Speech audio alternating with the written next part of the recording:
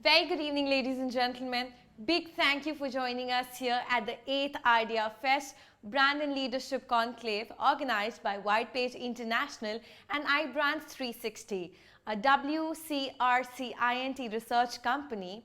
The research process has been carried out by Whitepage International, and the process evaluators of IdeaFest 2020 is the WCRC INT, the Malcolm McDonald Academy. Ladies and gentlemen, as we all know, the countries were shut. Cities were silenced. Humanity and brands across the globe were facing an unparalleled crisis. A crisis that had changed billions and millions of lives. It has affected our families, communities, businesses, and our way of life. The year 2020 didn't get on to the most prosperous start. Entire countries under lockdown, widespread travel restrictions, manufacturing closures have become a commonplace due to the coronavirus outbreak. The global economy and the sectors like tourism and supply chains are in total disarray. Even today, months after the World Health Organization declared COVID-19 as a global pandemic, most Indians are spending the majority of time at home, either working for home or working from home. No longer there's a need to purchase a new car, plan a vacation, or for that matter, even buy new clothes.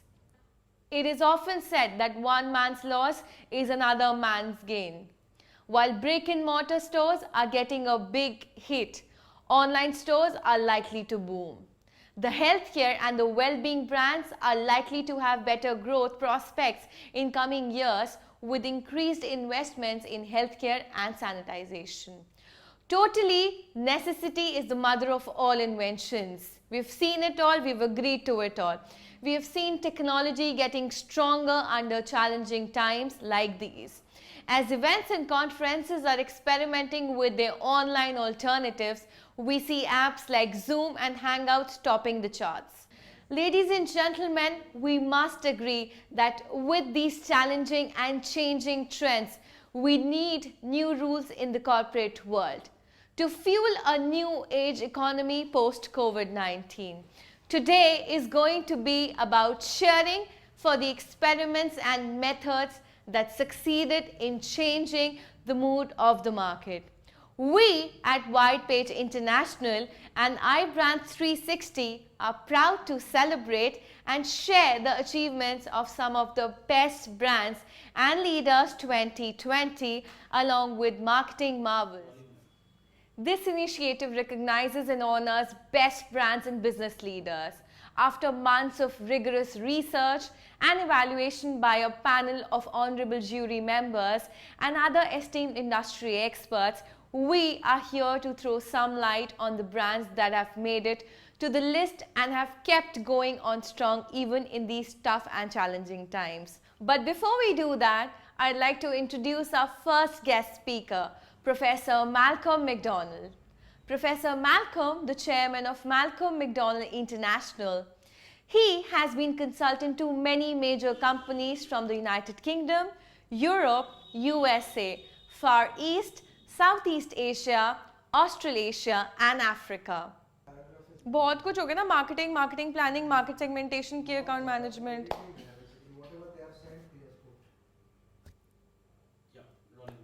But before we do that, I'd like to take this opportunity to introduce our first guest speaker, Professor Malcolm McDonald.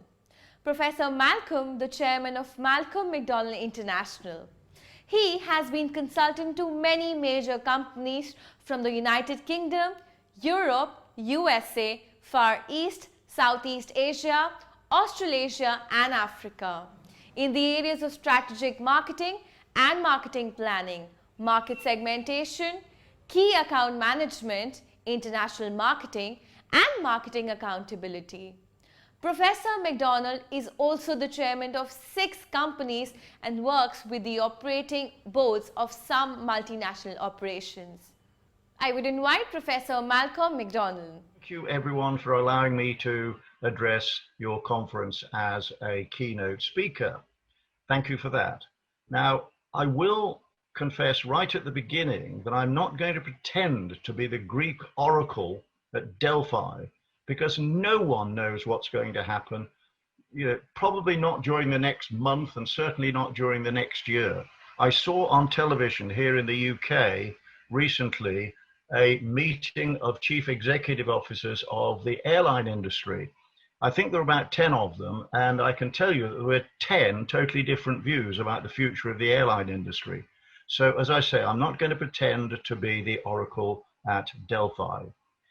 What I will do, however, is make this keynote interesting, challenging, and I do hope, ladies and gentlemen, more than anything else, enjoyable. So let me start by giving you some backcloth to marketing in this COVID-19 driven recession. I mean, the first thing I want to say is that the rules of competition have certainly changed, and you'll see a number of bullet points on this graphic. The first one says anorexia industrialosa, which of course is the classic response of directors at times like this.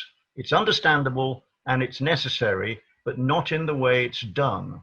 I call anorexia industrialosa an excessive desire to be leaner and fitter, leading to emaciation and eventually death. And I ask, how many cents are there in a dollar? And so on and so forth. That's clearly finite. Whereas what we do, the people who are attending this conference, what we do is infinite, because we do business strategy and marketing, and that is only limited. We create value for customers, and that's only limited by our creativity and imagination.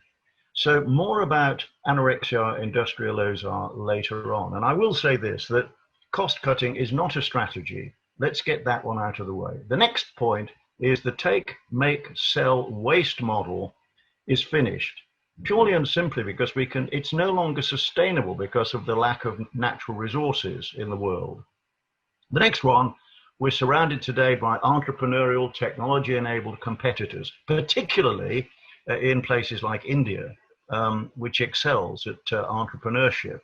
And of course, these organizations are unfettered by the baggage of legacy bureaucracy. And the next one, we're surrounded by information-enabled customers who, unlike when I was a marketing and sales director of a fast-moving consumer goods company many years ago, our customers today know more about us than we know about them. The bottom line on it, ladies and gentlemen, and the conclusion is that those who most effectively act in the customer's interests will be the ones who thrive and survive. So let me get started with some advice. You will see from this graphic that over 40 years of research, and incidentally that research, I've got 127 scholarly references to back it up, into the link between long-run financial success and excellent marketing strategies reveal the following. And the excellent strategies are the bullet points on the left. Let me quickly deal with the points on the right, and I'll get those out of the way with one word: product. Product, product, product. Everyone talks about products, but the reality is, and research shows today, that all products in the world are excellent, so it is highly unlikely that any organization will get any differential advantage by having a good product, because all products are excellent. The reality is, ladies and gentlemen, that we're going to get differential advantage by understanding these points on the left.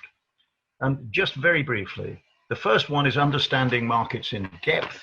Second one is targeting proper needs-based segments, not that nonsense about socioeconomics and demographics and the like, but proper needs-based segments. Making a specific offer to each segment, and this is the bottom line on it all, apart from, of course, anticipating the future as opposed to just reacting to it. The penultimate bullet point here is have clear differentiation, positioning, and branding. And I'll say more about branding in a few moments' time. This next point is a blinding glimpse of the obvious. In times like this, times of recession, we have to be ruthless. And you'll recognize this as the Lorenz curve, Pareto's law, the 80-20 rule. And we know that, generally speaking, the rule applies that about 20% of the input that you put in will result in 80% of the desired results.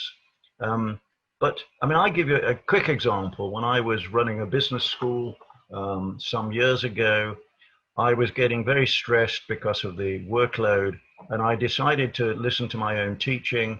So I made a note of everything I'd been doing, decisions I was taking over a 3-month period. Then one weekend, I analyzed them under certain headings, and guess what I discovered? Yes, of course, the 20% of the decisions I'd been making delivered about 80% of the benefits to the business school. What had I been doing? How had I been running my life? I'd been marmalading myself across the whole of the in-tray, and not prioritizing the way I should do. And after that, I must say the productivity went up and the benefits to the business school went up. So it's exactly the same in business, ladies and gentlemen. And this is the point. You've got to identify at times like this your core market of primary customers. And if you can delight this group with selected differential offers, you'll have a resilient customer base. But trying to delight everyone with all of your offers guarantees average service that would delight no one. You could, if you wanted, have a company motto that says the good thing about being mediocre is you're always at your best, and nobody wants to be like that. So the point is, I'll just say it again, trying to delight everyone with all of your offers guarantees average. I'll get to my penultimate slide, and these are, I mean, there are obviously more than 6, but I've just put 6 of the ones that strike me as being very important at times like this. The first one is, and I've just mentioned this, focus on the markets and customers you want to keep in the long term. And this is most important. Understand the value required by customers, these customers, and quantify it financially. It's a remarkable statistic, ladies and gentlemen, that certainly in the UK, the research that I've done shows that about 3% of companies have financially quantified value propositions. And it makes me wonder what on earth marketers think their role is. And it's not surprising that so many customers buy on price because they can buy similar things everywhere. The third one, remember that profit is the result of doing something customers value. And of course, it's a poor company indeed that makes only profit. The fourth bullet point, value is what customers need, not what you're trying to sell them. And now, I said I'd come back to it. Yes, of course, reduce costs in unproductive areas of the business, most important, but do it with intelligence and with humanity. And the last point, another blinding glimpse of the obvious, don't do the wrong things well, do the right things well. And to summarize all of this, keep the heart of products, key customers, and I'll say a few things about this in a moment. Above all, protect your brand. And this is my last slide, which I hope you will find motivating, ladies and gentlemen. All 6 of these guidelines are represented by your brand and will lead to relationships that are great for customers, great for the people who make them happen, great for all stakeholders, and great for the planet. What in business could be more satisfying than achieving this? And so I go away smiling. Great brands will always shine bright and give us hope in the dark cloud of COVID-19. So let us all look forward with optimism and enthusiasm to the post-COVID era. So, ladies and gentlemen, keep working hard and keep smiling, and I wish you a happy conference. Thank you for listening to me. Thank you, Professor Malcolm, for enlightening our audiences with such valuable insights. Our next keynote speaker is Mr. Taha Coburn. Taha is the chairperson of the UK Asian Business Council, UK ABC. In addition, the managing director of Monkey Consulting Limited, where he specializes in multinational business growth and marketing, focusing on the following sectors: technology, media, healthcare, renewable and green energy, education and sports, and real estate. His 20 years business experience and expertise stretches across a range of regional areas including the United Kingdom, Europe, Asia, and Africa. He deals closely with the public sector in India, advising on diverse initiatives in the technology sector. Taha has a variety of non-executive director positions in the private sector. I would request Mr. Taha Coburn to please join us on screen. Today, I'm going to talk to you about the new age rules post COVID 19. And we are talking about the pandemic, we are talking about the corporate world, we are talking about how things have changed in the last 9 months. I have seen a lot of change happen around businesses, around the corporate world, in boardrooms. I am talking to you through an online platform today, whereas under normal circumstances, I would have been in between you and we would have had our normal physical interaction. But as humans, we are a resilient kind. We have evolved out of the most difficult situations, and I'm sure we will evolve out of the pandemic too. Under these circumstances, in the last 9 months, I have seen how businesses have evolved. We, again, as humans, are intelligent people. I have seen how the corporate world is changing, has changed. Uh, Board meetings have gone online. All decisions with the right decision makers is being taken online, whether it is through the media or whether it is through a normal board meeting, but now on an online platform like the way I'm talking to you right now. I have seen startups in this period of time, and I will give you some examples about these startups that I've seen, and they have done brilliantly well, even during the pandemic that we have seen so far. People who were doing, your normal jobs, a 9 to 5, going to office, they have come up with these brilliant ideas. Let me give you an example of a company in the UK. Once the university started and kids went back to schools and colleges, there were these kids who thought, we can't get food in time, online deliveries are taking too long. What can we do? How can we provide for this large student population? And they actually started asking people for donations, and they started getting food in donation to their university halls. And what they did, the brilliant idea they came up with was they started packing this food which was being donated to them, and they started selling it online and deliver it to other students throughout the UK at a very minimal cost, because students, don't have too much money to spend on other things. And under these circumstances where they cannot even get a part-time job, it became even more difficult. So hats off to these guys who really came up with an idea like that. So for me, this is a small part of the corporate world which is being changed. I don't think the corporate world would have gone this way in the past.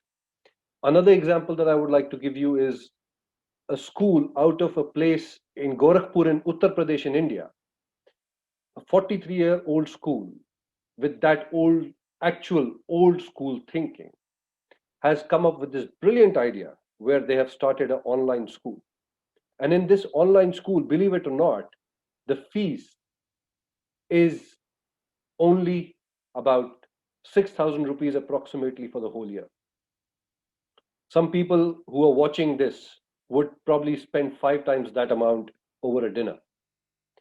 So imagine now this school is going to bring education to what we call the last mile.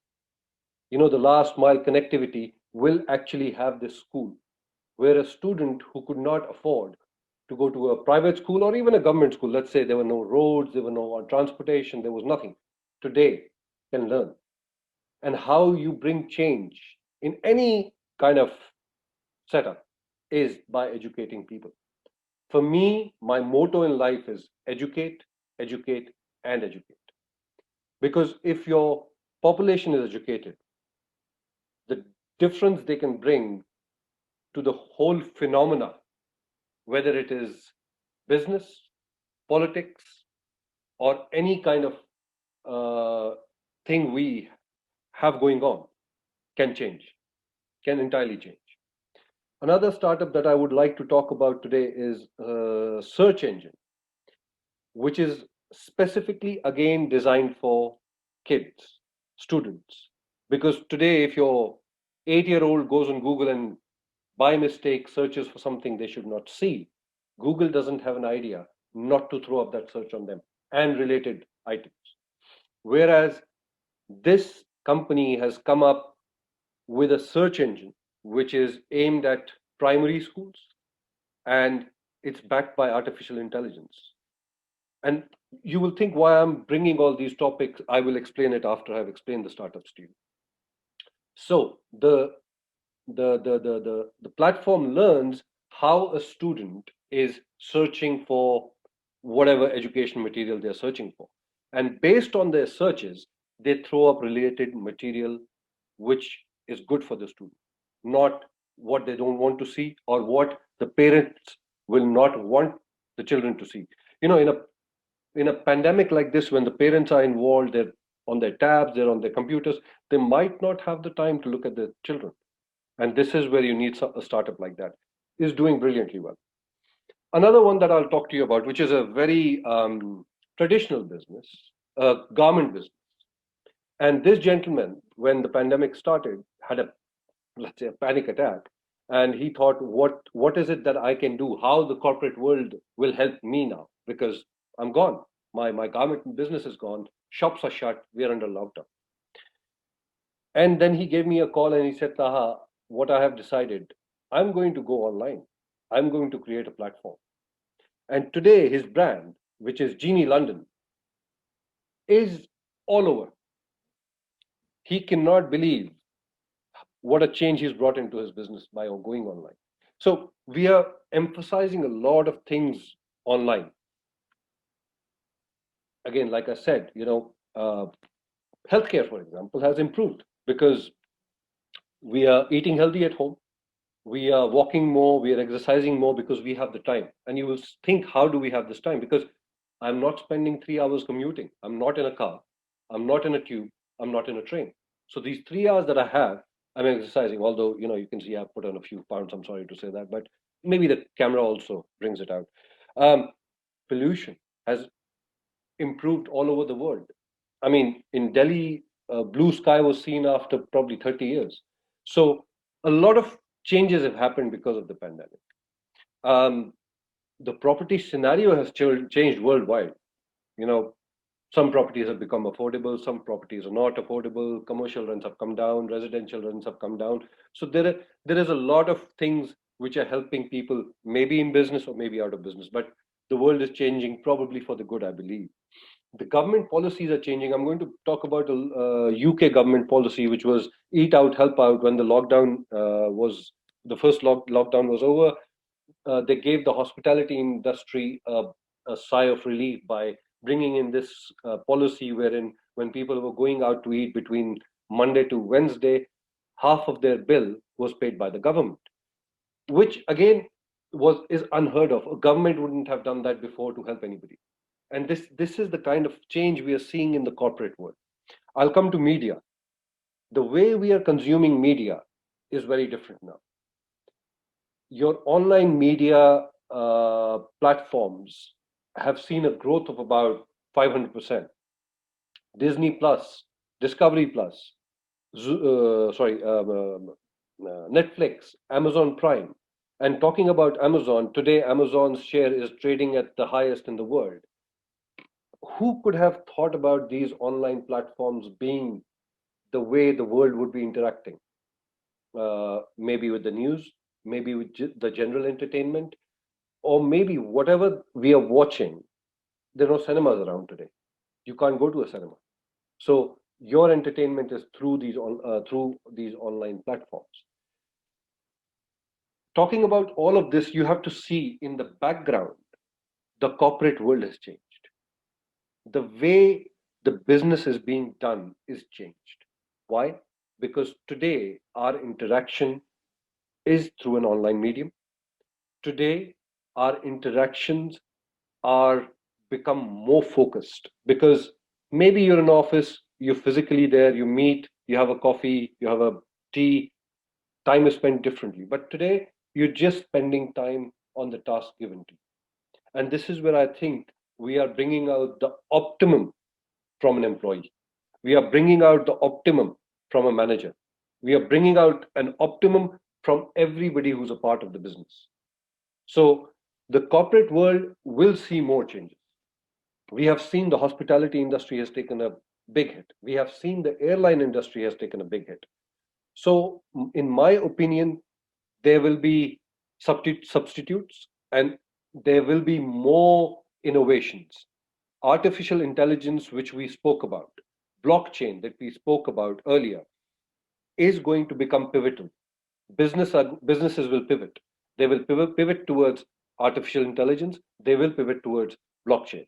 Talking about blockchain, uh, United Kingdom has made it mandatory that once a product enters the borders of United Kingdom, we want to know where exactly was that product sourced from. We are talking about in the form of I'm wearing a suit. If my coat came from Vietnam, we want to know where did the cotton or the wool came from. And that's where the blockchain ledger will come into play.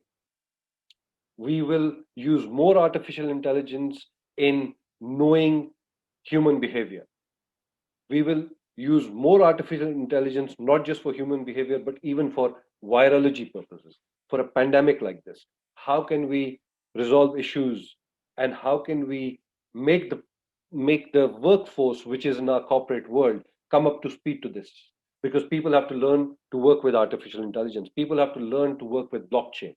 And these are the kind of changes which I see coming very soon into the market. Thank you, Taha.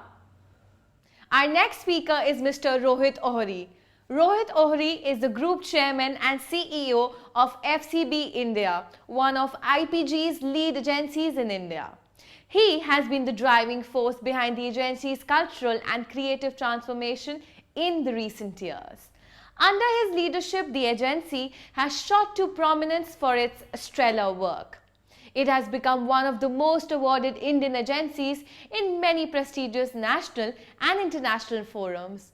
No wonder Rohit is recognized as one of the top 10 most influentials in Indian advertising industry.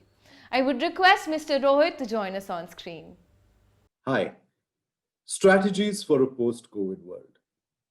I'm supposed to talk to you about that. Quite honestly, I don't know where to start because this is a black swan event and there isn't a playbook that one could kind of refer to and say, here are the top 5 or 6 things that one needs to do, in the face of this crisis.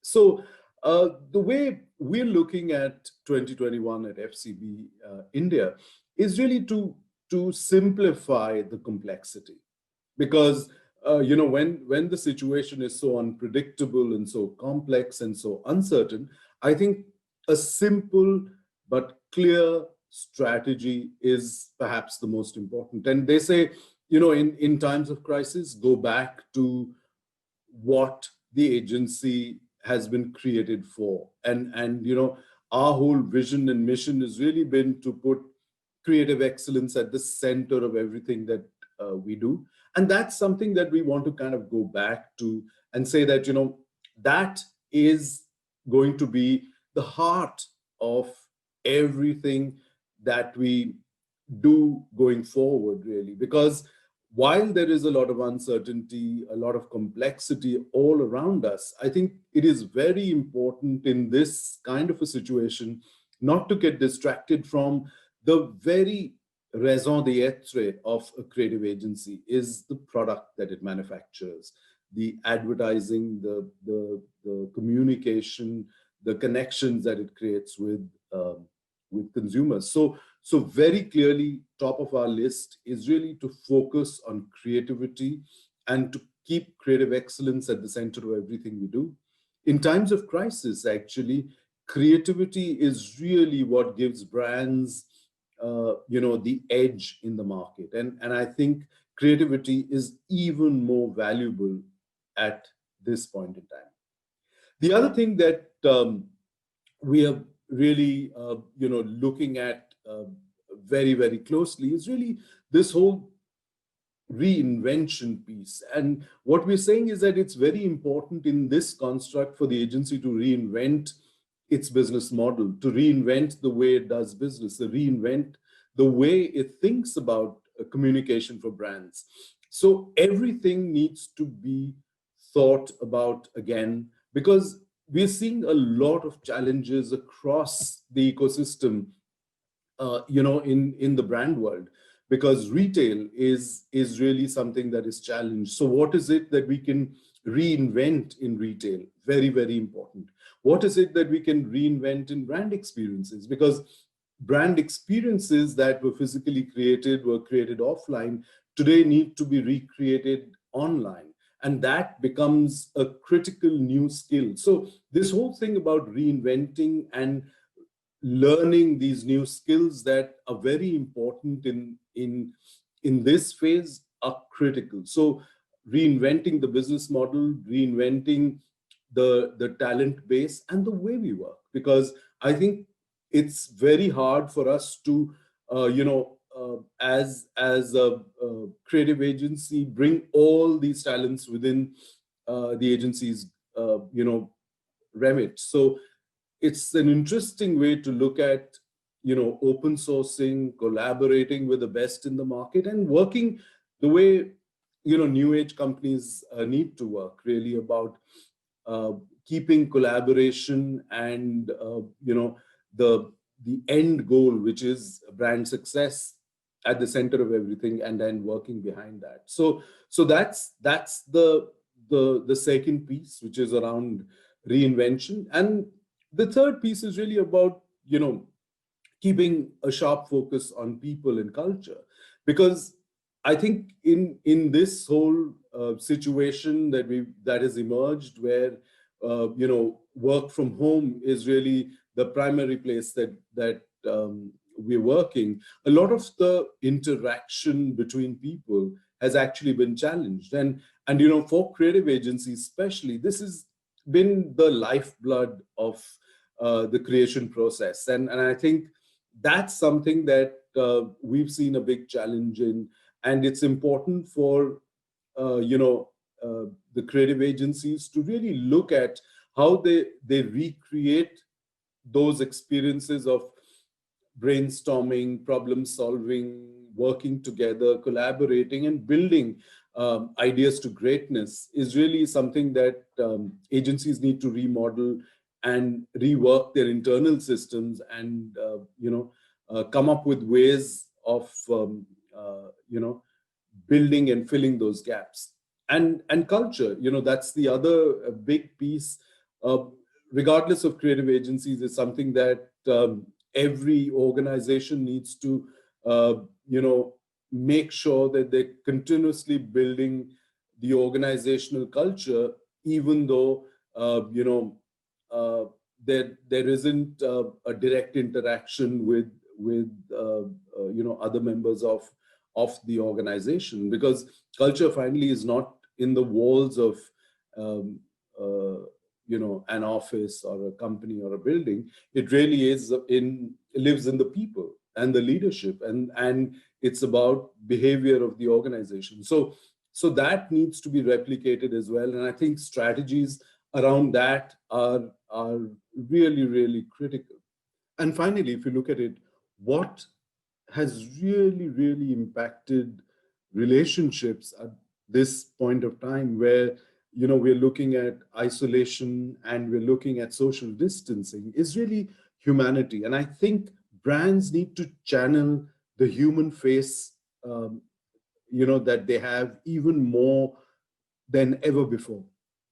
So humanizing the experience of the brand world, humanizing the face of the brand, right? So that becomes a big opportunity really for brands. And I think these are the core strategies that we are looking, at for 2021, in how we talk to consumers, how we build the organization internally, how we build our brands. Thank you so much, sir. Ladies and gentlemen, it's time to unveil the research publication and coffee table book on Best of Brands and Leaders 2020.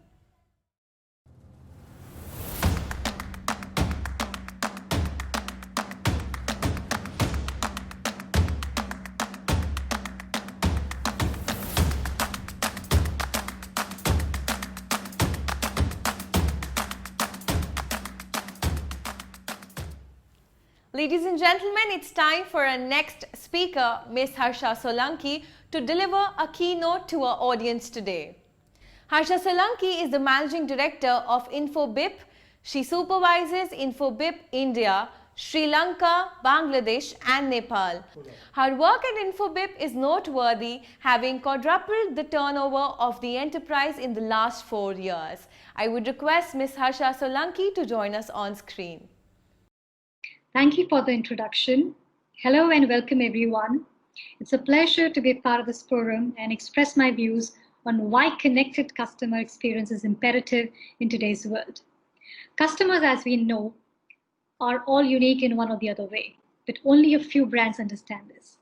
Over the next 10 minutes, I'll take you through a few slides and talk about how you can actually place each customer where they have to be, in the center of the purchase experience.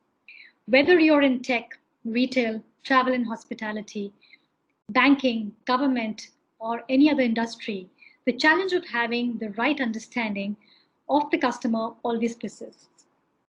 But it's the ability to put the customer at the center of your digital strategy, orchestrate a full customer journey for them, and deliver the world-class end-to-end experiences they expect.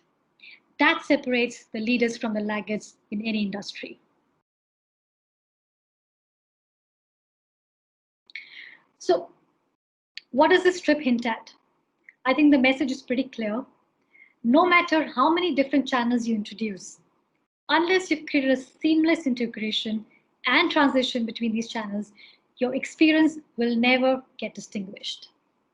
Meeting and engaging with omni-channel consumers at the right moment requires investing in an increasingly diverse channel mix. And of course, we all know this is easier said than done.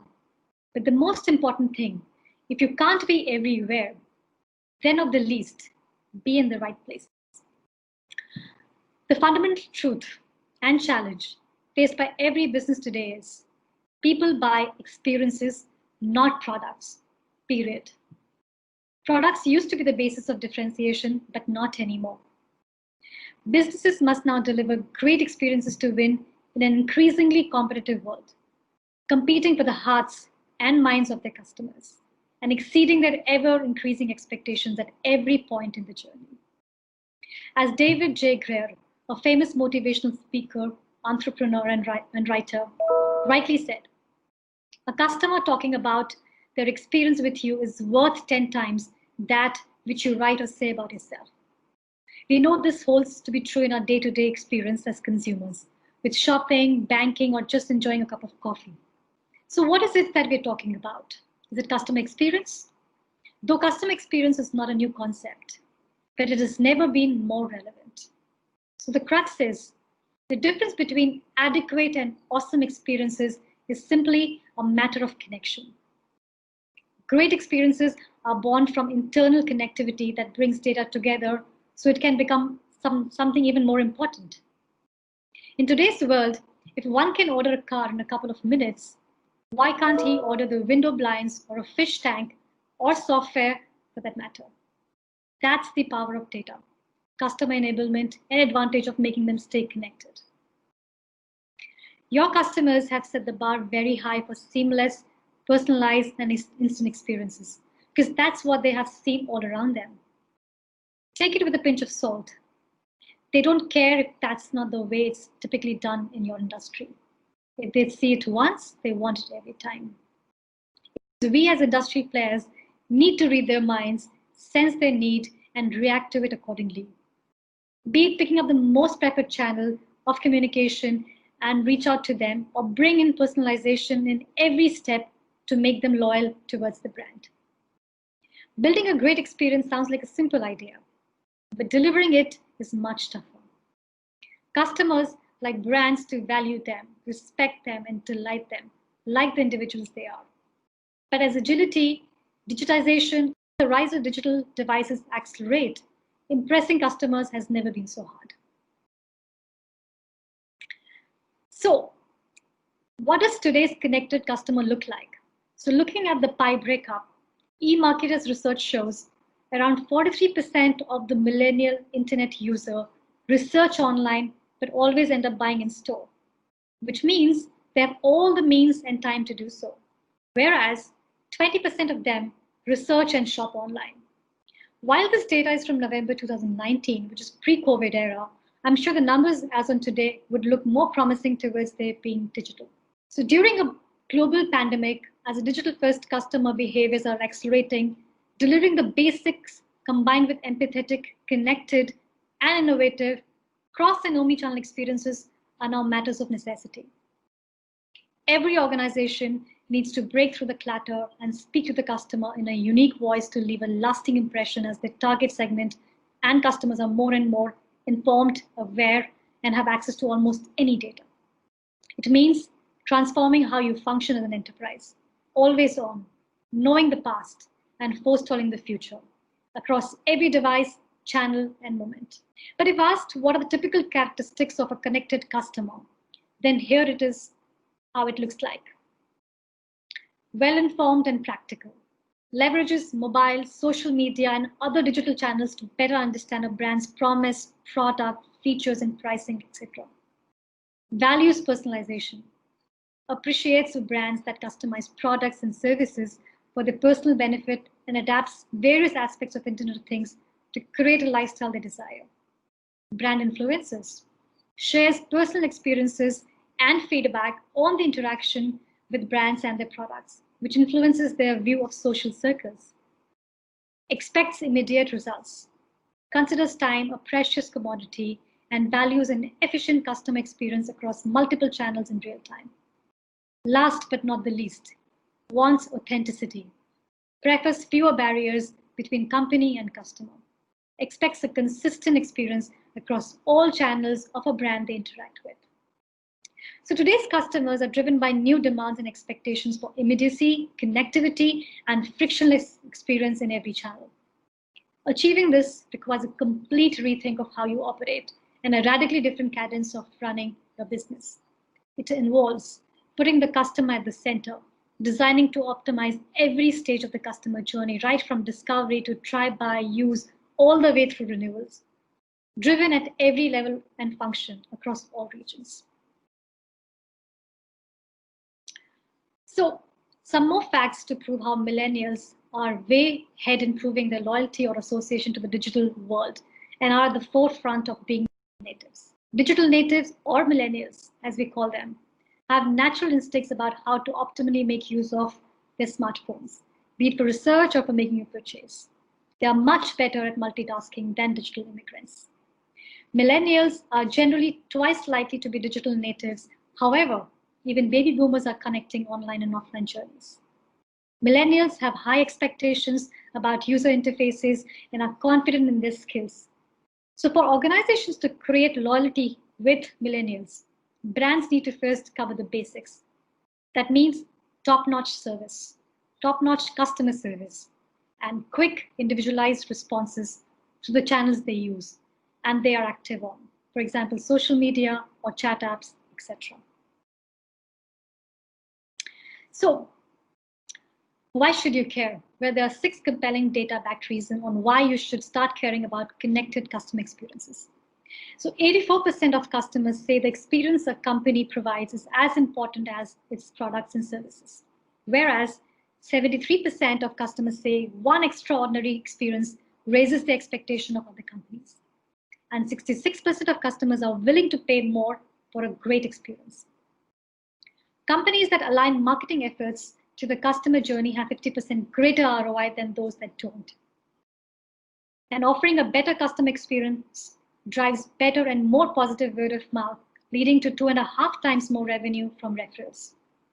And companies that proactively manage customer journeys enjoy over 13 times more cross and upsell revenue. The connected customer data is the key to architecting connected customer experience. Each step of the customer journey must be choreographed to be consistent, contextualized, and captivating. On the contrary, despite being technologically equipped, most enterprises today can't keep up with the customer's high expectations for personalization. And the challenges extend beyond technology. Business can be paralyzed by organizational silos and a lack of process, unable to execute on a customer engagement strategy. So, where to start from? So, meeting consumer expectations and rising above the competition require brands to create experiences that stand out. Brought on by sustained changes in digitally enabled consumer preferences, today, experiences matter more than ever, with the key challenge of taking various channels, products, and services and truly personalizing the offering to a one-to-one level. That requires transforming various sources of data into a clear view of each and every customer and making transactions between channels so seamless that the customer can't see the transitions or know the difference. So in this pandemic era, the maturity from classical marketing to connected customer experience is indeed the right path. Marketers are increasing the adoption and enhancing important phygital touchpoints while ensuring they complement each other collectively. To thrive during the turbulent times, where customers expect brands to be relevant, genuine, and empathetic, the experience creators will have to start from scratch. So first and foremost, brands need to be empathetic. From your customers and employees to how your systems work together. They need to develop a customer-centric enterprise based on humans helping humans. Think of technology as the enabler. Next, regardless of how they connect with brands, at the end of the day, customers just want to feel like they matter to your brand. The future of customer experience lies in the ability to balance the art of empathy and science of technology, which translates into aha moments and actionable insights. Milliseconds make the journey. True compelling experience only happens if you master the art of designing for speed and scale, unified data, content, and workflows. Customers have expectations for a seamless, if not effortless, integrated brand experience in any and or all channels. If they're not there to meet the expectation, they will simply move on to another brand who will. This is the time when the world is exposed to various threats and challenges where no one is operating from a best-in-class pandemic playbook. Brands and marketers must become the very people they're trying to reach, which means by anticipating their emotions, using predictive analysis, and prescribing next best actions to satisfy customer needs in a personalized way, which is fast, easy, and give them a unique experience, which is unforgettable, satisfactory, recommendable, memorable, epic, positive, differentiating, etc. In a nutshell, it has to be a 5-star experience. They have the options and purchasing decision. You decide if you're in or you're out. And finally, a brief about Infobip. Infobip powers enterprises to deliver messages across any channel, any device, at any time, and anywhere worldwide. Infobip's technology creates a seamless mobile interactions between businesses and people, as well as simplifying the integration of almost all communication capabilities. In addition to its enterprise portfolio, Infobip also provides mobile operators worldwide with solutions designed to generate revenue from A2P messaging, optimize network functions, and introduce new technologies and new revenue streams. Some facts about us. So we are the global cloud communications platform company, leader in CPaaS solutions, largest global MNO network, #1 global communication channels vendor with a 9,500 enterprise and business customers, 2/3 of the world's mobiles reached in 2019, and GSMA trusted partner in identity. And before I close, let's have a quick look at this video that summarizes our identity. It takes a lot of time, energy, and resources to get customers to buy. After you've invested all that effort, it's important that you also retain them. There are lots of different ways to stay in touch and keep your customers engaged, such as shipping confirmation notices, delivery information, and customer satisfaction survey. Smart technology makes it easy to have smart two-way conversations to resolve issues and address customer concerns promptly and efficiently while maximizing in-house time and resources. With InfoBip, you can set it and forget it with the ability to interject as and when it is required, delighting your customers and transforming them into loyal fans of your brand. Find out more about how InfoBip can help at every stage of the customer journey at infobip.com. Thank you so much, ma'am, for addressing the audiences. It was surely an enlightening experience. It's time for a first panel discussion, in fact the much awaited panel discussion of the day, where our speakers and industry experts will enlighten the audiences today with the future of technology and its role in driving customer. Without further ado, let's dive into the panel discussion. Over to you, ma'am. Thank you, Sarma. It's an absolute pleasure to be amongst the distinguished dignitaries. My heartfelt thanks to Whitepage International for providing this virtual platform and giving me the opportunity to moderate this panel on the most researched and talked about topic, the role of technology in shaping the future of customer experience and how to create a great experience during and after the crisis. I'm honored to be in the driver's seat for this panel of top industry minds who represent some of the best talks, consulting, and mentoring assignments. Each one has multiple accolades for their pioneering journey, or maybe for the people or organizations they have worked with. In the new world of customer experience, which is personalized, contextualized, and dynamic, the chief customer officers are partnering with the technology organization to bring control of the human experience back in-house with a fresh arsenal of experience-focused marketing tools. Kicking off a multi-year omni-channel strategy is not the first and the foremost priority now.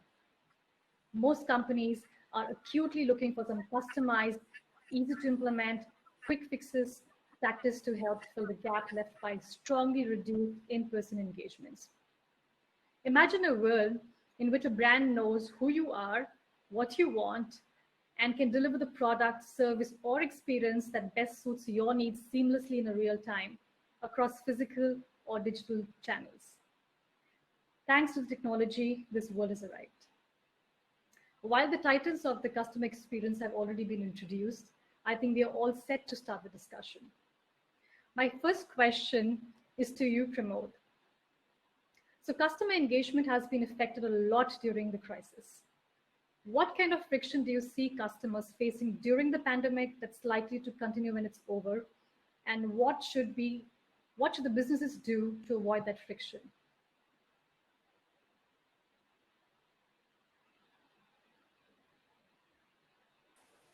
Hi, Harsha. Good morning, and good morning to all the panel members over here.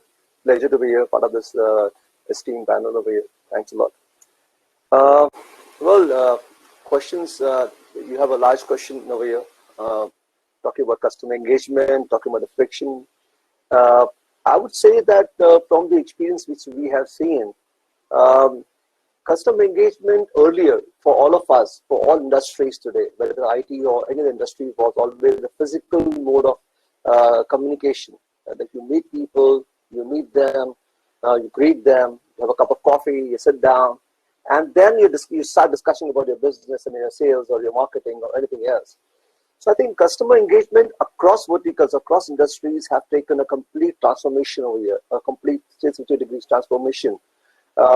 Each vertical and each departments have to understand, adopt, adapt to the new way of, first of all, either seeing somebody online or not able to see somebody online at all and having conversations. So I think across all the functions in any vertical, sales function is the most critical function where you are still required to meet somebody, meet a customer, explain them, give a presentation, look at the body language of the customer, show your body language also over there, and understand the the atmosphere, what is going on with the customer premises. And that engagement, I think, across other customer service, administration, finance, across this file. But sales something is a very important function which couldn't get replaced immediately. It was difficult, but other departments is fine. But this is something was to be adapted over here. I think that is something engagement, I would say, across verticals, across industries today. Example, somebody in IT industry today. We are used to go to a customer office, take a whiteboard and start presentation. We are expecting that impromptu questions by people, to ask us, So these things are not there. So now I would say the customer engagement did affect, but then I think after March, April, when people realized this is the only way and this is going to continue, I think then the online medium came in the picture. Earlier it was conference calls, but then the video calls came in the picture. After video calls, video conferencing happened in the picture. I believe everybody adapted. Everybody had to adapt it overnight with every tool they have. With iSwap, our customers today, luckily, we are in the business of collaboration and communication. So what iSwap did, we anyway enabled our customers so they could speak to, they could see us, we could see them. So our customer service team was available online. They can see us and they can talk to us. Our prospect customers, where we were pitching in March, we were to closure. We requested them to come online. They used an iSwap tool. So for us, that customer engagement gave a complete different dimension for sales. So customers saw that we have a tool. Oh, we can use this for our purpose also. So that helps us, our sales team, to break the ice, communicate, connect over there, and do that. When it comes to friction, of course, the friction, as I mentioned earlier also, the friction is there because everybody, all the panel members will agree over here that today sales is a function where you meet people. So today, without meeting somebody, you would like to talk to somebody and have a deal done, a sales done. It is not difficult, but yes, it is a challenge because sometimes people are not available. And most important is the network issue. Some people can say, I can't hear you, I didn't understand. And when you're selling more, you're in a passion. You're just talking about, and suddenly some break comes, the camera is off. So typically, you can't demand customers to keep the camera on, right? So you're talking to a black screen, and you're assuming that the guy is understanding, and he's understanding. So these frictions, I would say, are this type of frictions. I would say are a lot when it comes to the engagement part of it. And most important, surprisingly, everybody's busy. So today, everybody is short of time. Earlier, they had time, but now everybody's busy. So the first thing they say, okay, how much time will it take? Half an hour. Okay, done. I have a next call waiting for me. So in a limited time, you're going to do a lot of things over here. So this friction is complicated. It is good, bad, everything. So this is there, and I would say, I don't think it can be avoided because that is the way it is. Until we do not have the vaccine, even if we have the vaccine, till people do not feel comfortable, confident, they will never meet. They wouldn't like to meet. They would like to avoid it, and that is today also the event we have right now is online. Unlike the event which is physically there right now. So this is going to continue, I would say, and we have to live with it, adapt it, and find and evolve ourselves completely to be successful in this entire journey. That's what my feedback is.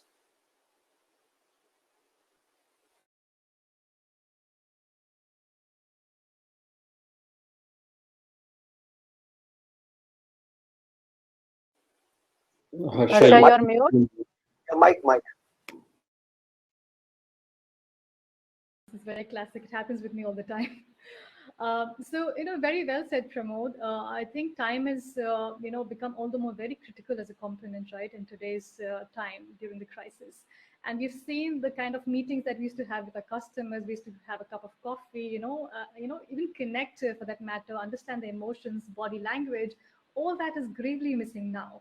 Now the meetings are to the point, very, restricted to the topic, and you just want to kind of finish that meeting in 30 minutes and move on to the next one quickly, right? That's how it is. It is, and it's for everyone. I can say that, right? So, I would like to, move on to Sakshi. And Sakshi, would you like to add something here?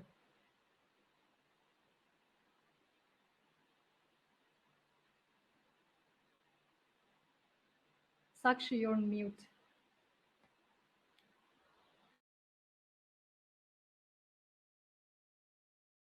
I'm sorry, I still don't hear you. No. Can you hear me now? Yes. Okay. I think I'll just take this out. So as Pramod rightly mentioned here, that basically the boundaries are diminishing. So I come from a real estate industry, and here we are. Look, we are meeting people, but not very often, because either they have an online meeting there, or in their own work. So it becomes very difficult as a person who's running the business in my organization to even get an appointment from, say, some CEO or of a developer or somebody like that. So yes, it has become really difficult to catch people nowadays, which I would like to put it. But having said that, I mean, the industry itself is working towards managing multiple stakeholders, because it is not just one product. We are a conglomerate of lot of multiple products here, and it becomes, but we are trying to hold hands with each other and move on and see and understand and focus our energies in the end user wellness, because that is where the final output will be, and then that's where our sales will start turning, and we will start generating more revenues. So we in particular do not do the end user interaction is not there, because we are consultants to, say, developers or corporates who are then going to be involved with the end users, but we understand their pain point, and we are kind of working with them to understand what are their requirements and what has changed pre-COVID and post-COVID. So I would just wanted to add this point to already what Pramod had said. Thank you, Sakshi. So, underlining the importance of customer experience in these difficult times. Further, my question is for you, Divya. You come from a company that engages a family as a whole in terms of buying decisions for the future of kids. So what is the framework you have to map customer journey and then find ways where to tweak? And how well the technology plays a role there in mapping this journey? Thanks, Harsha, for the question. And I think I'm in an industry, education, for which I think it's been a watershed moment as far as the pandemic is concerned. I think India frog leaped fundamentally 10-20 years into the whole edtech space to match globally what was happening. You know, we've been very stuck with the fact that learning can only happen inside brick and mortar rooms, and how overnight the educators, and a big salute to them, stood up in one voice, and despite their limiting constraints and of resources and bandwidths, classes started to happen in India, and schools opened in some form and shape, and learning classes happened. Now, to map the, I think there are various paths various edtech companies are taking as of today. You know, you see very, very big Indian edtech giants who are looking at huge retail kind of a business, okay, reaching out directly to the parents, taking an ATL, BTL, mapping it out, and then doing. At FlipLearn, we have a very different strategy. Our strategy is to become partners with schools, because in India, education is prescriptive fundamentally by nature. If the school says you're going to study this book, irrespective of 10 books that might be there, the child will study that one book. So our idea is we are partnering with schools and providing the LMS to them, where teachers can take online classes, homework, assessment, students keep coming on the platform and doing. And from there, provide content learning access to students also. Okay. So rather than saying, we don't know what the school is doing, just come to me after school and learn from me, I'm saying I'm a partner to the school. I'll help the school to teach you during school hours, and I'll help you extend beyond school hours for your own personalized path. And what has happened, very interestingly, I was in another conversation shortly some time back, which I said, this whole pandemic has redefined the economic budgeting of every household in this country now. Today every household will now start budgeting for how will my child learn? So do I need a device? Okay. What kind of bandwidth connection do I need? This was not something as a part of the larger middle class India budgeting. But now this has become an absolute category in which you will see budgeting happening for households, for institutions, schools to understand what do teachers have, what do schools have, how do they connect. And I think this has been a very, very pivotal moment of actually bringing all the stakeholders together. So this whole customer mapping journey is very this thing. The first time parents have seen teachers who are teaching their kids. Okay. The first time they're also getting privy to what is really happening. And the first time parents in India have understood how tough it is to manage their own kids for 8 months at their own home. Right. So everybody is braving when will the schools open and when will we send our kids. Right.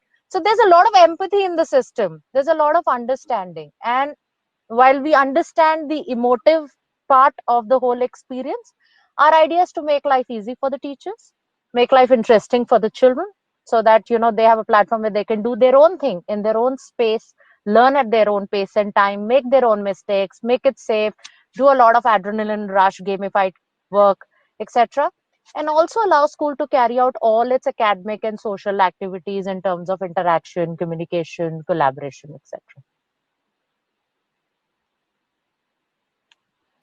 Thank you, Divya, for that great insight. I would like to extend the same question to you, Vikas. Since your organization has up-leveled this customer mapping journey, both nationally and internationally, so what's your take on that? Yeah, and just as you asked the question, as Providence would have me, somebody's tapping on the wall next to my room.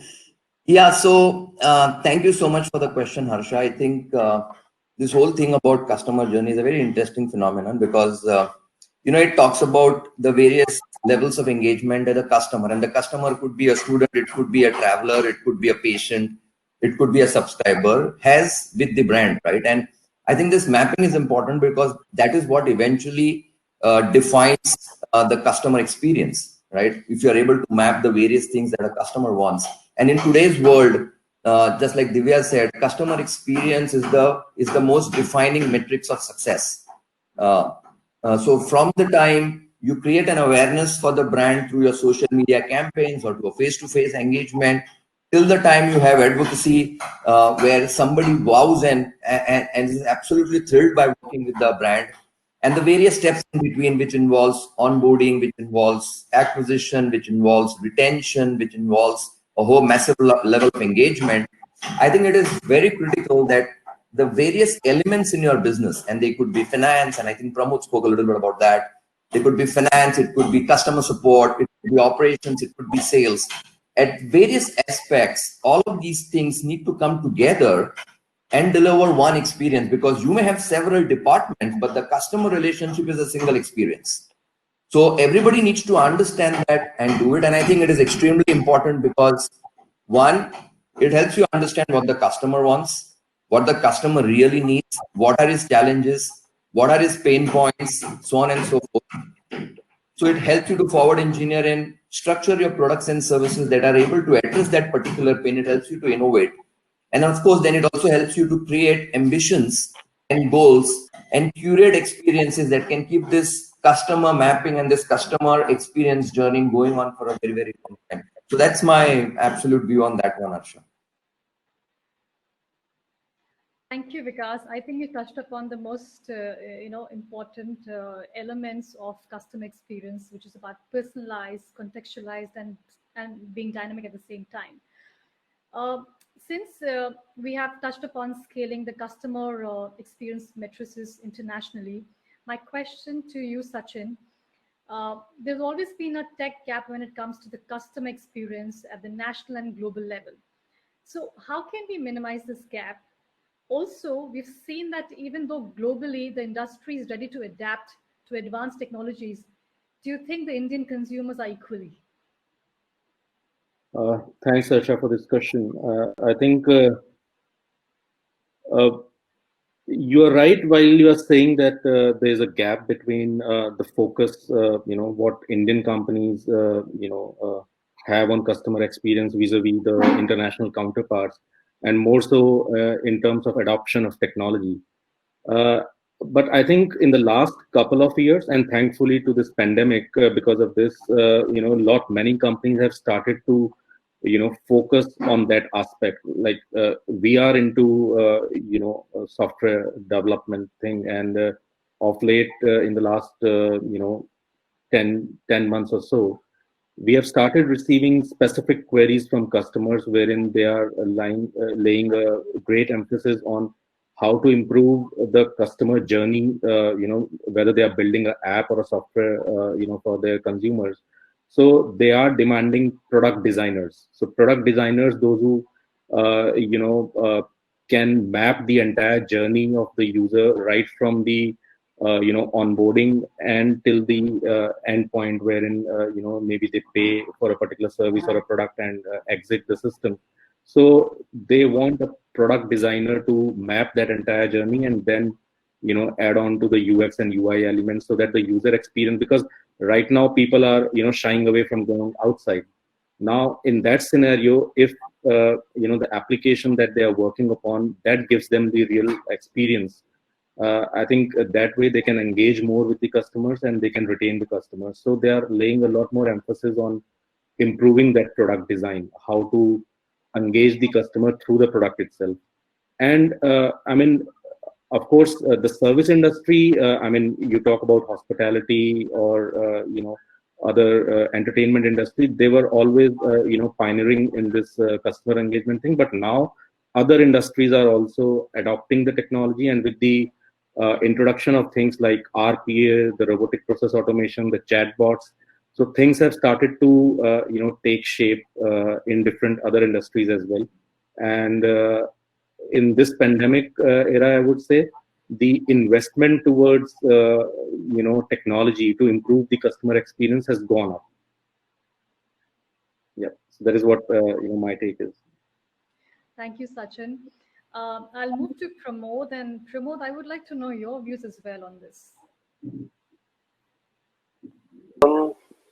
I think I do understand and agree with Sachin, his feedback about he getting inquiries from customers about this to try to emulate this scenario where they would like to also provide a seamless experience or easy experience for customers to come on board. I think from the software development point of view, they are getting these inquiries. From our perspective, from ISOP perspective, ISOP is a company into email collaboration. We provide email collaboration communication platform to all kind of customers, all size of customers, all vertical customers. We are a global company based in Prague, in Czech Republic, and we came in India 5 years back. So 5 years back when we came in India, people still saw a complete presentation. They saw entire demonstration of a product before they bought it. And we always told them, the advanced features about email, communication, collaboration, video call, chat, group collaboration in the sense the teams can work together, exchange information. So they always said, yes, it's a good idea and we will use it. But we have a research which in the last 5 years, the customers bought our services, but they never used it. It was very, very minuscule population of our customers who were using it. We tried a lot of webinars, a lot of education things to customers, do this series of education to them, how can they benefit from this. But then this pandemic brought a complete loads and loads of questions and loads of demand to us overnight, and people started calling us and asking us, hey guys, you sold us this, you sold us that, you sold us this. So how do we use this now? So we were taken back because we had to upgrade our infrastructure overnight. And the customer closed, the country was closed. So we had to manage a lot of things because we had to upscale our infrastructure to accommodate this demand. So because video calls will suck your bandwidth, it will eat up your bandwidth. So ISWAP as a company, when we saw this demand, we did a lot of enabling of our customers. So I would say from what was always being the norm in the global market was never in India. I will give you a very small example.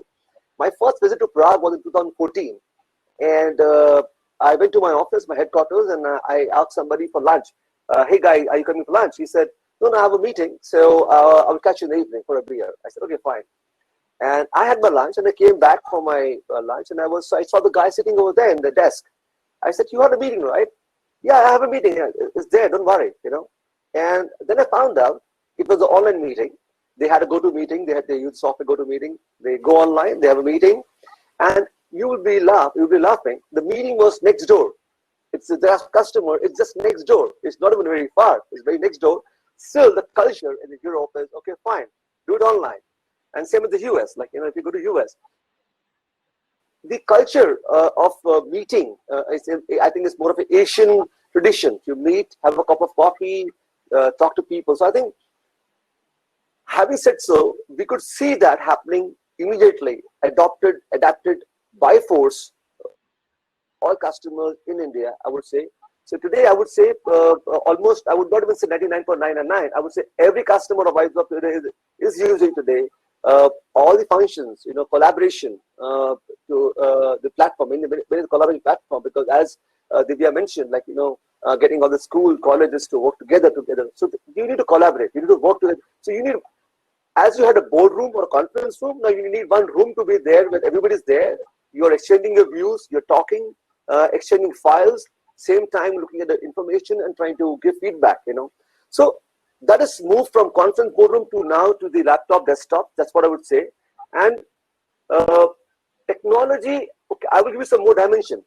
Apart from email, what we all know, video call, voice call is fine. We could see a change happening in floor shop. We have customers who went to manufacturing. The largest customer in the world who manufacture tubes, this toothpaste tubes, all the whatever tubes, right? They have customers using iSwap worldwide. So they told us now they would ensure the floor shop is completely, as Sachin mentioned, robotics RPA completely. So never such kind of pandemic can disturb or derail their plans for production or something goes wrong over here. So what I see is, as India, our people from all the caliber of the class used to travel to trade fairs across exhibitions worldwide to get knowledge, to acquire knowledge, to understand what is going on. But they had a hard time to come back to India and convince their management to give the budgets for that, because the company's management never felt the need of it. But today, this is the most important thing. The budgets are coming easily available, made available right now.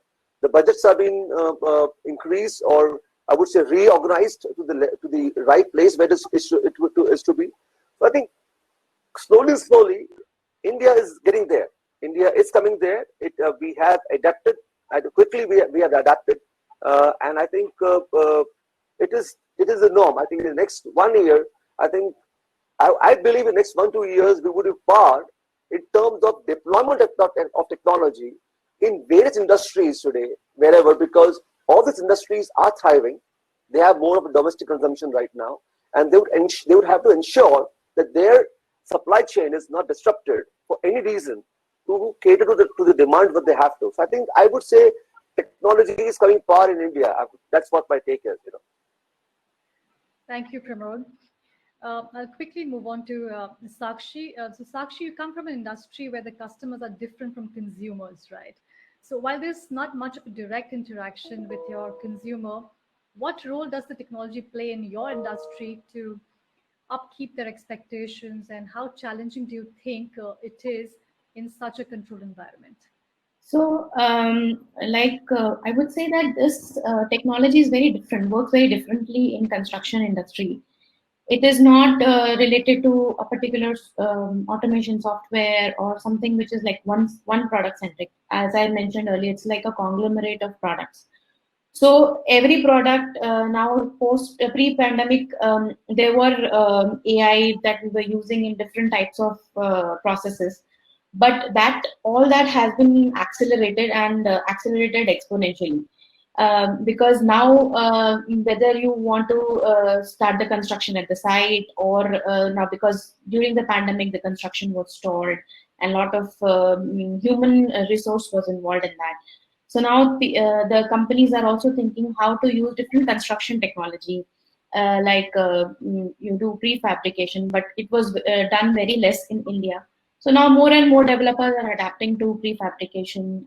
Then more and more developers are trying to understand the end user wellness. So wherein we are an organization who design architectural designs for the build to suit formats or any civil products. Like for example, we have to build a commercial space. So initially, like pre-COVID, the requirement used to come from the client that, okay, this is the standard requirement that I want this much floor space area, this much height, this and that. But now, there was a, so in India, developers are very centric towards achieving the final, like whatever is allowed, we need to achieve the full area which is allowed by the authorities. So how to squeeze every inch out of it. So now all that requirement has completely changed post-COVID, because initially if 75 square feet of space is being used per person and the entire design is designed accordingly, now that has completely doubled to at least 150 square feet per person, which now would lead, like we become the drivers there, how to redesign the entire space or redesign the internal space within the same civil space. So that's where the challenge, helping all our clients to revamp their designs or to understand their requirements and how to bring in. So earlier there were things about green technology, how developers are using it, and but now it has become the necessity, the need of the hour. Everybody has to. It is not a luxury anymore, which was what, okay, green building means more investment initially, but that is not true, because so now things are changing completely, and we are helping and educating also some of our clients who are not very well versed with these technologies, and that's where we come into picture. And even our German studio and studio in the Middle East, all of us are following a process. Internally we discuss the designs, and when we go to the client, it becomes like a full integrated process that we are going to follow. So this is the part where our industry comes into play. And yes, there is a big slowdown because of multiple issues like liquidity and human resource loss. So, but yeah, we are sticking together, and we are trying to kind of mitigate this problem, and hopefully the real estate industry will bounce back soon. Having said that, actually residential sector is really seeing an upsurge, because now everybody is working from home, so everybody wants a comfortable house. So within that space, within that same area which was designated earlier, how we can utilize that space in a different manner is the challenge. Yeah. Thank you, Sakshi, for the great insight from that vertical. Looking at the time that we have, Vikas, I have a question for you. So technology has an inbuilt quotient for creating the wow factor. So how soon do you think can the world adapt and embrace the power of, embrace the power of artificial intelligence at a global level and utilize it at an optimal level, or to an optimal level? It's a great question. I think the power of technology, especially AI, in creating wows and customer experience is absolutely unparalleled. I mean, it's already happening. I mean, we don't really need to look to really see what's happening. We always feared that, the machines will become smarter, more intelligent, more faster than us. And I think the era is really upon us. Now, predicting something for the future is an errand for the fools, they say. But now let's look at real world examples around us. Emails, right? When you sit and do emails, there are suggestions that are provided based on incoming emails. Your sentences are completed for you at a very simple, basic level. You see this ads about self-parking cars, MG Hector, autonomous cars. You see Alexa, it recognizes your voice commands and does things for you. You have seen very familiar pictures of robots going and checking temperatures and sanitizing people who are entering malls and so on and so forth.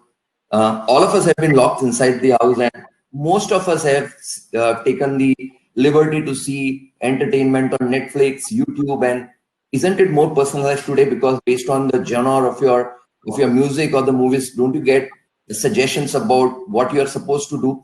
I think it is everywhere. And the most basic example, and Divya is traveling, is Google Maps. And we've been using that for years now.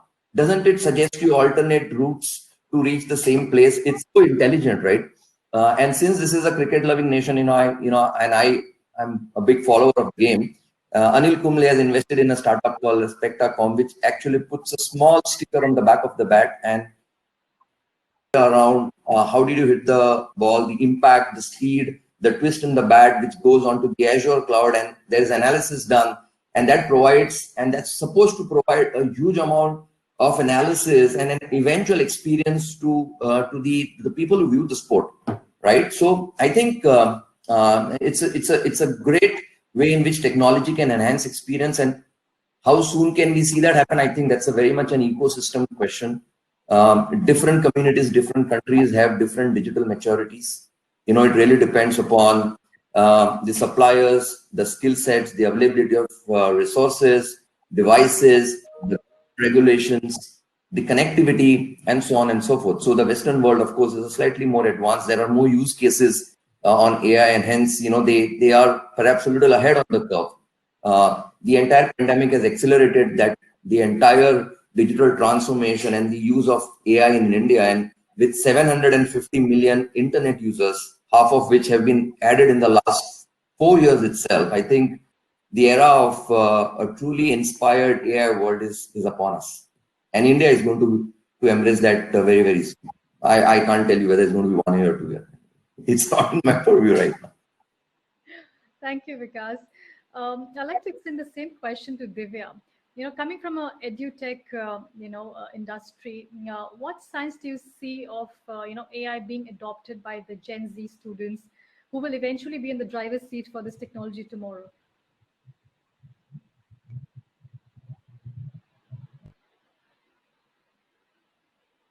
Divya, are you there?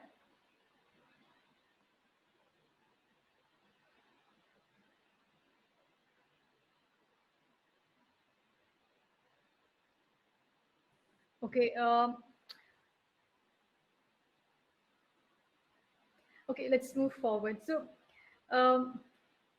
ultimately, the goal is to achieve customer delight, and technology has helped the cause by bringing transparency, trust, instant gratification, and reliability.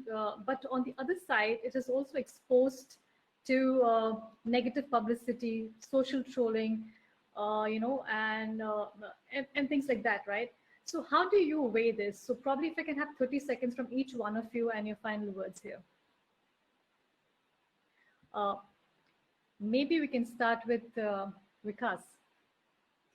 Data privacy is a big topic, and the ability to have secure boundaries around everything that we do is of paramount importance. I think for every one of us, in fact, in our business, security is a very big cornerstone of what we do. And I think we need to, as we embrace more technology, we need to be cognizant of the fact that data cannot be misused. There are certain rules and there are certain do's and don'ts that we need to follow. And to my mind, I think that's something that we need to follow, and we need to be absolutely sacrosanct about it, in my opinion. Great. Sachin. Yeah, I think I'll echo the points that Vikas has raised. Security has become paramount in these days because much of data flowing in and out, and especially during this pandemic. So many customers who have not even considered security as one of the key elements in their products, they have been demanding, security. So BAPT testing, which was never demanded by, smaller customers. So vulnerability testing is something which even the smaller customers have started to demand in these days. So I think, yes, the time has changed, and people are laying a lot more emphasis on data security these days. And with GDPR kind of, compliances in place in Europe, as well as, you have similar compliances in US. So I think, yes, security plays an important role, and technology, has a solution to take care of all these things in these days. Thank you, Sachin. Sakshi, we may hear something from you. So it's we don't directly use the technology as such for any end user requirement, but yes, our customers, they are actually using the technology to research on what exactly is the requirement, and that requirement more or less is more research based. So here in this industry, we would say that, okay, yes, there are some sensitive data, like if you go to say 99acres.com or any other site for that matter, you go and publish your things, but then again, you have to be very, very cautious about your personal details. So yes, there are filters, and then the industry as such is going forward in doing a very transparent process, yet taking care of the customers. But it is evident that the data is required, and we cannot do without it, I would say. So, but yeah, to just get it, we need to understand the sensitivities of the end consumers also. Thank you, Sakshi. Pramod? I would say that most of it said by Vikas and Sachin. I would like to say that data privacy definitely is the key hot topic due to the regulations in India, which is now being, again, coming back to the question, Harsha, you asked about national, international, getting power. So data privacy is a hot topic, as the government is doing a lot of things for the regulations part of it for that. And I think that is the key aspect and the fundamental right of a person to ensure that his data is not being compromised at any aspect. So as you asked about getting trolled on social media and getting abused about the things, but I think that is something that's beyond our control. If you are on the social media, then you have to accept everything, whatever it is, applause also at the same time, critics also, as simple as that. But for the corporations, for the companies, organizations today, I think security has been the paramount importance. So companies who were MNCs, companies who were listed companies, banks who were cooperative banks. So there are a lot of regulators who are there who are enforced about the subject. Like RBI has mandated for banks to have something called DMARC. The DMARC is a tool which tells you who is misusing your domain name and your IP address worldwide to send out emails. You may get an email, example, you may get an email from Emirates. It may look the same way the Emirates don't look like, but it's not, it's impossible over there. So these things were there, but like RBI mentioned about this, so banks were not, so the PSU's bank has gone ahead. Cooperative banks today, there are large cooperative banks in India, many of them, and they are like small banks, So it is still, you will be surprised that is this technology is like a wow. Oh, okay, we will see.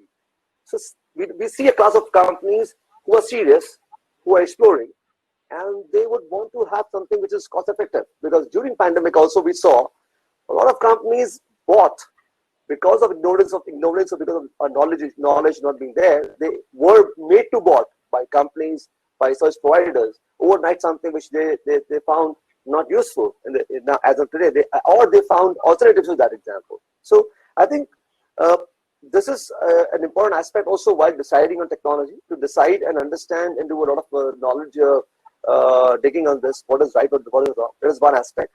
Second aspect is very, very important, that data is, like as Sakshi mentioned, that she is not using technology, that is, but she is looking at some private data. But data is everywhere, whether it's WhatsApp, whether it's about email, whether it's about your laptop. So I think this has now picked up in a bigger sense, because suddenly the perimeter of security is no more the office. Earlier, the biometric was the first thing. You come to somewhere place, biometric is the first thing, right? You go to in office, when you sit down in office, you can't take a USB drive, example. But suddenly, imagine a BPO. We have customers who the India's biggest BPO company, WNS, is our customer. And overnight they had to ask the employees to take their desktop laptops to go home. And imagine they are having audits by their customers every 3 months about security. Now, where do they do the audits? Because the people are in the office right now. So the whole thought process has changed. Example, Divya today was having people working in the office, but suddenly she has to allow people to go home and work. So her data, so she is worried about data right now, example, So I think this is a very important topic, and there are many solutions to it. It's just the seriousness of the companies and corporations to at least get them equipped not to the best extent, but at least basic extent, so they do not face any kind of incident where they have to lose money, their brand, or something in the market. So I think it's all about these the organization which run the business and the CIO, CTOs to go and tell them that this is what is important, that they invest the right money and they educate their users. Also, one more thing important, Harsha, I would like to say, implementing technology is good as a management, but do the users, do the employees are aware the do and don'ts? Are the regular knowledge sharing happening? As Sachin mentioned that about the GDPR thing on the things, but are the employees aware? Are the people aware? What are the do and don'ts? So there are simple tools nowadays.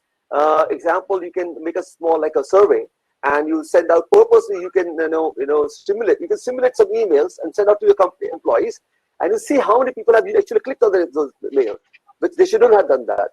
So these things you can come to know the readiness of your of the company. So you may have bought the best of technology, but your employees are not educated and they are not being told about it, and then it's a waste of money. So I think this is a process. I would say the process has started. Adoption over years has happened, but I think it is still a time-consuming process. It's a journey by itself, I would say. Thank you, Pramod. So to summarize, so technology is here to shape the future, amplifying customer service and creating the opportunity to communicate in new ways in a world of unprecedented connectivity. So digital transformation is forcing companies to change their business models and adapt to the new market reality. What's interesting about this is it's not the companies that are driving this change alone. Instead, this change is being driven by the customers. So today, the customers expect relevant content in relation to what they are doing anytime, anywhere in the format on the device of their choosing. It's their journey that dictates your strategy. And in order to keep up with this new kind of always connected customer, businesses must embrace technology to deliver an unmatched customer experience. So on that note, let me conclude by thanking all of you for your time and valuable insights. Thank you once again. Stay safe and stay connected. Thank you. Thank you, Harsha, and thank you, everyone. Have a good day. Stay safe, yeah. Bye. Well, this was certainly a very interesting discussion. Thank you so much to all the panelists and Ms. Harsha for moderating and conducting the session so well. Inspiring others is the mark of an inspirational business leader. We have some eminent personalities with us today who are an inspiration to everyone in their respective industries. Business leaders are actually custodians of their brands, and today we are here to celebrate and honor inspirational business leaders who have led from the front to elevate their brands to the status of being inspirational leaders in India. Without further ado, let's begin with the Selected Inspirational 2020 Leaders Award.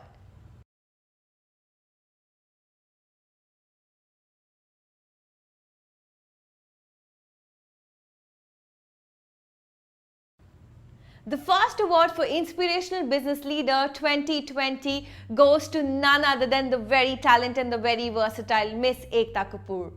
Ekta started her career when she was just 18 years young as Joint Managing Director and Creative Director of Balaji Telefilms Limited. Mr. Nikhil Mohan abdicated his operating roles and now is the director at Mohan Clothing Private Limited. He navigates the organization and business transformation at the House of Blackberries. Mr. Nitin Mohan is the founder and director of India's prime men's fashion brand Blackberries. He has over 25 years of experience in the world of men's fashion. And the next award goes to Mr. Arvind Goyal, Managing Director and CEO, Tata Autocomp Systems. Under his able leadership, Tata Autocomp has entered into 6 new joint ventures, 2 technological agreements and acquired Titan X. The next award for the Inspirational Leader India 2020 goes to none other than Mr. Alok Kumar, NEC Technologies. He is the CEO and President at NEC Technologies India Private Limited. The next award for the Inspirational Leader of India 2020 goes to Mr. Sameer Modi, founder and managing director Modi Care, an alumnus of the Harvard Business School. He is an entrepreneur constantly surviving and strives to bring new and radical ideas to life.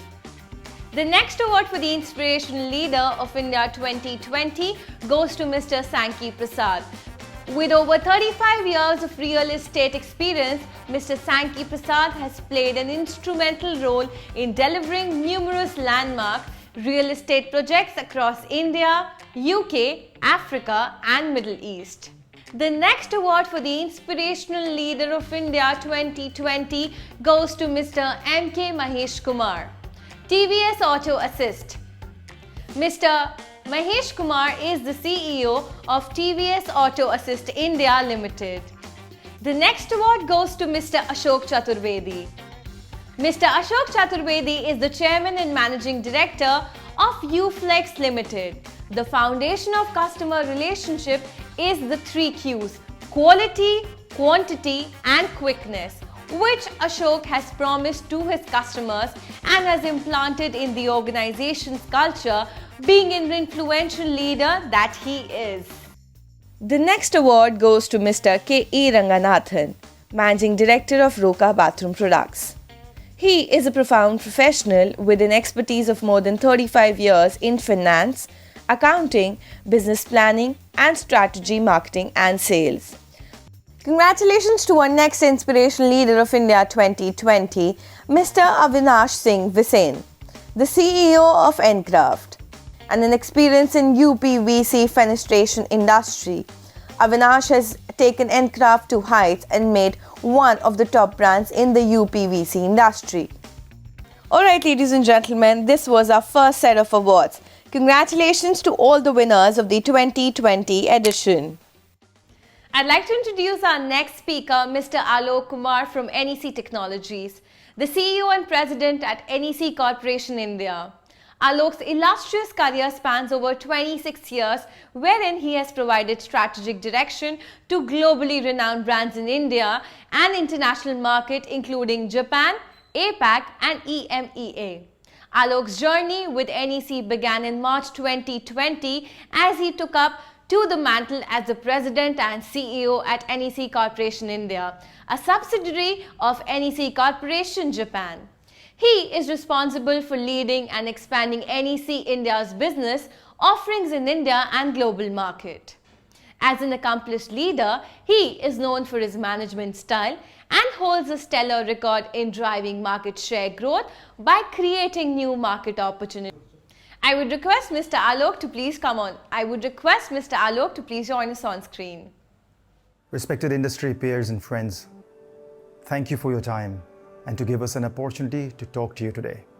My name is Alok Kumar and I am the President and CEO for NEC Corporation India. Orchestrating a brighter world. At NEC, this is not simply a tagline that goes as fine prints under the big logo. For us, this is the mission statement that puts our personal lives in complete harmony with what we do in our professional life. This is what motivates us at NEC to help create a better world for today and tomorrow. A world that is safe, secure, fair, and equal. Next time you walk into the airport to take a flight, and we hope that is soon, imagine not having to touch anything, not a paper, not visiting the check-in counters or the kiosks, not having to flash a boarding pass. At NEC, we enable the technology that makes paperless and touchless boarding possible. Deploying the world's most advanced facial technology platform, we power paperless boarding across many airports around the world. And as we speak, we are working on making this come alive at multiple airports in India. At NEC, we provide solutions for society that promote safety, security, fairness, and above all, provides a chance for everyone to be equal through digital inclusion. Through the last 70 years of our presence in India, NEC has worked tirelessly to build solutions that lifts the productivity of our society by deploying technology at places that really matter. 2 months back, we completed the first ever underwater submarine cable project connecting the far-flung and remote Andaman and Nicobar Islands to mainland India through Chennai. At NEC, this is not about providing data connectivity. It is not about providing hundreds of terabytes of data at fast speed. It is about empowering 4.5 lakh islanders with information that can bring better education, better healthcare, better social welfare, and above all, lift the social productivity and in turn, the potential to earn income for the natives. This is exactly what you should expect from one of the world leaders in submarine cabling. Over the years, we have deployed submarine cables that can go around the world 7.5 times. This is the story of how a 100-year-old company with more than 49,000 patents deploys its assets to the benefit of the larger society. At NEC India, we partner with the government for many smart city projects. Deploying surveillance solution in Surat, we help bring down the crime rate by more than 27%. During the past very difficult 6 months, we have helped institutions like Gurgaon Metropolitan Development Authority and Kalyan Dombivli Municipal Corporation, to name a few, build war rooms to track COVID infections and create a methodical decision trees assisted with data. We have set up command and control center in multiple cities to enable faster response to civilian services. We are collaborating with many city administrations to improve the mass transportation solutions. Applications like paperless ticketing and on-tip bus tracking. We are reducing wait time at bus stops, making bus congestions leaner, and helping better planning for peak times. We at NEC are committed to helping improve the productivity loss in commuting. Right deployment of technology can truly impact social lives. It can also improve the fundamental infrastructure and its performance. As one of the first players in deploying track and trace technology in logistics, NEC India has accelerated the productivity of the archaic and fragmented logistics sector.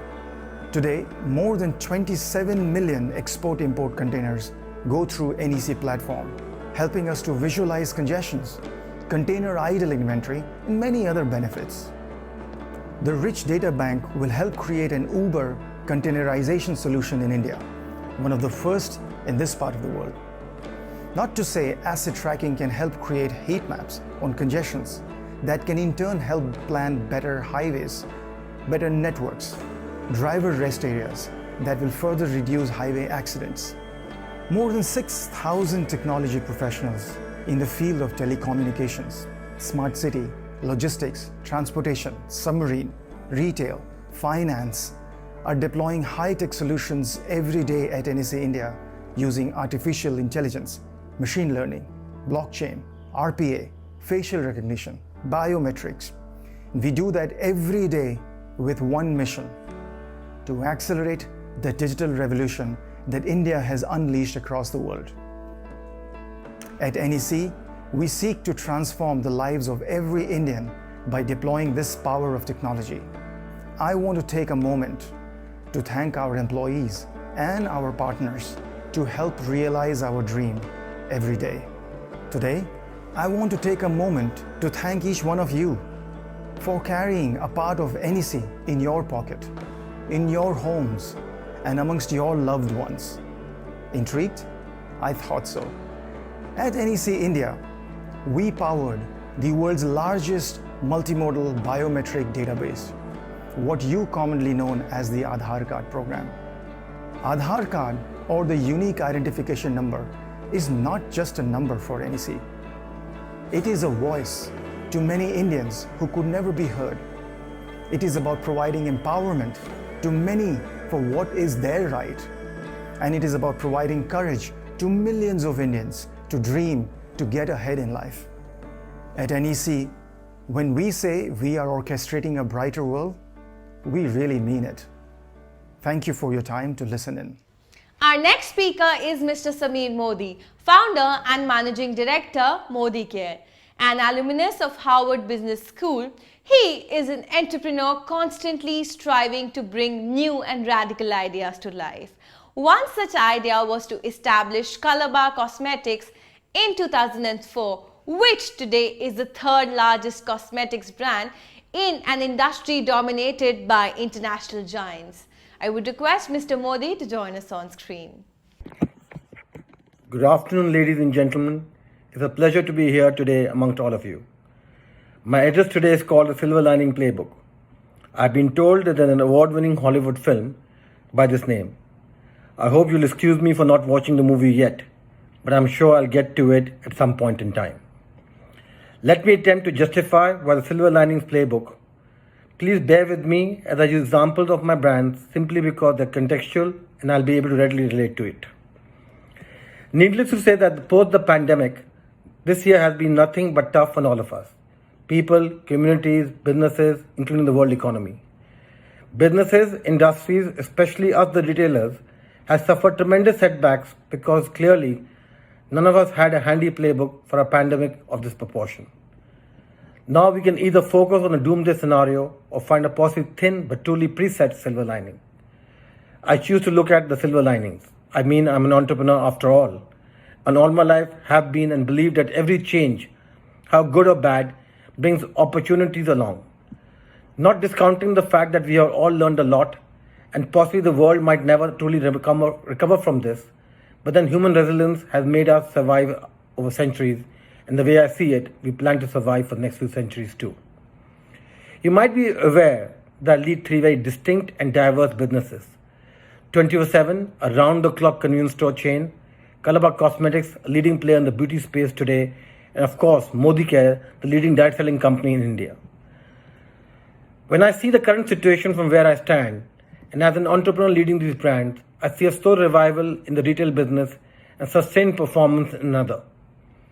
I have tried to understand the present context and the coping mechanism of the retail industry as compared to other segments of the economy. And we all deserve applause for our collective efforts. All of us tried our best to find a way to wade through this deluge of sorts. The race towards growth and survival, knowingly or otherwise, the retail industry moved into essential and non-essential division. That, in a way, gave us all clarity and purpose. As consumer behavior changed rapidly across the globe, the retail industry developed new strategies to meet consumer needs and demands. Essential goods were in high demand due to the fear of lockdown. Some of us reinvented the way we operated, and some of us reinvented our product lines. Companies focused on PPEs, extra sanitization, contactless delivery, local manufacturing, and poised to do more and get better traction. Who would have thought that a cosmetics company, Color Bar, will make sanitizers? I would not have imagined this until the COVID-19 situation hit us. We are all doing unimagined today. Retailers swiftly switched to online selling to address changing consumer behavior. We at 24/7, the only round-the-clock convenience store, has switched to being 24 hours to a 9 a.m. to 7 p.m. store, and also adapted to the new ways of sales, our own contactless home delivery service, tabs with other delivery services. We have to think of strategies that could revive revenues of the business within a short period, from zero-based budgeting to adapting to the new wave of digitization. Focusing on these aspects gave us the right tool to rise and shine together. Managing short-term disruptions, catering to medium-term needs, and planning for long-term changes. The new approach focused on customer engagement, supply chain needs, calculations, data and operations powered from personal retail made us a base for the new norm, leading to a brighter future. If I look at the other side during this phase, there were hardly any stores that remained open, and our 24/7 outlets started to become the go-to option for numerous people for their essential supplies. Even today at 24/7, we are following all the government regulations relating to maintaining sanitization and hygiene and supporting our consumers. Almost 70% of stores are now open 24 hours, whereas during the lockdown we were open from 9 a.m. to 7 p.m. with 4 staff members only at each store, allowing only 4 customers per store at a given point of time, as customer safety was our responsibility. Our revenues have been more or less the same during the COVID period as well, operating stores half the time at half the staff strength. The math has changed, but the outcome been the same. A number of bills got slashed by half, but the average basket size doubled.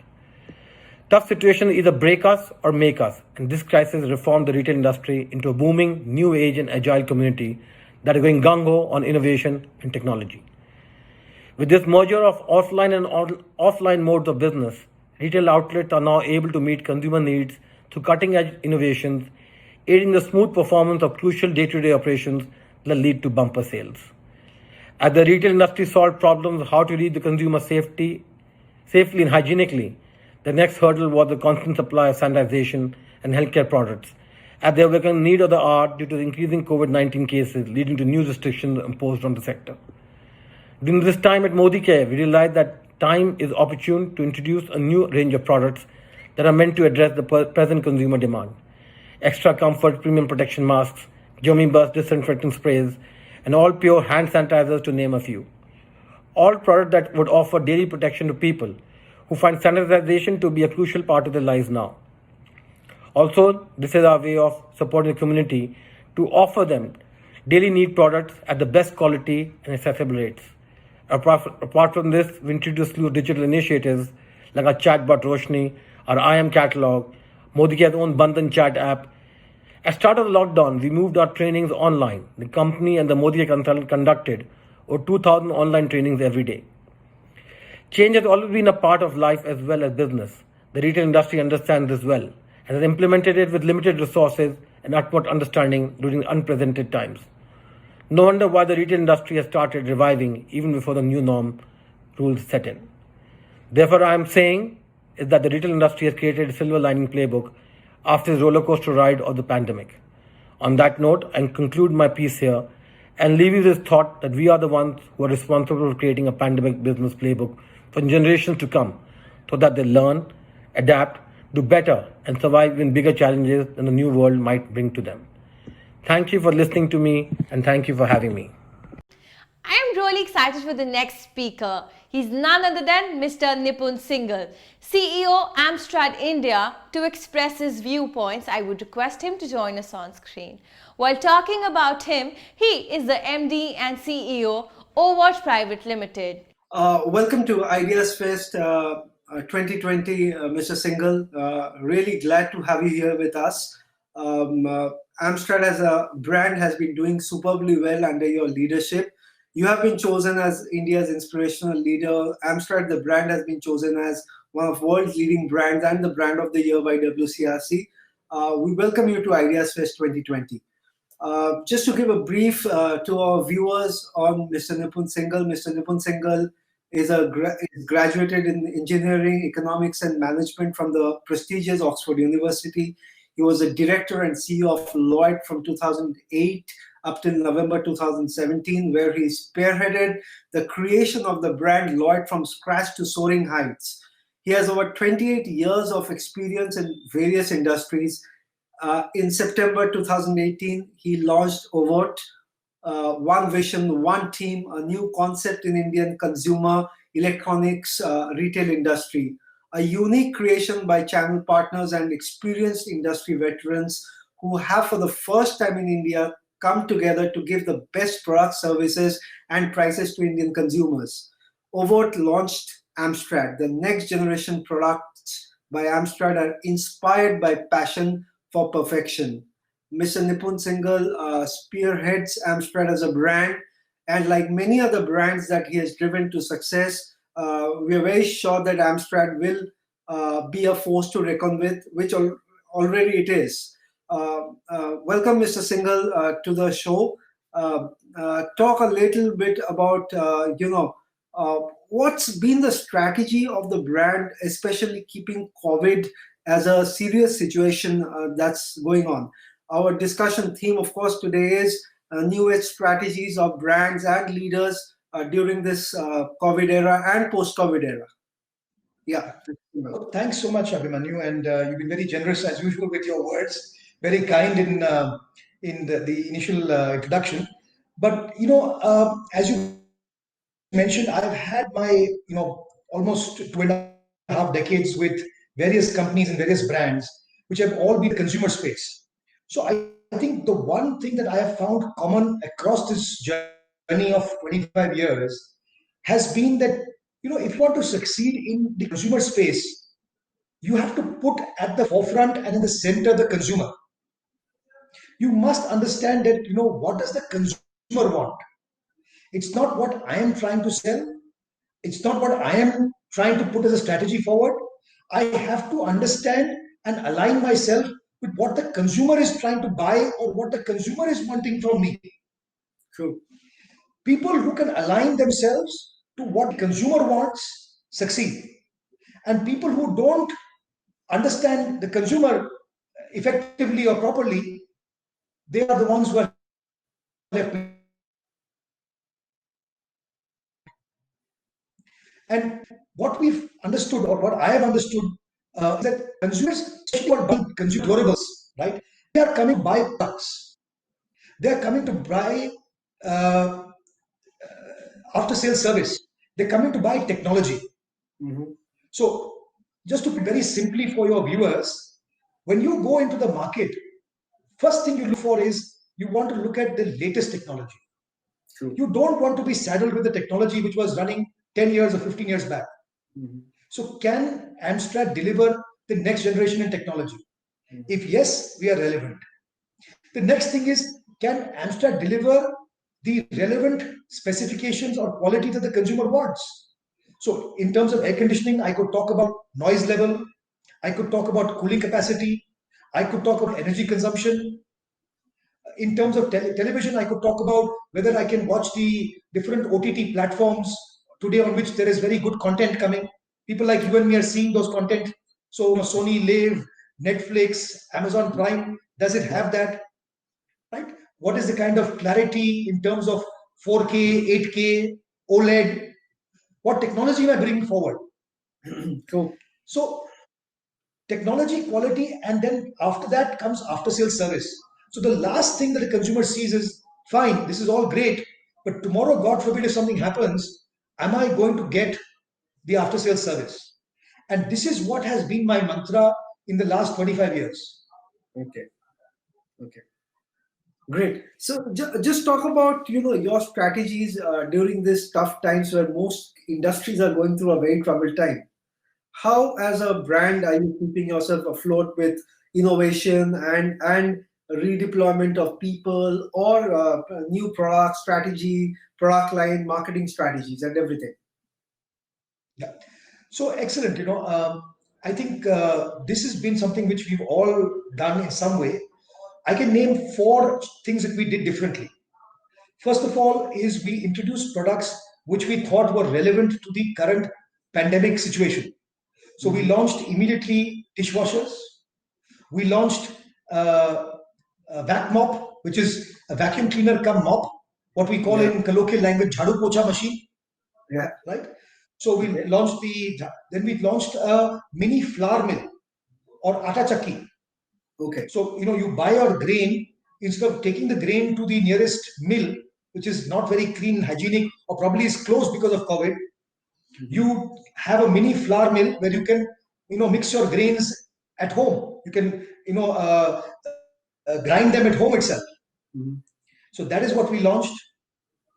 So these 3 products have been the new product launches. In terms of the second thing which we did different was in terms of our marketing communication, how we approach the consumer. So we came out from the traditional mold of cinema advertising, newspaper advertising, and we focused more on digital and on television. So you can see both our campaigns in April, May, as well as in September, October, they were very TV heavy because a lot of people are sitting at home and they are consuming a lot of news. And the second thing which I find is people are constantly on their gadgets. So there's a lot of online communication happening. Absolutely. So, digital communication is where we spent money, and on TV we spent money. We've cut back on all other mediums. Okay. This is the second change in terms of marketing. The third change, I would say, is in the way that we are trying to give a demo to our consumer. So today, traditionally, a demo was given by a technician visiting the customer's home. Now we have a WhatsApp where you can, as a customer, you can reach us in the WhatsApp and we will guide you through a WhatsApp video call. Okay. So let's say you want a demo, You can just switch on the camera in the WhatsApp video call, and my technician from the office will guide you through anything you want to know about the product, how it works, functions, features, troubleshooting, anything. True. So this is the third thing that we started, that without actually physically going to the consumer's house, how can we help him? And you will be surprised, Abhimanyu, that we were able to solve a lot of customer complaints through online interactions. Yeah. Okay. So this is the third thing. The fourth thing has been in the way that we are keeping our connection with the dealers. So we've stopped dealer meets. Traditionally we used to have a dealer meet, with food and drinks and stuff, where we used to showcase our brands. Now everything is happening through Zoom calls. Much like we're doing an interview today on a Zoom call. Yeah, absolutely. I think this is the first time that I'm doing an interview with you, through a laptop. Yeah. Most interviews today are happening like this, fortunately or unfortunately. But yeah, that's the general trend these days. Yeah. So these are the 4 changes that we have done in terms of product lineup, our marketing communication, in terms of the way we interact with our consumers for demos and troubleshooting, and the way we interact with our customers, the dealers. Okay. So tell me something at this point in time, okay, how do you generate a lot of trust with your consumers, with your shareholders, with your employees? As a brand, how do you generate trust in them? As a leader, how do you generate trust in your employees, and keep the motivation levels extremely high when there is a general gloom in the market? Yeah, so if you've seen our tagline, inspired by passion, right? I think people develop trust in anything when they see passion, right? So the precursor to trust is passion. I believe in what I see. I trust what I see. So today, when they see passion, like if my team sees me very passionate or very committed, or looking at the future with a lot of positivity, they develop trust in me. That yes, this is a good company to work with. This is a good leader to work with. Okay. So it all flows from passion. Cool. See, trust is not something I can acquire by advertising. It will never happen by advertising. Absolutely. I have to walk that talk. I have to demonstrate adequate amount of passion in whatever I'm doing. For example, if I see a chef cooking food, I see him doing it with a lot of passion, I can trust that the food he will cook will be of high quality. Cool. So wherever I see somebody with a lot of passion, I can trust that will lead to something good. Okay. Yeah. Any other thing you want to add? That's how leaders develop passion, Okay. So you think that passion probably becomes one of the most important things in generating trust with your consumers, with your employees, with your shareholders? You think that passion is the most important thing? Because provided it is something. Sorry, I've been interrupting you. No problem. Passion is the most important thing, provided you can actually demonstrate the passion. It should not be all fuzzy-duddy and also very. You should demonstrate experience passion. Okay. Then it translates into trust. Okay. There's a little bit of breakage happening with your internet. Any case, it's keeping. So any case, tell me one last point. About how personally, as a leader, do you really take care of situations, and what would be your advice? Because this program is going to be watched by a lot of people, from top corporates to students to new marketing aspirants to people who would want to join the consumer electronic industry. What, as an industry head, would be your advice to future leaders, And what as yourself do you guide your team in this times, or any case for the future? So you're very kind, as I said in the beginning, that you would look at me as somebody who can guide somebody. I'm always in a mode to learn from people. But having said that, what I believe is that it's not guidance I'm giving. It's just I'm stating the obvious, that whatever you are doing, especially in the consumer space, it must be from the heart. Okay. If you do anything from the heart and with passion, you are going to end up doing something great in that particular field. You could be a young boy at 21, or you could be somebody at 65. But if you're doing whatever you're doing with a lot of passion, with a lot of conviction, and from the heart, you're going to end up doing a very good job. You will make a name for yourself, you'll make a name for your company, you'll make a name for your brand, you'll make a name for your country. No matter whatever field it is, it could be in athletics, it could be in sports, it could be anything. The moment you do it from the heart, it's going to be fantastic. Great. So as I say in Hindi, I said, "Dimag se mat kaam karo, dil se kaam karo." Super. So what is the positioning of Amstrad that you really want consumers to get inside their heart, inside their mind and the soul of the brand positioning of Amstrad? What is that position? Next generation quality service technology. So Amstrad means next generation quality service technology. Next generation. And this will be the mantra. Yeah, next generation quality service technology. And this will be the mantra even when I'm not here and the next generation is in my chair. We will still say the same thing. Next generation quality service. Because you have to keep changing with time. Absolutely. You have to keep evolving yourself. You have to become better every year. You have to keep on and on outdoing yourself. I've always told my son, I tell him, I am not fighting anybody else. I have no competitor. My biggest competitor is me. I have to beat me. Great. So next year I have to beat me. 10 years later, I have to think how I can beat myself. Yeah. So, it's almost like boxing your shadow. Absolutely.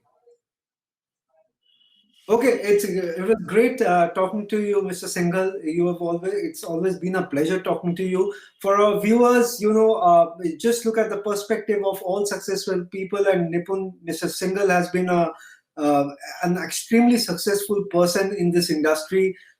It core boils down to your passion and your heart, how you actually function with your passion, with your dedication, and a very sustained sincerity that actually takes you to the top.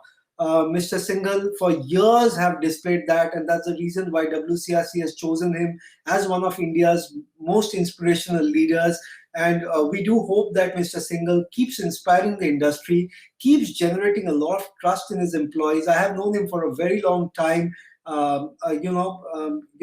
and I have always seen this jolly, enthusiastic side of Mr. Singhal that creates an extreme impact over people he meets. I'm sure that employees in his companies feel that magic in him, look up to him, because he's a person who has driven everything with a lot of passion and heart. And that's something that is a lesson to be learned, that if you have passion with sustained sincerity and true intent, you will automatically generate trust in your consumers, in your shareholders, and your employees and everybody around you. Thank you, Mr. Singhal, for joining this Ideas Fest discussion. It's a pleasure always talking to you. Thank you very much. Same here, pleasure. Thanks so much. Thank you. Thank you. God bless. Our next speaker is Mr. Ramesh Balinga, CEO WaterTech India. I would request her to please join us on screen.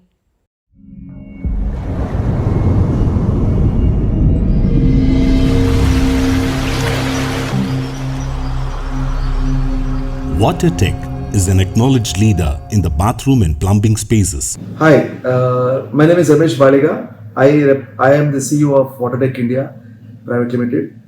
We are the manufacturers of polymer-based bath fittings, pipe fittings, and we started in the year 1996, and it's been 24 long years wherein we have built almost 80% market share. We are one of the oldest companies in terms of manufacturing of polymer bath fittings in India, and we manufacture almost 30 million pieces a year, and almost 2 million pieces a month, 2.5 million pieces a month. We have all ranges of bath fittings and pipe fittings, a complete range. So during this period, we were evolving ourselves to move into a complete, or we can call it as a total bathroom solution providers. And we ventured into acquiring a sanitary ware company. We ventured into having JV with quite a number of companies in India to provide us OEMs on supplies of metal bath fittings, and now we have a complete range of a bathroom solutions provided. When I say bathroom solutions, I'm talking about behind the wall, inside the wall, and outside the wall. So all three products are manufactured by us in-house, and we have approximately about 1,600 people working for us in terms of production and sales.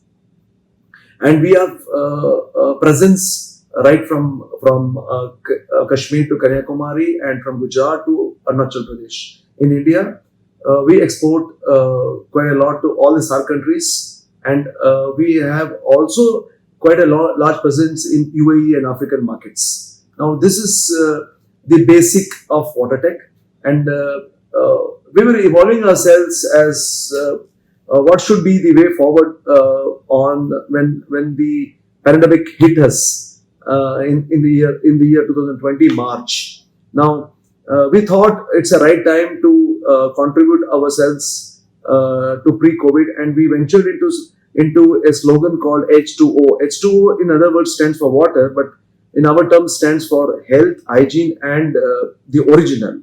Now, we have created products to match our words. Almost all our products, you can say 100% of our products are focused on hygiene, health, and we create original products. When I mean original, we don't copy something which is available in the market and produce it. We are producers of very good quality health faucets in a bathroom. We have our seat covers in sanitary ware, which are absolutely antibacterial, antifungus, and odor. And we also have now devised a new product which is shortly going to be introduced in India, which is the polymer-based flush valves. Now, this polymer-based, when I say it is UPVC, which would definitely be a new innovation in this market. We already have metal flush valves, but we have gone a step further and introduced this polymer-based UPVC flush valves, which will be shortly introduced. Now, these are all about the products, and we have a very huge line of products with us. Now, we are talking about the challenges which we faced, and what are the new business strategies which we are working on post-COVID area. The first thing, the biggest challenge we was facing were the social distancing norms and the checks involved in our production. And so we had to create a SOP in place, and so our production is completely as per the SOP, and we are even got the ISO audit done. And we have changed our production patterns. We have changed our assembling units, and we have maintained the social distance and checks required. At today's scenario, I think we can produce almost to the tune of 25 million, between 25 to 27 million pieces, whereas post-COVID we were able to do about 30 million pieces. Now, our challenges were to come down to 30 million pieces, and in a couple of months, maximum by December end, we would be reaching our pre-COVID times in terms of production. We have introduced a lot of new products. We have introduced a lot of hygiene products in the market, and to name one, I could tell you that we are introducing the touchless tabs. Now, when I mean touchless tabs, these are all looking at the water conditions in India. These are the products which are meant to tackle the water solutions, water saving.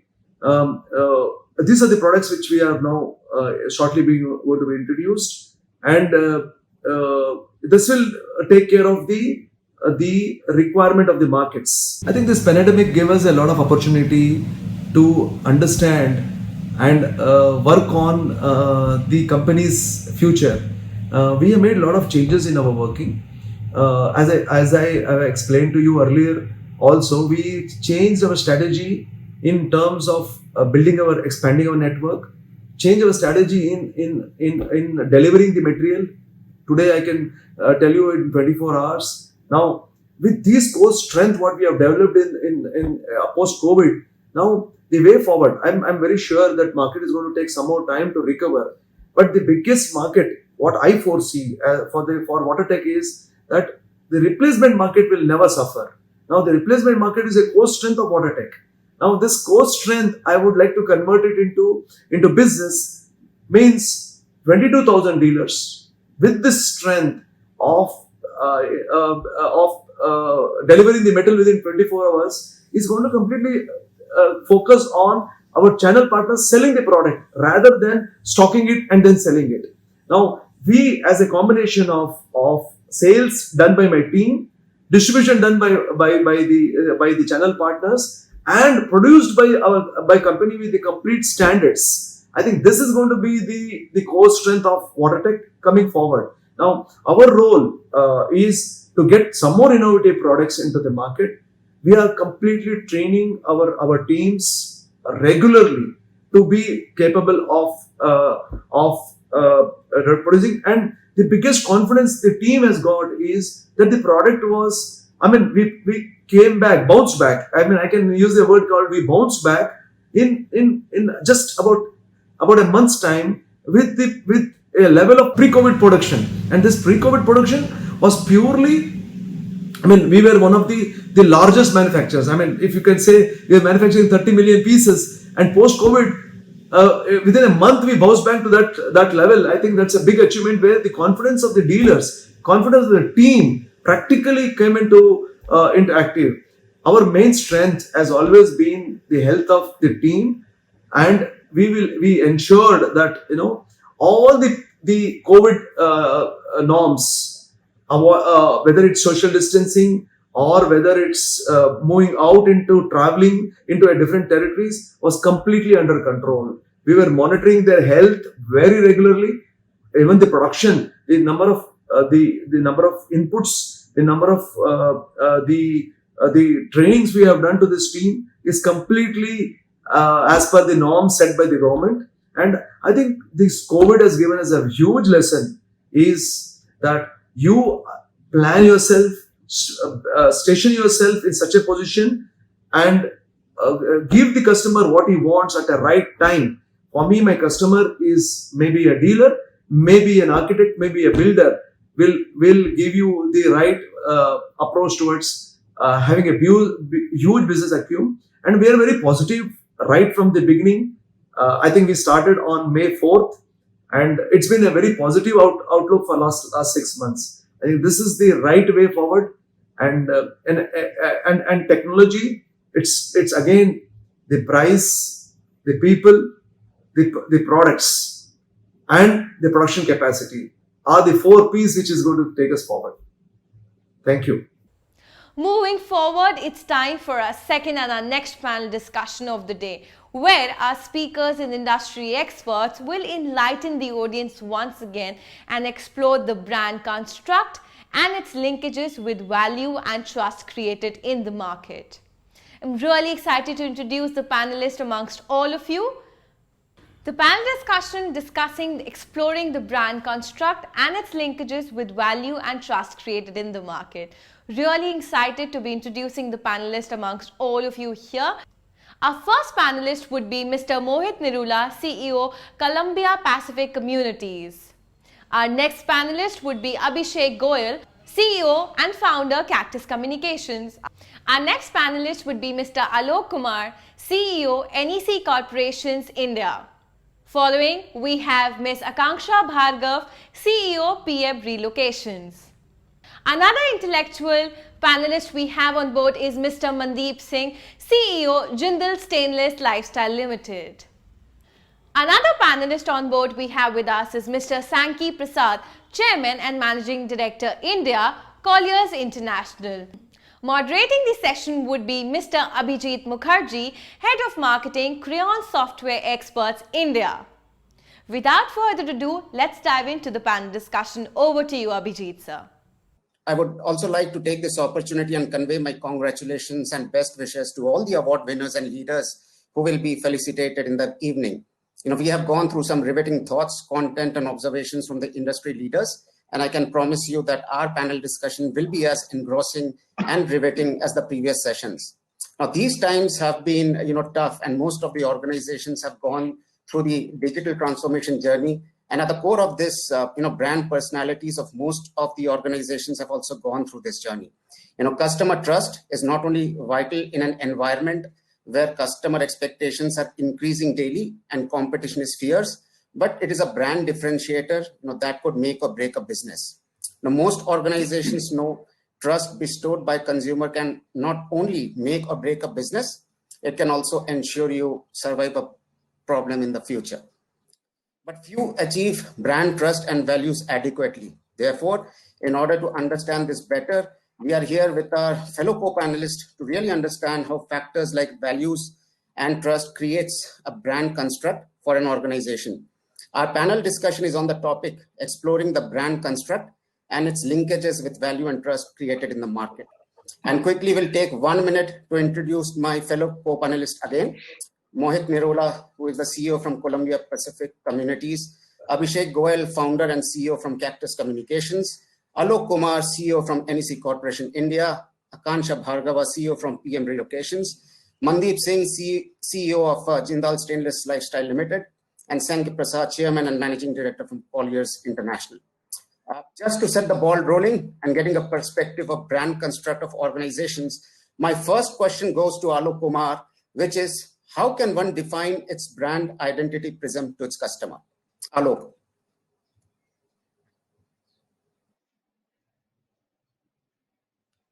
Alok, you need to unmute yourself, please.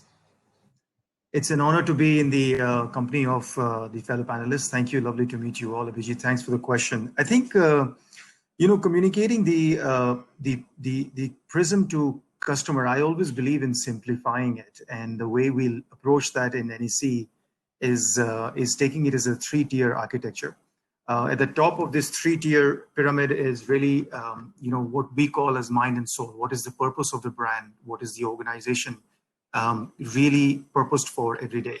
The middle of it, which is really what we are calling as the muscle, what the customers see as what are the pain points we are solving for in order to achieve that purpose. And at the real bottom of that prism or the pyramid is really what we call as the bone and the foundation of how we deliver.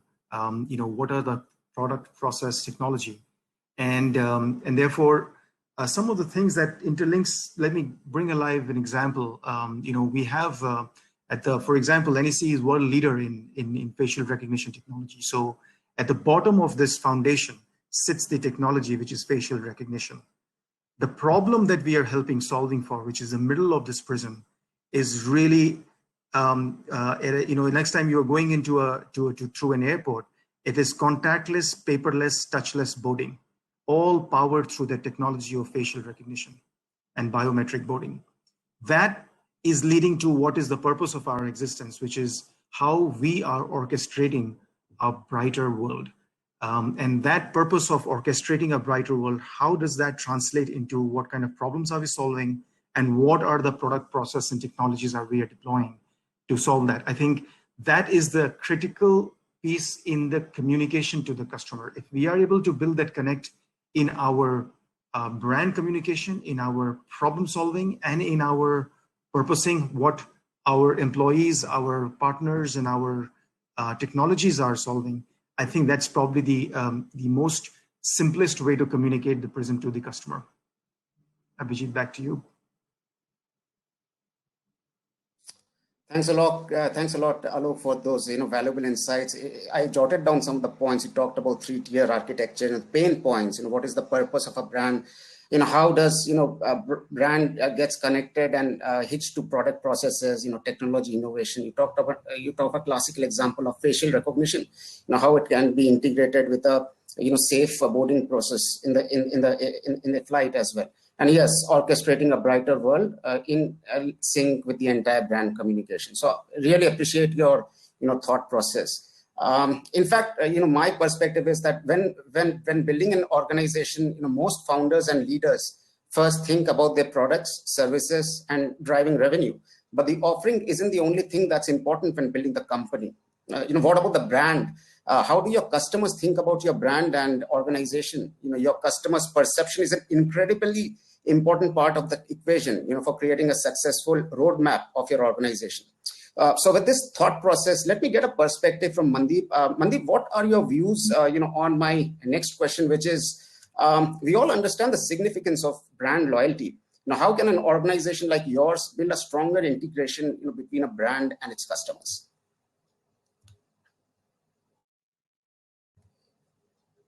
You have to unmute yourself, Mandeep. Hey, thank you, Abhijit, and appreciate this forum. We are coming together to discuss brand, especially in these unprecedented times. But let me first of all tell you my perspective about the brand. We always have been talking about, or we always have learned, or we have always have been taught about the concept of USP, unique sellers proposition. I think that proposition is dead. It's no longer existing. It's now unique buyers proposition. So the consumer or the customer is at the center stage. And I always use one very interesting analogy. A brand has to act like a Shah Rukh Khan. I call it a Shah Rukh Khan philosophy. I watched a great movie, Main Hoon Na. So the brand actually has to become the Main Hoon Na for the customers. For whatever customer desires or what brand promises, the Shah Rukh Khan has to come in and say, don't worry, Main Hoon Na. So that is something which is important. Now, allow me to paint two scenarios. One is a generic scenario and the second is the current scenario in which we are operating. So generically speaking, customers today are inundated with the choice. Rather, they're spoiled with the choice. But customers today flirt a lot. So loyalty is per se dead, unless the brands are constantly upholding brand promises and the brand values. And brands also need to understand, with the changing paradigms, with the contours of the business shifting so very swiftly, how do the brands reinvent, re-engineer themselves? Let's take two examples. One is Kodak. I worked for both the companies, so those two examples are pretty relevant to me and relevant in the current context what we are talking. So Kodak did not reinvent, re-engineer. Even though people were highly loyal to the brand, yet they did not reinvent themselves, and hence they went out of the orbit. On the other hand, another brand I've worked with them with is Amul.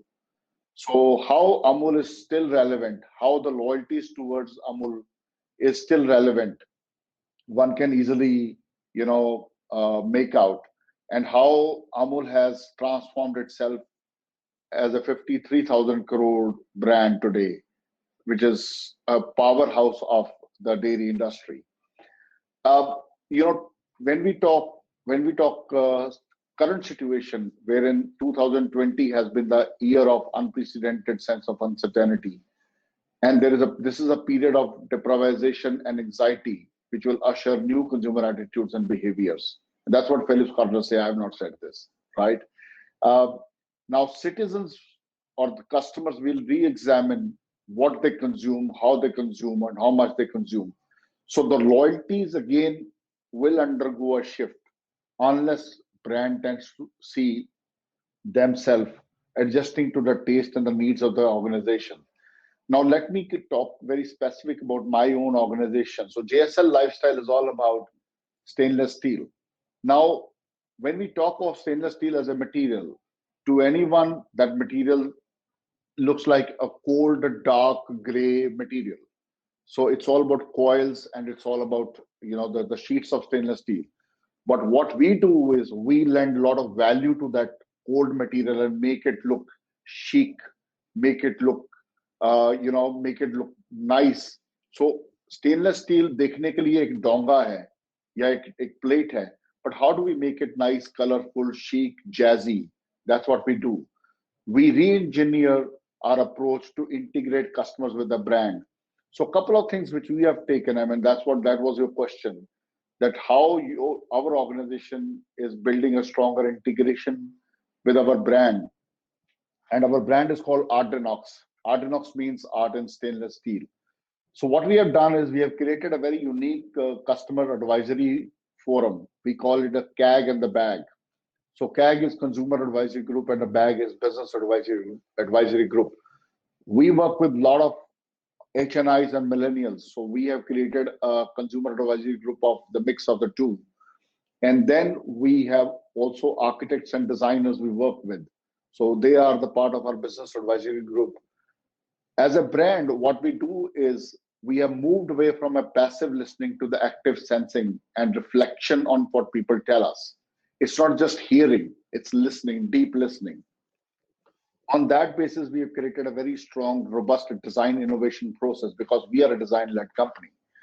Another thing which we have done is with the current pandemic has taught us that people are not ready to move out of their homes. But what about taking stores to their homes? So we have created some strong technology intervention by creating a virtual walkthrough, by getting our store to the homes of people.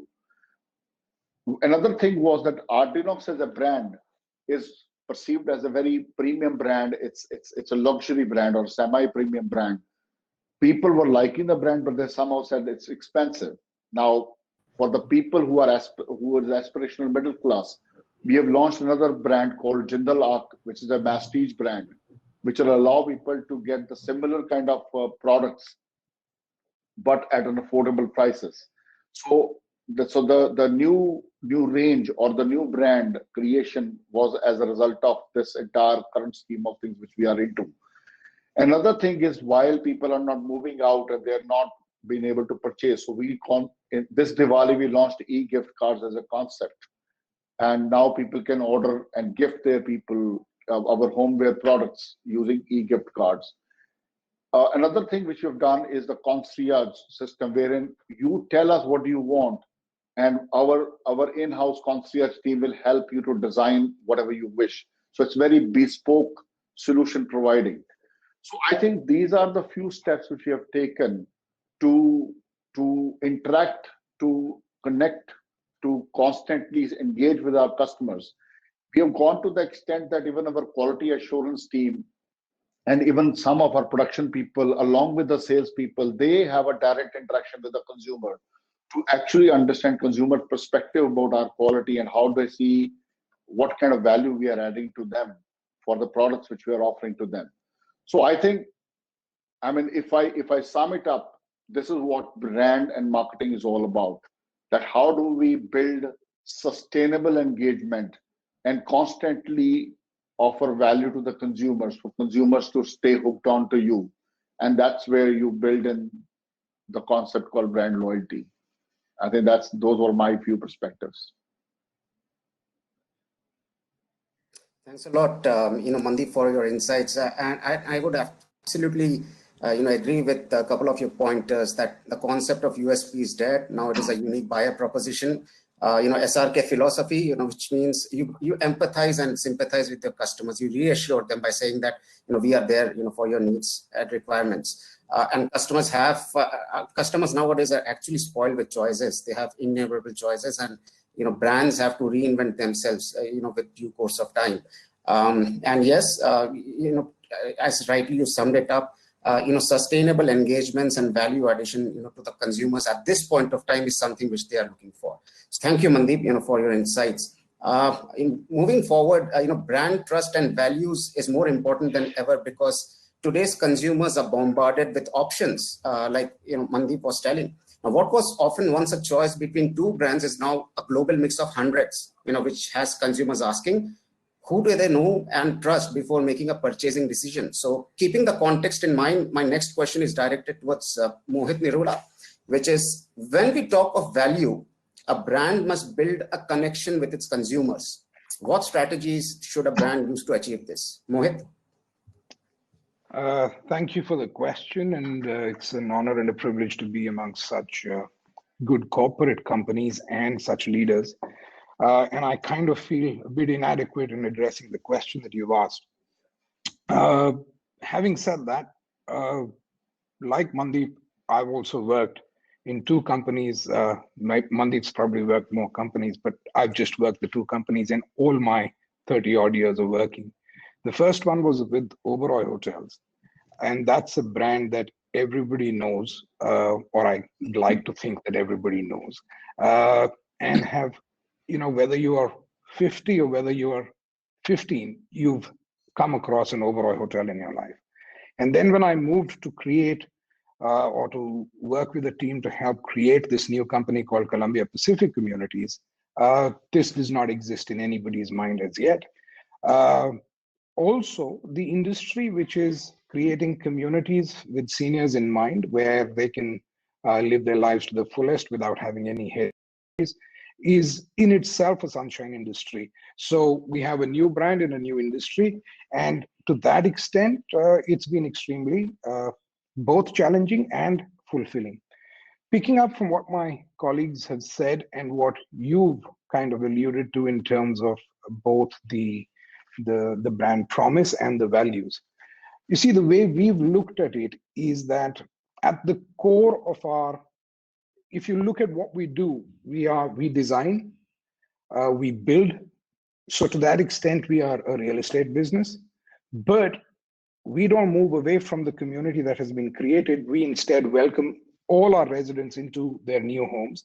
In fact, into their homes that will be with them, and we hope that they'll be with us forever. And then we extend to them a lifestyle and hospitality which is zero headache. Everything that they need, from housekeeping to security to maintenance to food and beverage to concierge services to wealth management to estate management to writing of wills, etc. All of that is taken care of or is available to them as advice and support from our end. Followed by 1/3 of us is also healthcare, because in terms of whatever their medical needs today or as they age over time over the next 30 years, all of this is part of our company's offer. Now, when you look at our offer to our customers, we can't actually say this is who we are, because as I think Mandeep made the point, and before that Alok did as well, it doesn't matter what we think of ourselves. What matters is what our customers think of us, and B, what our, and that was the point Alok was making, is what is the solution that we are providing to them. So in our case, we are starting that solution from the time the person calls us to say, I believe you're constructing a community, and it goes on. And really, death and taxes, as they say, are inevitable. It ends really at the point in time when they've gone on to a better place from planet Earth. And it doesn't end there, because it's the entire relationship with the children, and the process continues.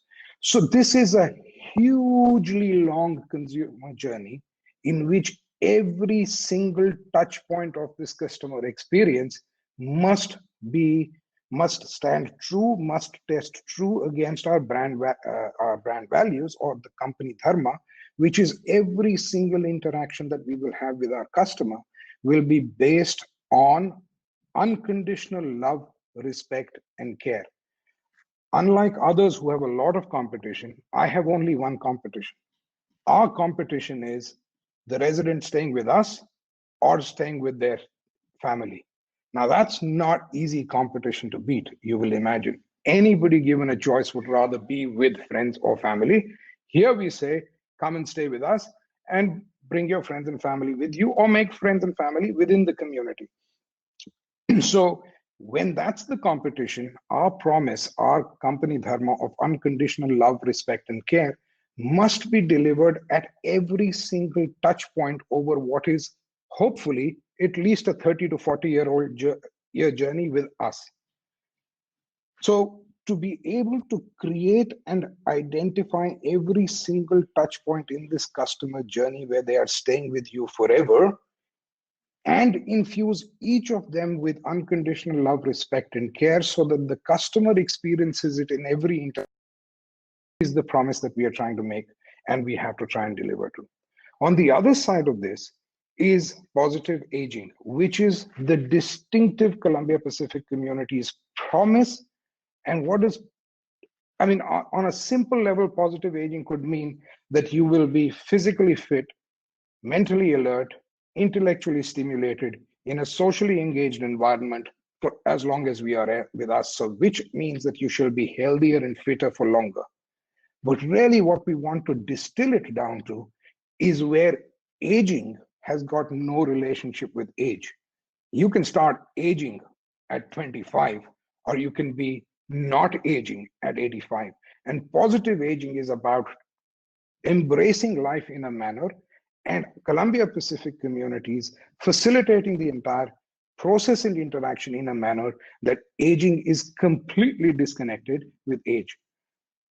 I don't use as much jargon, but if you were to think of the entire customer journey, where every single interaction over a 40-year time period must deliver on unconditional love, respect, and care as the company values and dharma, and on positive aging as an approach to life, which disconnects age from aging, that's how we believe that you can create an association and a relationship where sales and marketing can be put aside, and all you need to do is showcase every single community as a reason to be a part of it.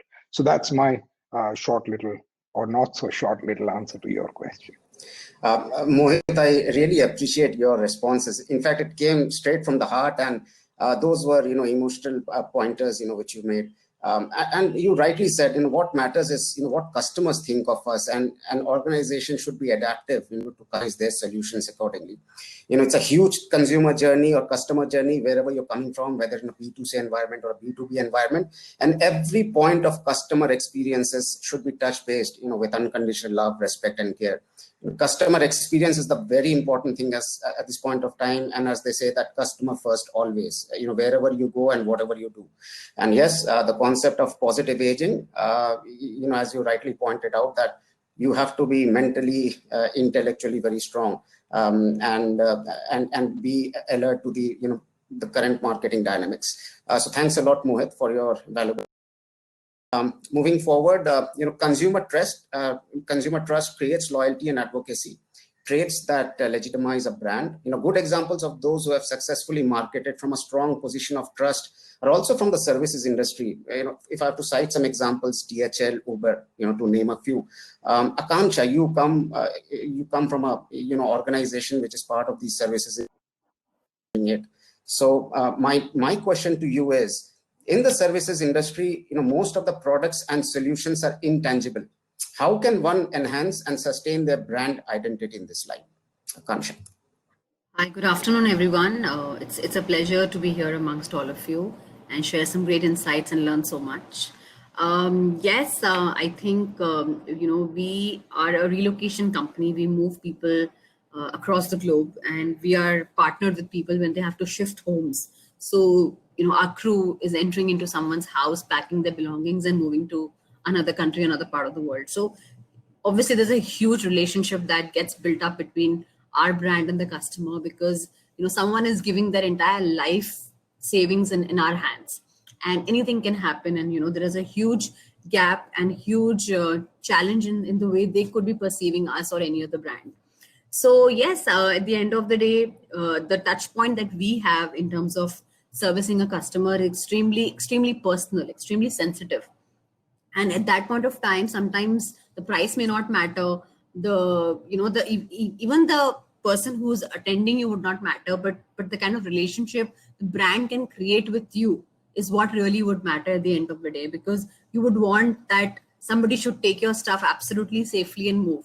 And when you cite examples like DHL and all, I mean, at the end of the day, a lot of logistics companies fall in the same category. But when we say relocations and mobility and house shifting, that just becomes extremely more personal. So I think my take on the entire relationship of the brand, obviously the first thing that we have all mentioned, and I think this is a no-brainer, is the trust and the loyalty that one creates with the brand. And especially during this entire period of COVID, we've really been tested. Like, at the end of the day, we had to look after our people, we had to look after the customers, we had to ensure that there was proper care at both sides, because you didn't want your people to be at risk, neither the clients at risk. And imagine that entire shipment goes through multiple channels and then gets delivered to another country, and then there is another problem in that country. So yes, at the end of the day, I think the reason why people still wanted to move and shift was because they believed that someone was risking their own lives to do their job. So I think when that relationship is established, that we care, and we care as much as we care about ourselves, that's when I think somebody really differentiates between someone X and Y. When someone realizes that, yes, the person who's looking after their belongings cares as much as they would do about their belongings. So I always say that, we are not just about customer experience, but we're about personalized customer experience, because there could be similar kind of people doing packing and shifting, but what changes is the whole experience that you give to the customer while there is a problem. If there is a problem, something goes wrong, how is the customer getting his response, and how are you handling that kind of situation? I think your name becomes what it becomes with those kind of experiences, when you change the perception of a client who's not having a very good day with you. So I think the whole relationship starts from someone knowing that, yes, you care more than, at the end of the day, you are as much careful as somebody else would be about their belongings. B, I think the entire belief that your team is well trained and well equipped to look after what you're supposed to be doing. I think that's a very important aspect, because sometimes people are more worried because they don't know if you're as ready to do something that you're supposed to be doing. Like, I could cite this example because I remember we had this huge vendor diligence process at a corporate, and they asked us that, if there are infants in the house and if something happens and one baby falls off the bed or something, what would your team do? And we said, we have to call somebody who's in the house. So the first and foremost thing is that, is your team capable to manage that situation? Because when you're entering someone's house, there is a full-fledged family in that house. There are children, there are elders, there are sometimes people who are a little conservative. There are, India is a very, very religiously sensitive country. There are people who are in a certain belief system that their mandir should be touched by certain people. And if there is a certain festival time, you need to be more careful. Then also people who sometimes don't want you to enter with the shoes. Some people want you to enter with the shoes.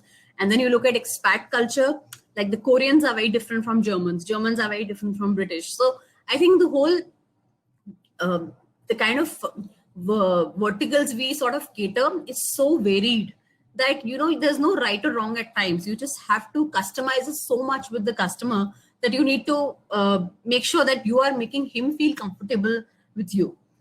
So I think that's been a very important aspect of and I think any service for that matter, because no customer is similar. And, people have taste and preferences. People have their own past experiences that they've had, and they sort of bring it to that particular experience with that service. So I think keeping all of that in mind is very important, and it sometimes can be a lot, but I think once you start mapping your customers well, that would make a lot of difference. And, I think somebody just talked about the Oberoi experience, and I was told once that Oberoi hotels always know that when you enter their hotel, they would also know that what kind of pillow were you comfortable in their previous hotel experience.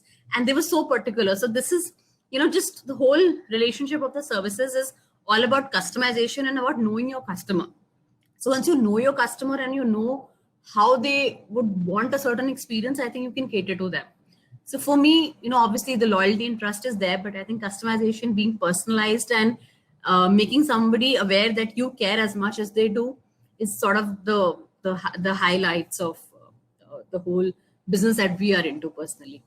And especially in our business, we really have to satisfy the entire family. So it's not just one customer, but the entire family, because sometimes, X's mother-in-law may not like a certain kind of packer because he's not speaking in a certain language that they speak in. So it's a very crazy time that we have, but we really enjoy looking after our clients. That's my little take on your question. Yeah, Akansha, and I really appreciate your pointers in that little take. In fact, from a services industry perspective, it's all about building, managing and sustaining that customer relationship. And as you rightly pointed out, relationships, especially in your industry, can be extremely personal and sensitive. And how you embed the values of trust, care, and safety with the consumers defines that relationship, and that eventually takes you to that customization level or the personalization level which you're talking about. And eventually, this is my view, this eventually leads to positive, memorable customer experience. So that experience can lead you to 2x amount of business or 5x amount of business from potential new logos, because this customer of yours is actually saying good words about your organizations and the services as well. So thank you, Akansha, for those insights. Moving forward, the need to build brand trust has heightened, thanks to the immediate effect of social media on our lives, spending choices and habits. Consumers are much savvier about how a product is portrayed and where exactly it's marketed as a result. However, COVID has made the consumers very conservative with respect to their spends, which means organizations have to make that extra effort to create top of mind awareness, for their consumers. With that, let me get a perspective from Sanky Prasad on my next question, which is in two parts. First is, how does the current scenario affect the emotional factors that contribute to the decision of the buyers? And what are you doing to make your customers comfortable? Second question would be, when we talk of value, a brand has to build a connection, with its consumers. What strategies should a brand use to achieve this? Abhijit, thank you for having me on the panel, and extremely privileged to be on this panel with my eminent co-panelists. On your first question, in the current environment, the most important factor that we find that every client is looking for is health and well-being. We at Colliers have always emphasized on the significance of health and wellness aspects in the real estate sector. Considering that most people spend majority of time within closed environments, 2020 has brought these aspects to the forefront across all the classes of real estate.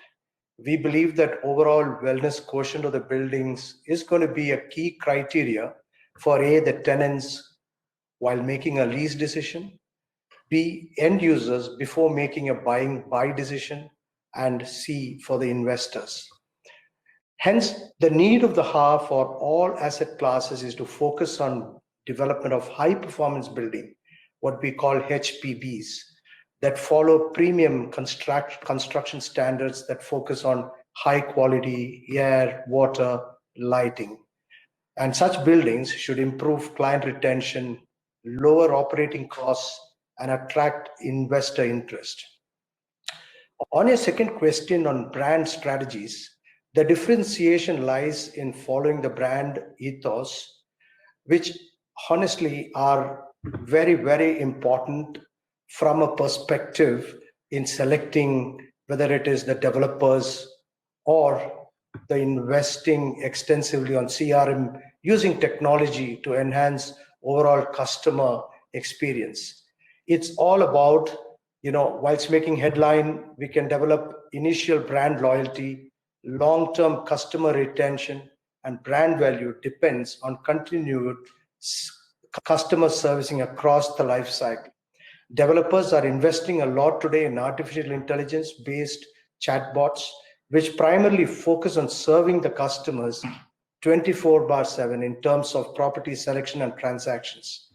We all get to see and hear about it, but the chatbot can help the customers to download the latest, whether it is invoices, receipts, and even those which are done in the past, account statements, construction images, and more. Another important element to enhance brand loyalty and long-term value creation is after-sales services. For reference, a hassle-free process for addressing snags post-project delivery can go a long way in building brand reputation. Basically, the customer centricity is the key to building brand trust across industries, whether it's customer goods, automobile, or real estate. That's my view, Abhijit. Over to you. Thanks a lot, Sankey, for your insights. And yes, some of the key making decisions as per your industry are the health and wellness parameters. And most important is not only from a customer partner perspective, but it also from an investor perspective. A strong brand, creates a room for investor interest, and that helps to fund the organizations. And you also talked of using technology to improve the overall customer experience throughout the entire journey. And the latest technology trends with respect to chatbox AI. In fact, nowadays most of the organizations are using these digital transformation elements in order to improve their customer journey. So thanks a lot, Sankey, for your valuable insights. Going forward, brand construct is being transparent, doing what is expected, and shared values.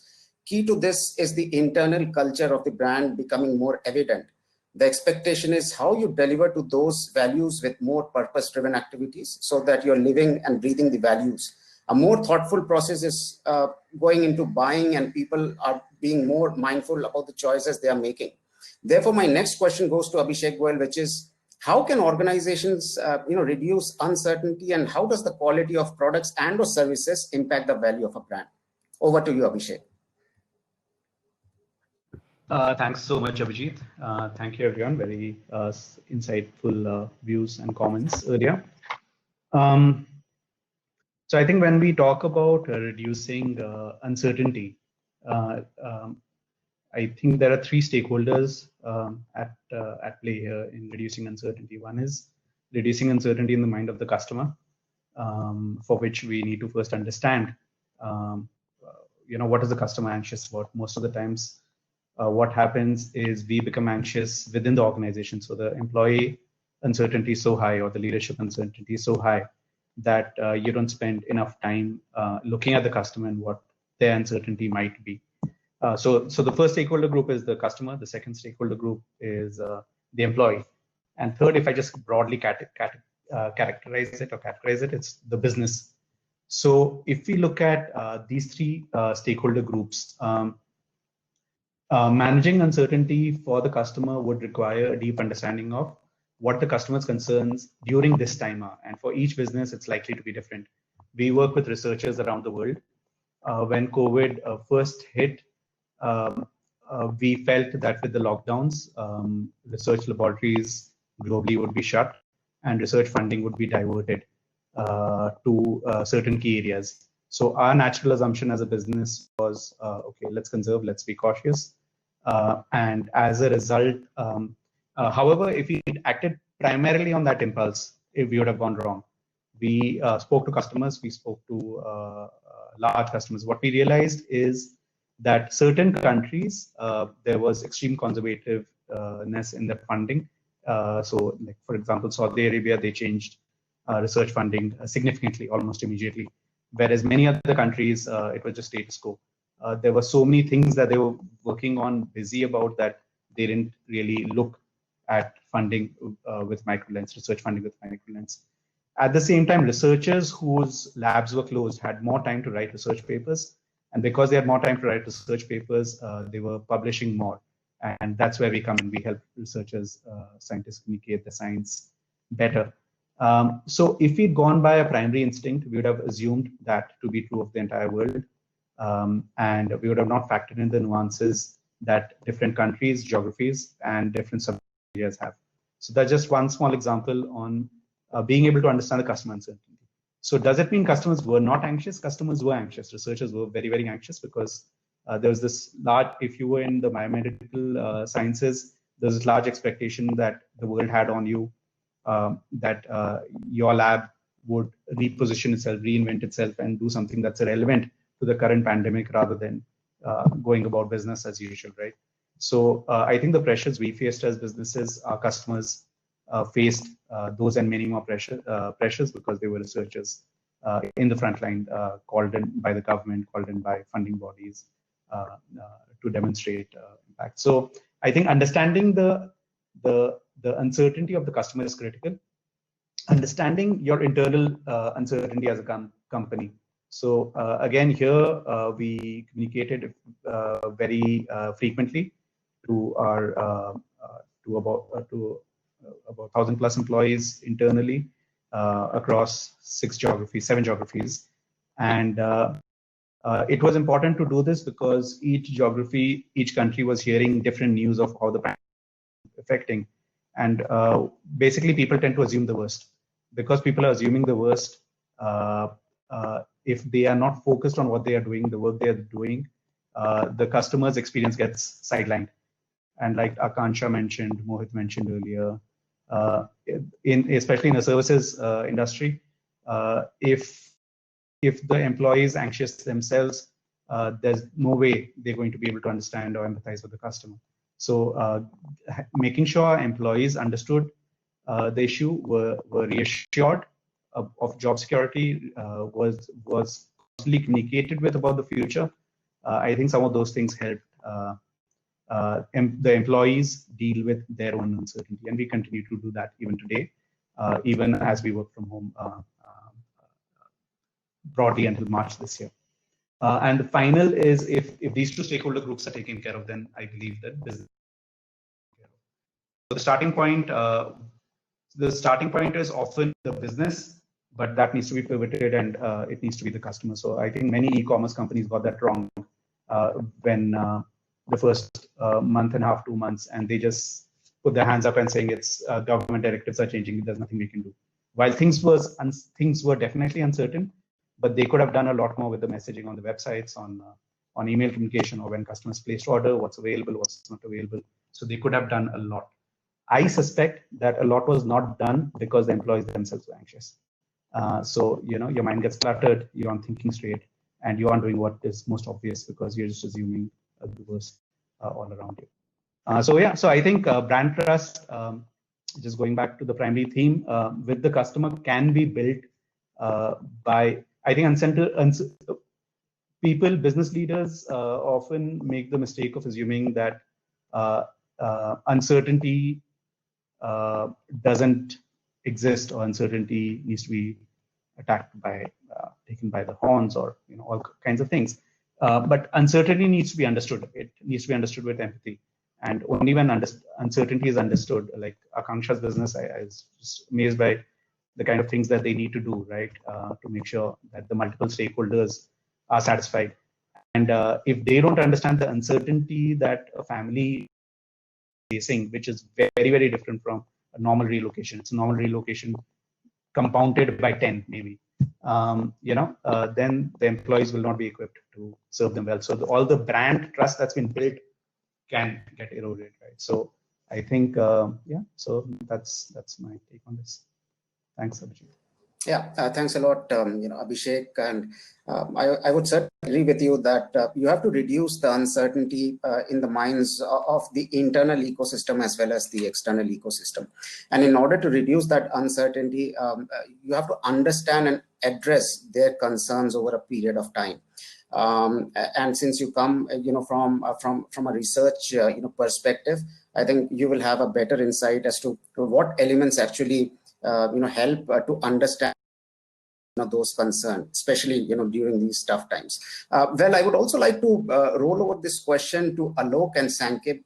You can take 2 minutes each to answer this particular question, like how your organization is reducing this uncertainty, and how the quality of your product and or services is impacting the value of the brand. Alok, if you can go first, and then Sankip can join. Yeah, no, it's a great question, and Abhishek gave a fantastic response. And I think one of the element of that definitely are employees. If employees are settled, and if they understand what is the North Star that they are chasing, it helps to better anchor and articulate the broader story. But let me take a moment back and just reflect on that question. See, what you're trying, it's very important to understand what are you trying to deliver in your brand value, because fundamentally everything else starts from there. If you are in a disposable cups and plates brand, then there is only so much that a customer expects from you in terms of brand value. And therefore it's very important. So I just want to make sure that my answer is not in response to that. It's in a response of, if you were to be building a brand that is deeply engaging, that is long-term, that is not a one-time transactional experience, but more long-term, as Mohit was talking about, as Akansha was talking about, and many facets Abhishek was also talking about, then the long-term perspective of that brand and what you are trying to deliver from your product and services fundamentally changes. And this is where you have to really reflect upon how you are designing your business model. Let me just contextualize this slightly in the concept of our brand, NEC. NEC is the first thought of an NEC brand. While we say we are orchestrating a brighter world, in India, the research says that the first thought that it evokes is that it is made in Japan. Now that's a huge legacy to carry, good and bad both. I would focus on the good side of it. When you have a legacy of made in Japan, that legacy means it's 100% correct, precise, and working, no matter what happens. When you have a legacy like that, and then when you go out and begin to promise orchestrating a brighter world, you have to pivot away from just delivering a customer touch point to a customer journey. In the earlier example that I was talking about in aviation, we were saying we are empowering touchless and paperless boarding in the airports, powered by the facial recognition technology. A conventional model would say that you are just creating an experience where the customer doesn't have to take a printout. That's a customer touch point. But when you take a view of a full customer journey, we are looking at the entire customer experience and the digital experience that a customer will have. So you walk into an airport, you don't have to do anything. The moment you walk into the door of the airport, your face gets recognized, and through the ticketing database, a common DigiYatra ticketing database, on your app, you begin to get routing of which gate do you have to go to board. You don't have to go to any check-in counter. You don't have to go to a kiosk. You do not have to have a boarding pass. It's all on your phone. That's the power of this customer journey, that you are literally walking. You don't even have to tell somebody that you're boarding a flight from Mumbai to Delhi. The system already knows, and the system is expecting you on the gate at a certain time. If you don't arrive at a certain time, the announcements will begin to happen. You are a missing passenger. How do you harmonize that experience is what is extremely important. And the North Star for us is, even beyond the mind and soul of orchestrating a brighter world, is the promise of a delivery of made in Japan. That it will happen and it will work every time precisely, and it will never go wrong. When we supply a lot of hardware equipments to our very big clients here in India, and they come back and tell us that we have competing, Mr. NEC, we have competing products from your competitors, and they say, how do you guys make money? Because your products never break down, whereas we are paying so much on servicing your competitor's product. Your product really never breaks down. So how do you guys really make money? And that is a great moment of pride for us, because what we are delivering is a full customer experience, which is that you are not in business for us for one transaction. We look at your whole journey and we own your whole journey. And why should you paying for service? I think that's important. And then the other thing is that, a big element in delivering the value of your product and services is this whole concept of data. And how do you make sure that every facet of your organization, whether it is one department versus the other, whether it's partner, distributors, they are all interpreting the data in the same way. And therefore, we are all getting very enamored by the power of data, and we are all saying, oh, wow, how much can the data do? But I don't think we are all focusing enough on how the data is being interpreted by different functions in our own organization. Unless there is a common definition of what the data definition can be trained to deliver for the customer, we will not be very, very successful. And the third element of this is really about, the world is changing so fast for us. And given the pandemic situation, if you were in an apparel brand, if you were selling an apparel brand, you did not have to worry about many things that you have to worry about today. You created an ad and the customer walked into your physical store. They did the fitting, the sizing, and the feel of the apparel, and they would go and buy it. Today, when your entire model is shifting online because of the pandemic, suddenly you are getting crowded into a very common space, and your delivery and your fulfillment is being compared with the likes of big powerhouses like Amazon, which are good at delivering. So it's not anymore good for you to have great fit and good feel for your apparel. You should also be able to deliver it on time. And that is creating a very different complexity that a lot of businesses world over are trying to adjust. And we at NEC, thankfully, because of the power of technology that we use, we're ahead of the curve in the way we were thinking about our brand and delivering it. So 2-3 points I made. One, not a customer touch point, but a customer journey. Power of data and training the data to deliver and power that product and services that you're aspiring your brand to be standing for. And number 3, making sure that you create a more harmonious proposition that is in tune with the changing time, and not living in a bubble, which is which is, as if I can say, the old world bubble. In the new world, the pandemic is changing the definition of our business model completely. And how are we training ourselves to deliver to that? So those were the 2 or 3. It's a complex question to answer. Hopefully I tried to pull together 3 very complex dimensions in a short span of time. And Sankey, over to you. Sorry, probably I took more than 2 minutes. Thanks, Abhijit. Thanks, Alok. In fact, I think Abhishek did justice and answered it pretty well.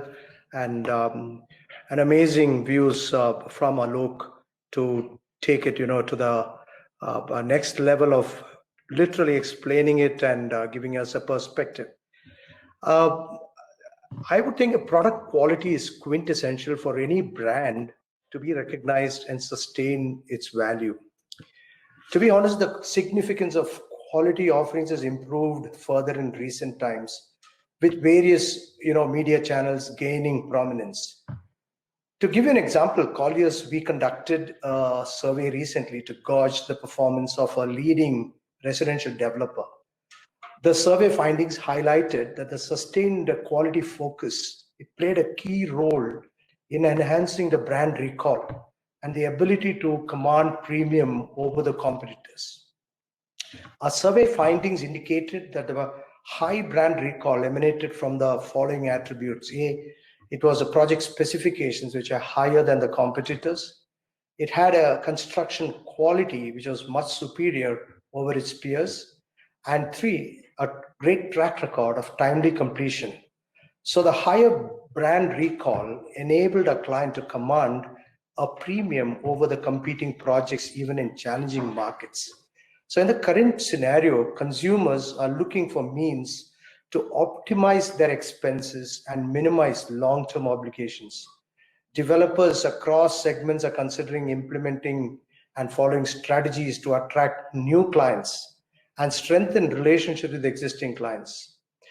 If you look at the commercial offices, developers are considering offering part of the lease space to be marketed without lock-ins, to provide flexibility to occupiers to vacate premises in case the business requirements change.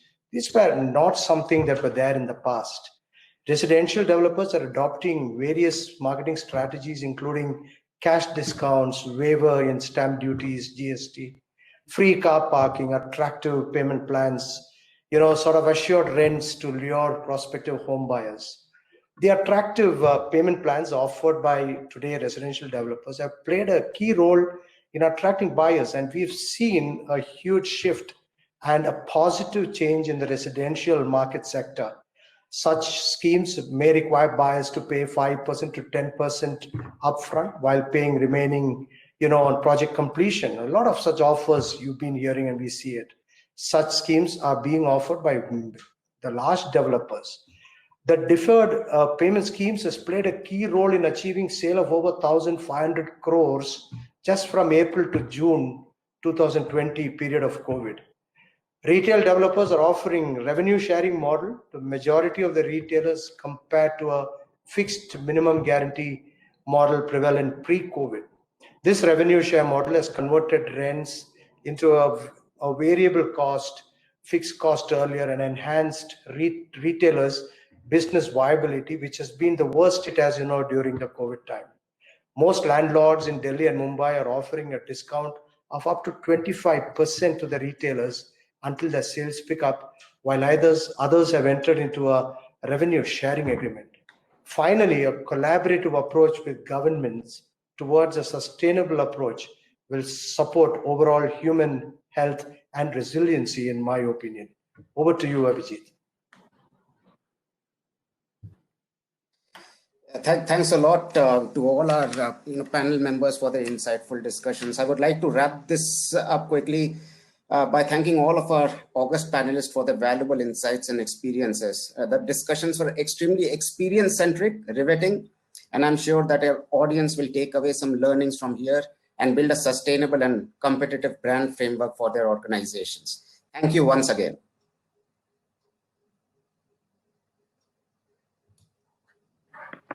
Thank you so much.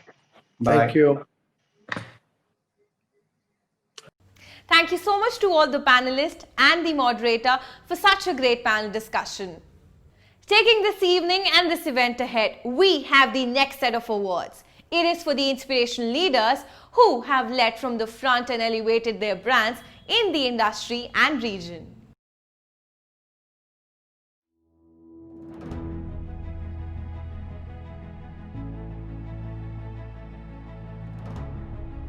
And the first award goes to Dr. Nashi Chauhan.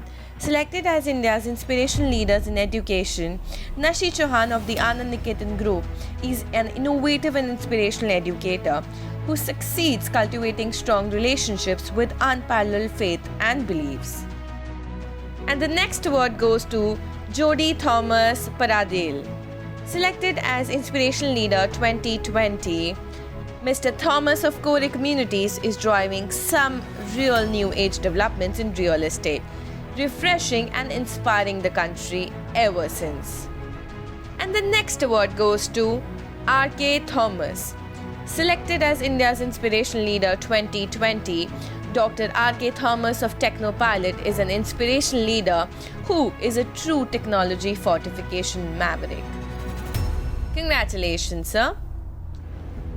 Next on the list we have an amazing personality, Mr. Hardayal Prasad. Truly inspirational and genuinely dedicated to the cause of growth and accountability.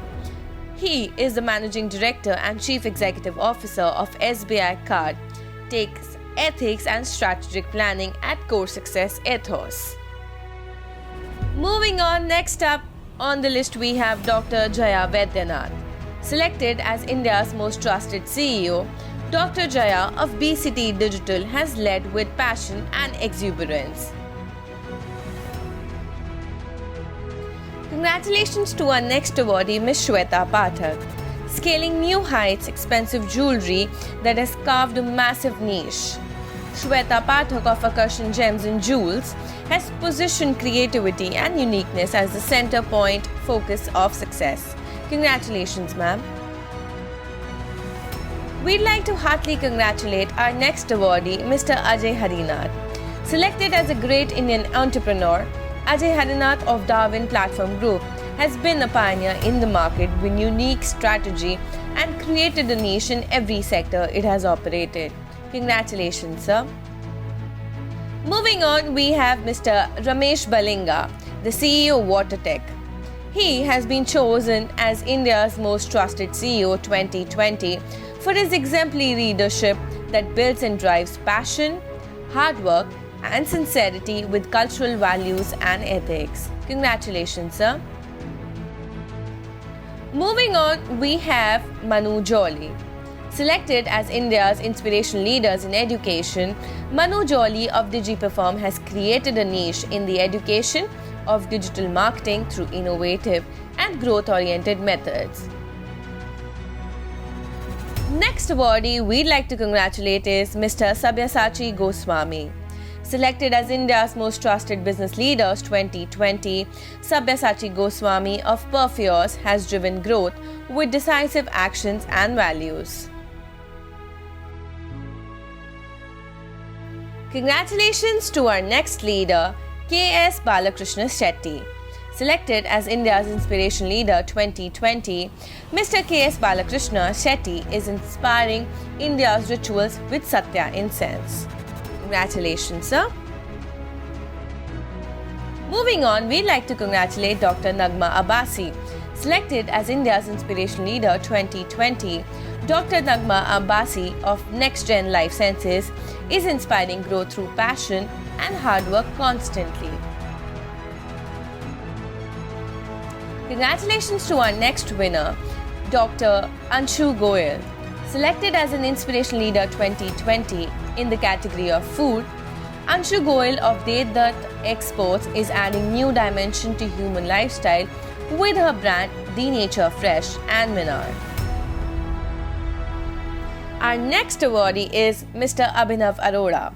Selected as India's Most Promising Leader 2020, Abhinav Arora of Eureka Outsourcing Solutions believes in being humble and building strong human connections as the core factors of success. Congratulations, sir. Next up, we have India's Most Trusted CEO 2020, Mr. Yatin S. Gupte. He is a true wizard when it comes to business versatility and accomplishments. Congratulations, sir. Congratulations to our next awardee, who's been selected as India's Most Trusted CEO 2020, Mr. Ketan Patel. Mr. Ketan Patel of Cache, he attributes his success to decision-making abilities that have transformed the company. Congratulations, sir. Congratulations to our next awardee, Mr. Kalyan Sridhar.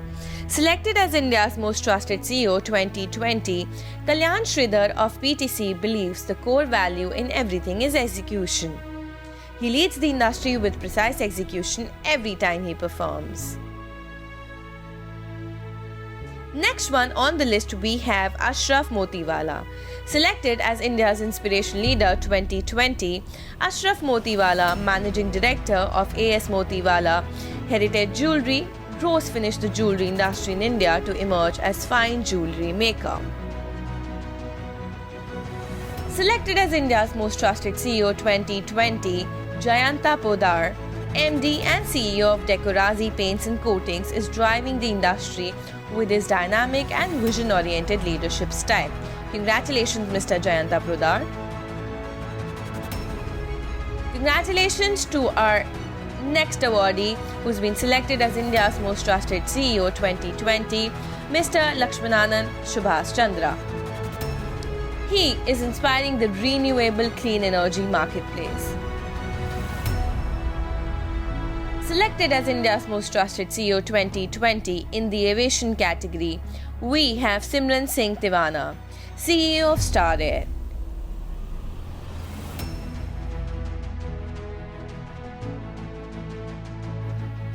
Selected as India's Most Trusted CEO 2020, we have with us Mr. Ganesh Iyer of Cool Wings Technology. He is redefining and refreshing the industry at each and every step. Congratulations, sir. Next up on the list, we have with us Mr. Rishi Srivastava, the CEO and MD of Tata AIA. He is scaling new heights and redefining the industry with many firsts. Chosen as India's Most Trusted CEO 2020, he is one of the strongest CEOs in the BFSI industry. We have with us our next India's Inspirational Leader, Mr. Rajesh Sinha, the founder and CEO of Fulcrum Worldwide. Under his leadership, Fulcrum diversified its industry-specific offerings and expanded its operations to include UK, APAC and South America. Selected as India's Inspirational Leader 2020, we'd like to congratulate Mr. Rohit Ohri. He is an advertising and marketing genius. As the head of FCB India, Rohit has steered the firm into sheer excellence. Strong women aren't simply born, they are forged through the challenges. We have with us one such dynamic personality, Mrs. Archana Suresh Kute, who leads the Kute Group of companies as the managing director over the last decade. She is one such example. Chosen as India's most trusted CEO 2020, Mr. Alok Biswas of Jana Kalyan is committed to build a world-class financial institution for the economic upliftment of the underprivileged. Congratulations, sir. With over 9 years of experience in cybersecurity, we have with us our next awardee, Mr. Manan Shah, the founder and CEO of Avalanche Global Solutions. He has been the Microsoft Top 100 Security Researchers in the world. Selected as India's Young Leader 2020, he has been a regular TEDx speaker and setting industry benchmarks. We would like to congratulate our next awardee, our next winner, Mr. Sanjeev Kumar Sahani. Selected as India's Strongest Healthcare Leader 2020, he has steered many of the India's strongest healthcare brands to excellence. Congratulations, sir.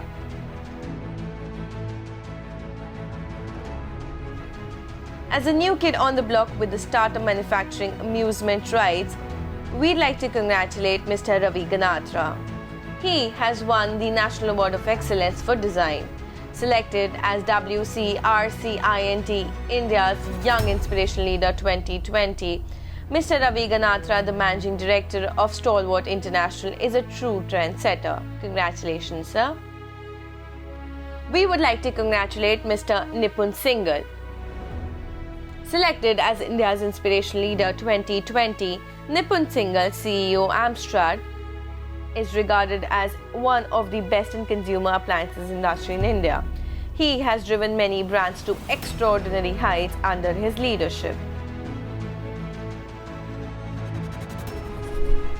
A perennial thrill seeker with an avid interest in transforming and improving lives around the globe through the world gift of technology, Abhig Datta of Henson Group is a dynamic young leader. His forte include leadership, problem solving, and putting cutting-edge technology. Last but not the least, we would like to congratulate Mr. Ravindra Sanna Reddy. Selected as India's Inspiration Leaders, Mr. Ravi of Sri City has driven the brand to ultimate heights. Regarded as a pioneer in many areas, his leadership attributes are industry benchmark. Congratulations, sir.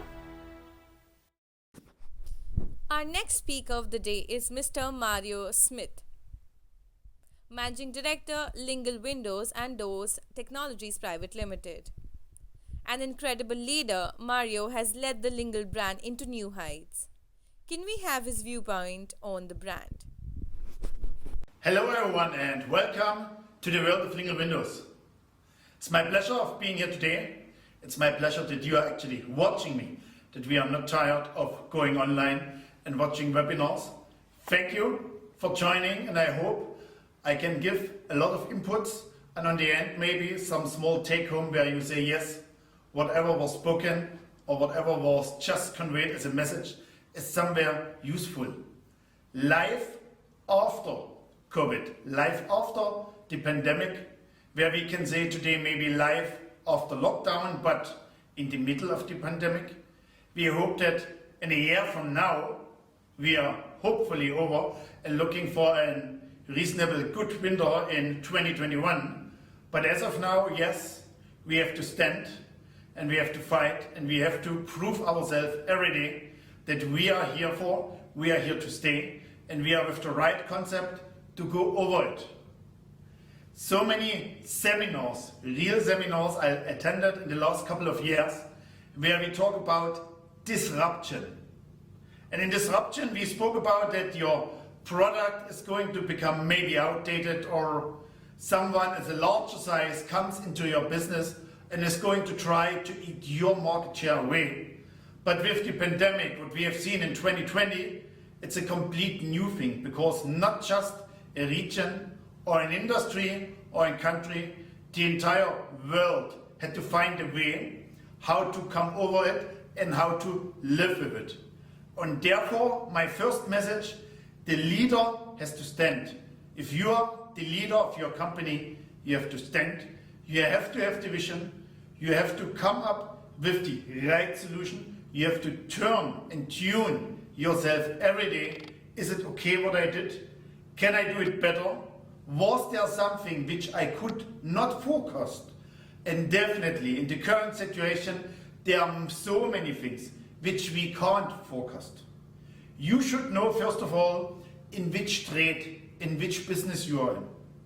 If you are privileged like us, where we are in the supply chain of building material, where we could move out quite early after the lockdown, or you're even more privileged that working from home and having maybe IT solutions, and the lockdown was actually favorable to you and not just a hindrance, or where you are in the hospitality industry or tourism, where your business till date is badly affected, where you can think as much as you can and not able to find a real solution because the circumstances are not made, then you have to tune yourself every day in what is happening, what was happened yesterday, and how to move on and how to put myself in the correct way for tomorrow.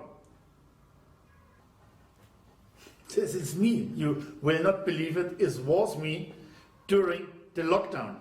Grounded like an aeroplane. A person like me who used to travel 4, 5, 6 days in a week, going to all our offices across the country, meeting our customers, our project across the country, was locked. This was the biggest impact so far ever on our business and on me personally. And there immediately I had to tune myself, I had to accept the situation, and yes, confirm the situation was good and was the best which could happen to the country. It has really protected the spread and the numbers of cases, that it didn't rise as quickly as it was happening elsewhere in the world. But for us, and especially for me, I had to see now that it wasn't the way to the airport, or it wasn't the way to the factory, it wasn't the way to any of my customers, it was just the way to my home office, starting my systems, having my cup of tea and having my mobile with me and connected to my team. And yes, we was not busy in playing Ludo, we utilized the time. So much innovation we did in the last 6 months, just amazing. Products, ideas, which were always there, and there was never time. There was never time to implement them, and just we had a gift. It was a gift which was never there before. We had time. And as I always say, you can buy anything in life, but you can't buy time. We have utilized it. And many new products, which I later on will talk about, got implemented. We got connected to our R&D team in Germany, as well as our knowledge partner in Malaysia. And we really made the best out of it while accepting the situation, tuning and turning ourselves in what we can actually do and what we can do to make the best out of it. Upgrading the internet speed, giving the internet connection to the employees, giving the systems so that we can be in touch, we could be in touch every day, and we could update. Worked in the morning, worked late hours, worked without any timing, but in the end, we really got it perfectly done.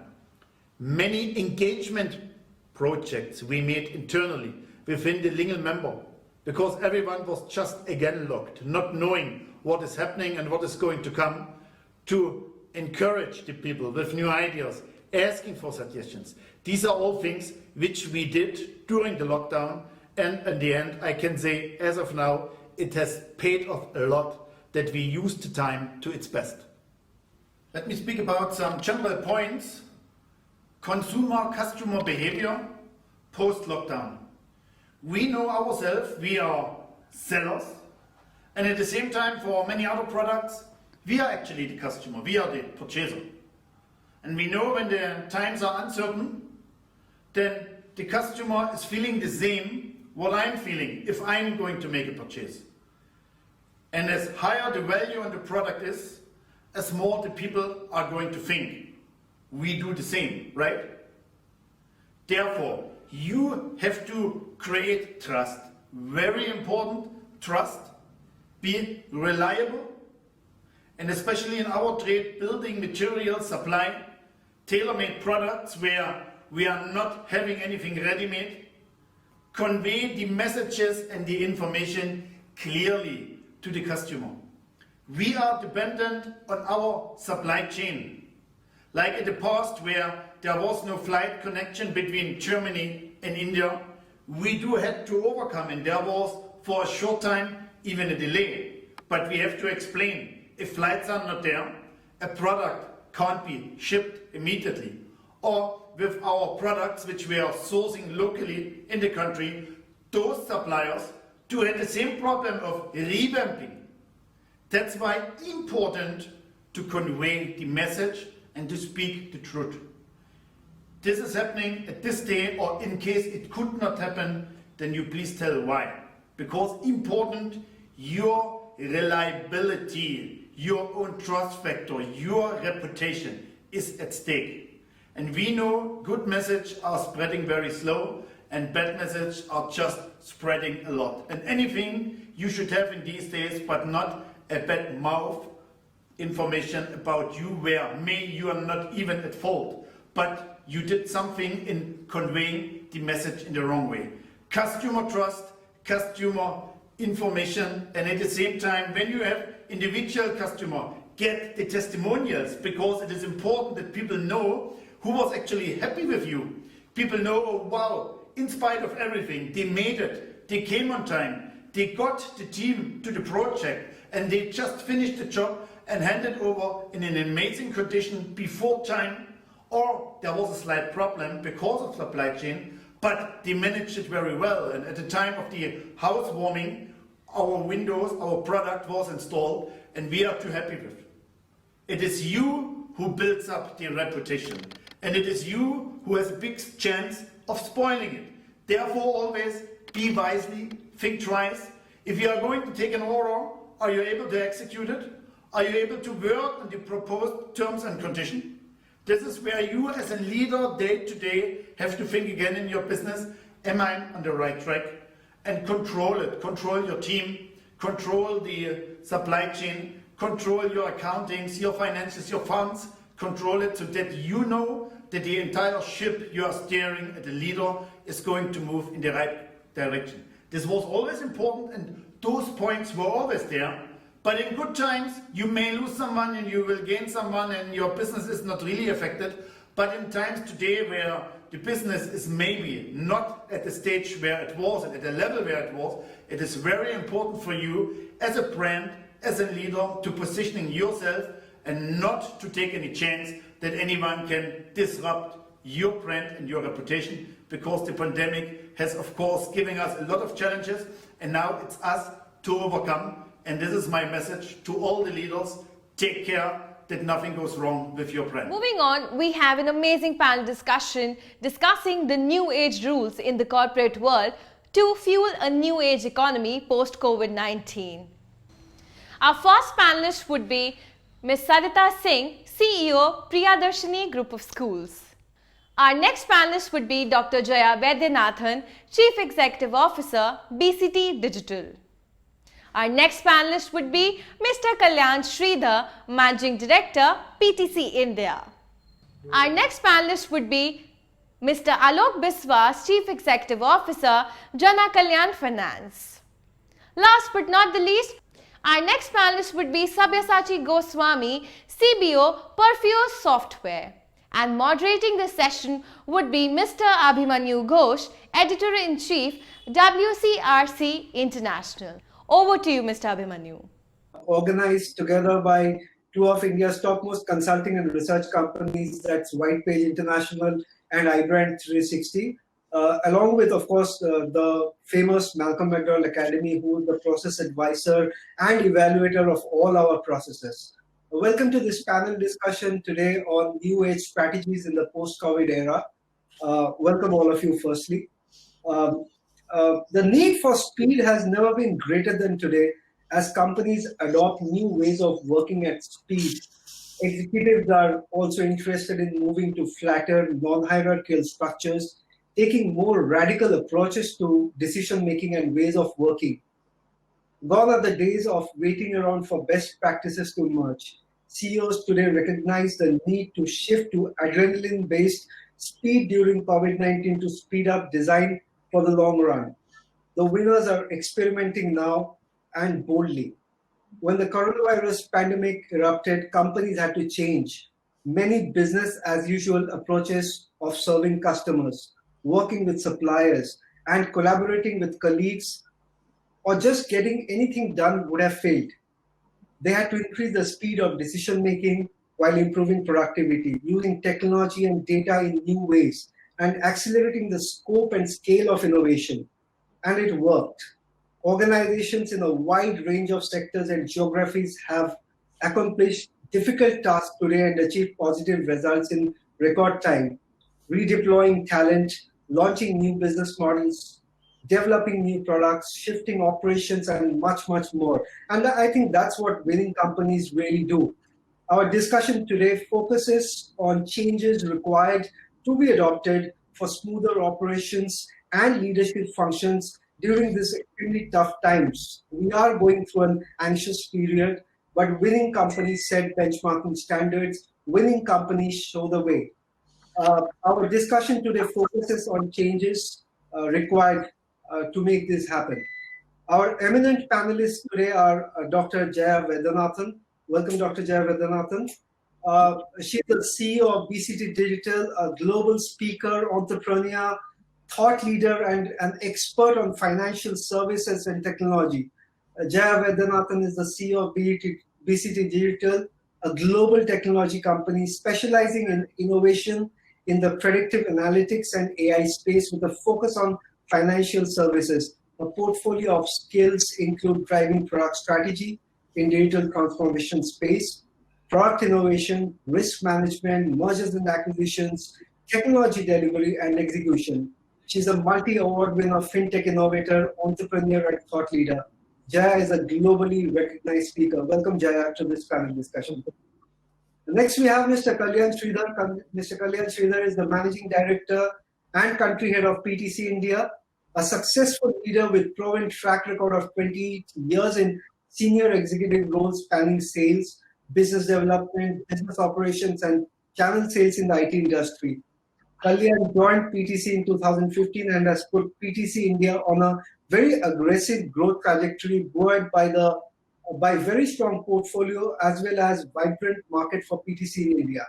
Prior to PTC, Kalyan was with IBM for 17 years and has done a variety of roles.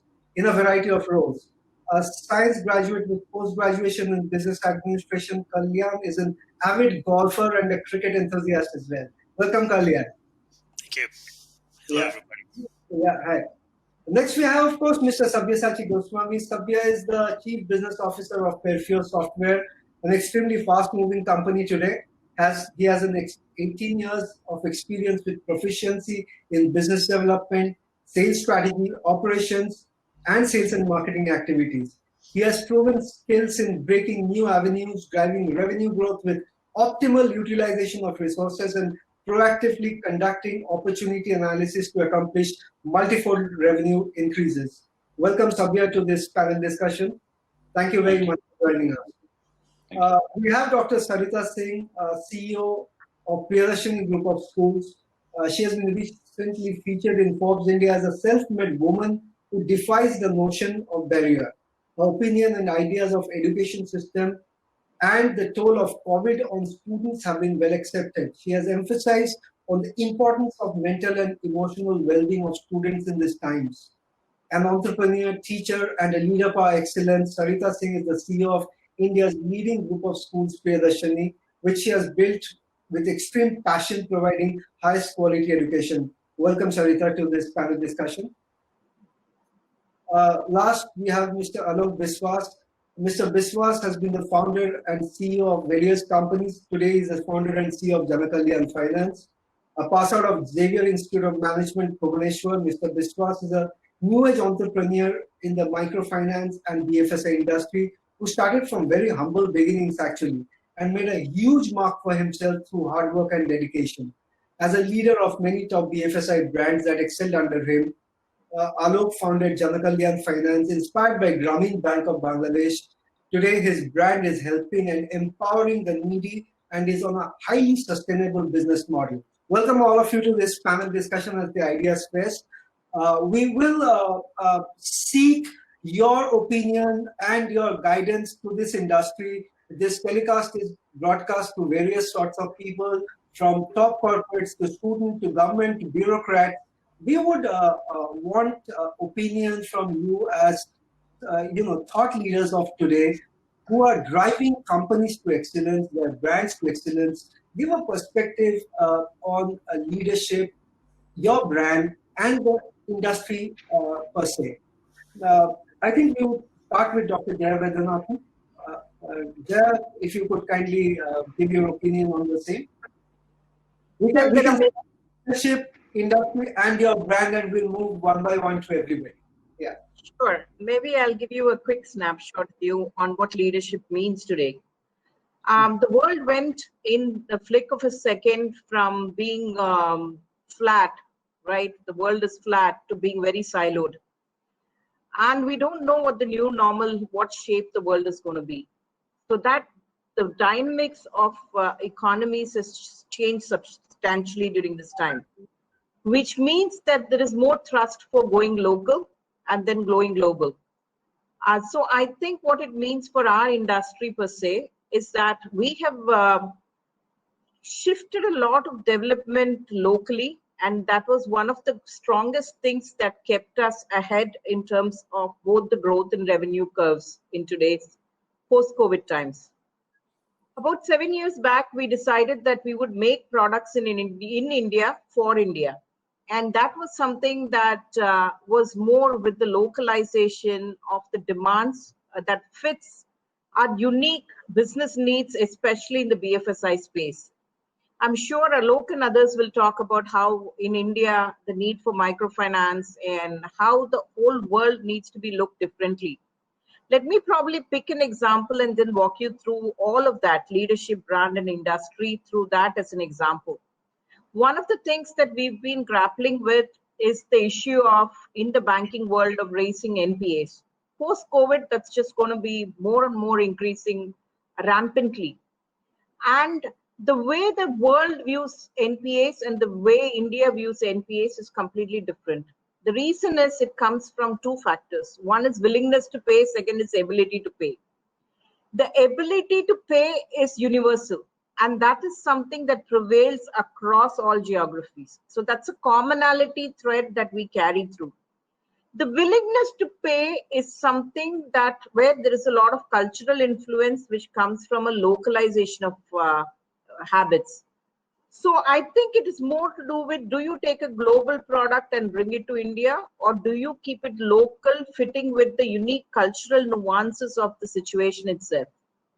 Answer to that was create your own space, which was an early warning system that we came up with, one of our pioneering software, which was to look at more in the presence of create locally, and the product fits in certain segments globally, launch it outside India.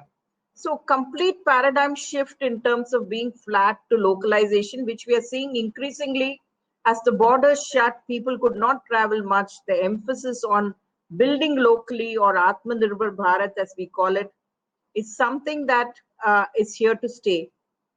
Leadership styles are to do with fail fast, fail safe. It's not about, our vision for the next 10 years, what do you build? But it's more about hyper local and building it fast, building it safe. There is capital available in plenty if you know how to tap it. The bigger houses have access to cheaper foreign funds. The local or the micro segments have governmental incentives. So there's plenty of capital. It's more about how do you keep innovating within your own framework, and then come up with new, products that fit this particular niche. Again, example, if a person is selling vegetables, right, today, is the person selling vegetables, or is he in the business of selling? So that is a paradigm shift that you'll have to really look at and do that. I think from a brand perspective, from an industry perspective, there's been a lot of untapped and white spaces that we are seeing post-COVID, Example would be a segment of quantification of losses. I sit on the board of multiple international companies, and one thing we've all been grappling with is the issue of how do you quantify and say this is the exact loss that you're going to see? And based on your industry exposure, how do you see whether it's going to be a J curve or a V curve, or what is going to be the magnitude of losses and how much can you stand by it? And that's a response to it is a dynamic shift in terms of a new product. So leadership styles are distant, it's virtual. How do you keep people engaged during that? How do you keep attrition at the minimum? And how do you build on the social equity that you put in from the past to tap on in terms of influencing a larger audience to stay connected? I think that's to do with leadership. With brand is more about perseverance, trust and consistency, and your ability to deliver despite the crisis. And the industry, as you see, it's dynamically shifting, it's stress prone. So how do you respond quickly to major issues within the industry? And how quickly are you able to stay? And how quickly are you able to innovate and stay on top using emerging technologies, or maybe not? Technology is just an enabler. It's business first, technology next. And that's where I would rest it. Okay, great. Mr. Sridhar, your viewpoint? Yeah, and I think Jaya covered a lot of it. I mean, being innovative, staying on top. It's kind of interesting. A viewpoint. I come from a different industry. Which is primarily focused around manufacturing, and we offer solutions for manufacturing industry. Now, if you look at it, COVID-19 today has not only had an impact on the health of people at large, but also the economic damage that it has left and will continue to render may prove to be a lot more damaging than the pandemic itself. This is my humble opinion. The post-COVID era is going to be very interesting, as I firmly believe that any crisis can speed up development and help in bringing a lot of refocus into the task at hand. Now, over the past 6 to 7 months, ever since the pandemic struck, business leaders like Jaya talked about it, innovated and come out with new products. They've in the manufacturing industry, they've reorganized supply chains. They've made very tough financial decisions. I think it's something which we've seen organizations do day in, day out. Step up the infrastructure to work in the new normal and a lot more. Now, while we're still talking about vaccines and all of that, we really don't have an end in sight, and not much seems to be different from where we started off 6-7 months back. And crisis typically, in my opinion, plays over 3 phases. I would call it the react phase, when the crisis strikes and a company is looking at dealing with the situation that's in front of them, and becomes more reactive to what is the action needed for the task at hand. The second phase is what I term it as the recovery phase, where we learn and we try to emerge stronger. And the last phase is what I would want to term it as the growth phase, where we prepare and shape up for the new normal. Today we all accept this is the new normal, and we'll need to, shape up and prepare for that. So the priority, therefore, is to re-energize rather than react, and not just act, but act boldly. And I think that's going to be the new normal. We, like many of you, have been impacted with the pandemic, and we've been challenged both to respond and to rethink our workforce strategies in real time. We acknowledge that the recovery will have to be continuous, and we are not going to put a date and say, okay, on this particular date we're going to be done with COVID, and we will see that behind us. So we are now emerging from the react phase with our focus firmly on the next challenges, which is on recovery. And talking about that, I again feel that we may never return to the old way. I mean, I know I'm being a little too harsh out here, but in my opinion, we may return, but it's certainly not going to be the same way of working and doing business that we were used to pre-COVID. And we are now looking at the recovery in two dimensions. I mean, this is PTC as an organization. The first and foremost one is internal, which is more around employees. And to be brutally honest, our employees have demonstrated amazing resiliency in embracing the new reality. It was certainly not easy. I mean, we've been a sales organization. We continue to be a sales organization with most of us being out on the field meeting customers. Last 8 months, we've been sitting at home, staring in front of a screen and trying to do business. I mean, it's certainly not an easy wave for us to embrace. But our employees have done pretty well, and I should also accept that it has been very unsettling as well. We found that some of our employees embraced working from home very well, while a lot more felt it very uncomfortable or unproductive. Now, we've practically been trying to get a balance and to accommodate these expectations, and that's really helping us move forward. The second aspect is around the external factors. I mean, and primarily for us, the external is our customers and manufacturing industry at large, whom we serve with our products and solutions. Now, these companies, they need to make changes quickly and with great success. To me, Industry 4.0 is the convergence of disruptive digital technologies that could change the manufacturing industry and their imagination. And Industry 4.0 is not new. It was there pre-COVID. It was already transforming the manufacturing sector beyond imagination. Now it is becoming even more relevant, and it's really taking it to the next level. Now if you look at it, Industry 4.0 is characterized by 4 foundational technologies. The first one is around connectivity and data, which is primarily nothing but things like IoT. The second is around analytics, and I think JR talked about it in the BFSI industry as well. The third is the human-machine interaction. We're talking about things like augmented reality. We're talking about things like virtual reality. We're talking about robotics, RPA, etc. out here.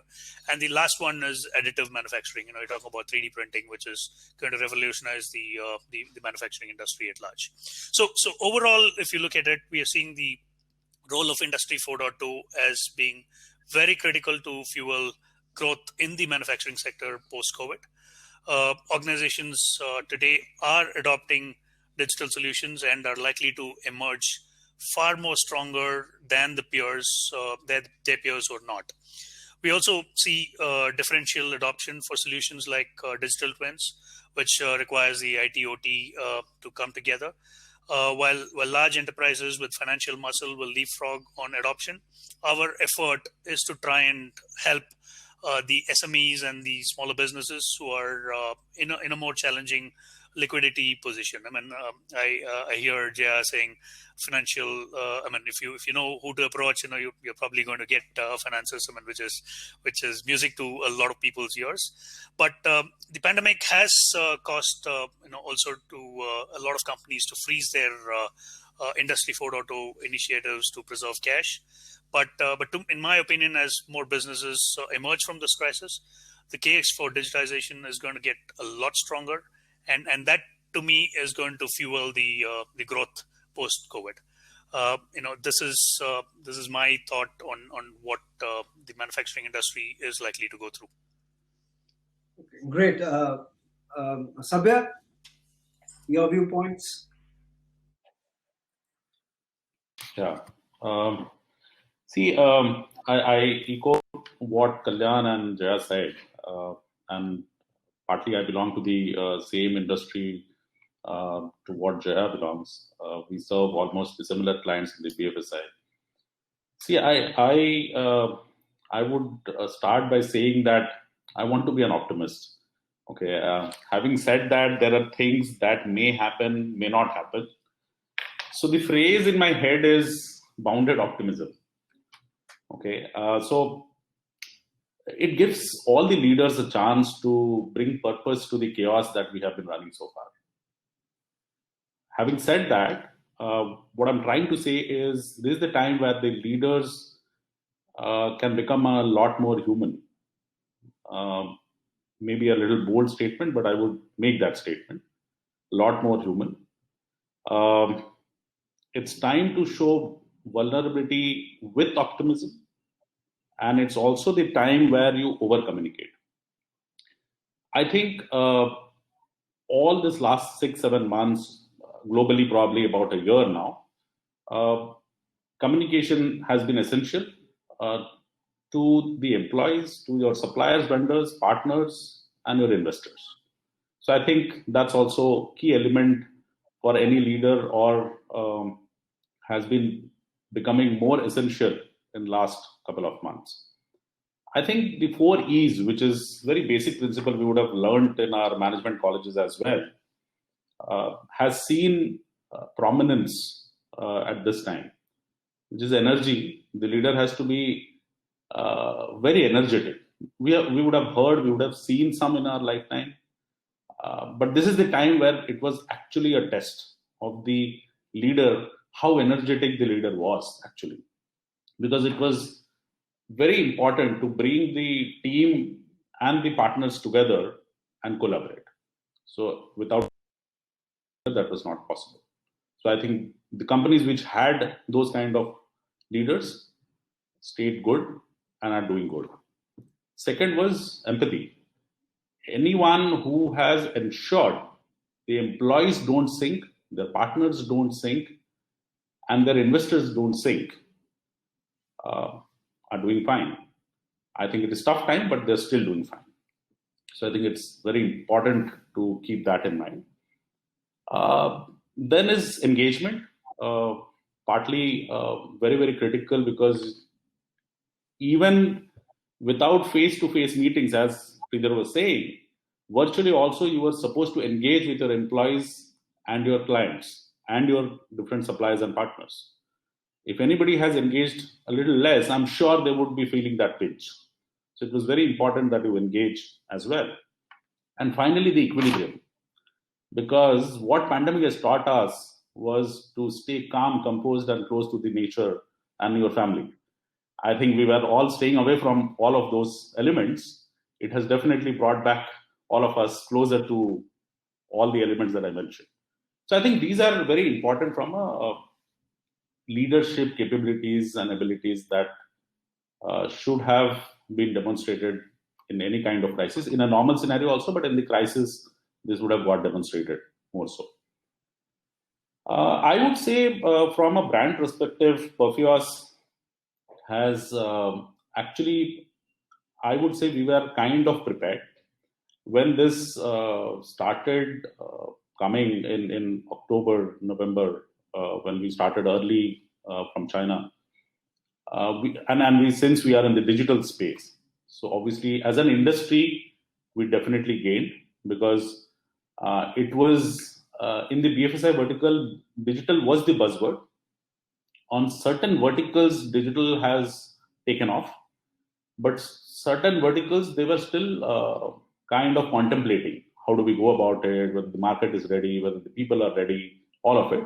But I think pandemic just ensured that everybody goes digital. There is no other way, because your touch and feel experience has gone away. So you can't go and meet the customer and open an account. You can't go and give a loan physically. All this was supposed to be served digitally. So definitely from an industry perspective, we saw some amount of benefit there. Though the demand lacked, the supply was ample, I would say that. From a Perfios standpoint, as I was saying, from October, November, we were kind of ready. So we could transition from a co-location kind of concept immediately to a virtual concept. Our BCPs were almost put in place in no time. So none of our clients, we serve roughly about 280 odd clients across the globe, about 17 odd countries. None of them got impacted even for an hour. It was smooth transition without any impact. So I think that was a really big achievement. It was always in IT or any kind of industry, you would always hear about BCP. In a lifetime, you would get a chance to actually execute a BCP, and we had to actually. So, and you can understand a bank coming crashing down any of their system, it created a hell lot of a chaos. So we had to take all those into account, and it was very, very smooth. So I think what helped there was, from again coming back on that one quality of a leader, which is our top management, telling the truth. So in October, November, we told the truth to all our employees and our clients that there is definitely something big hitting us. We better prepare ourselves. So I think as much as you can tell the truth and be prepared, probably your employees will also support you in the tough times, and which we have seen. We also felt that setting the priorities right was very critical. And during the last quarter, though most of the companies, the last quarter, Q4 is very, very critical. So apart from preparing for the last year Q4 ending financial results, we were preparing how can we make this transition smooth for all our clients with zero impact kind of thing. So the Q4, from our engineering perspective, we spent a lot of effort to build all those capabilities, which ensures that the clients doesn't get any kind of impact. So I think from a brand, we showed our resilience to any kind of this kind of crisis. We did not underestimate the crisis, neither we overestimated the crisis. We knew that obviously we bifurcated the crisis. I would not repeat in the interest of time what Sridhar mentioned, into 3 phases: the shutdown phase, the recovery, and the new normal. I would say the shutdown and the recovery is almost over. It's the new normal. In the last 2-3 months, we are seeing the complete new normal, both in terms of client perspective as well as our own employees' perspective. So it's a new normal for us, and we were well prepared for that. I'll leave it at that, and probably we'll get back. Okay, great, Sabya. Sarita, can we have your viewpoint? Can't hear you. Yeah, can you hear me now? Yeah. I just lost the track. What was the question again? No, your viewpoint now on the entire discussion. The thing is, as far as the education is concerned, we were actually absolutely not prepared for this. It happened overnight. And, initially when the lockdown came, we thought it is just for 15 days and then probably we can, go on and probably the physical schools will start. Actually, I don't know, nobody was prepared. None of us, my parents, students, us, none of the educators, none of the schools were prepared. And since our schools are in the interiors, the teachers are not trained as far as the online education is concerned. So everything happened overnight. The tables were turned. And then we realized this is going to go on and on and on. And then suddenly we had to pull in a team together and train the teachers overnight. It was like overnight, very fast. And then it was becoming so difficult. Were not able to come, sitting at home and teaching. So obviously the quality of education has been definitely affected.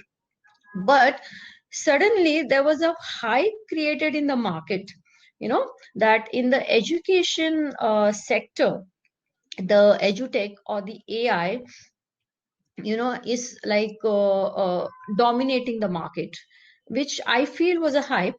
Because let me tell you, even before the crisis, there was already a very, very high growth and adoption in the education technology.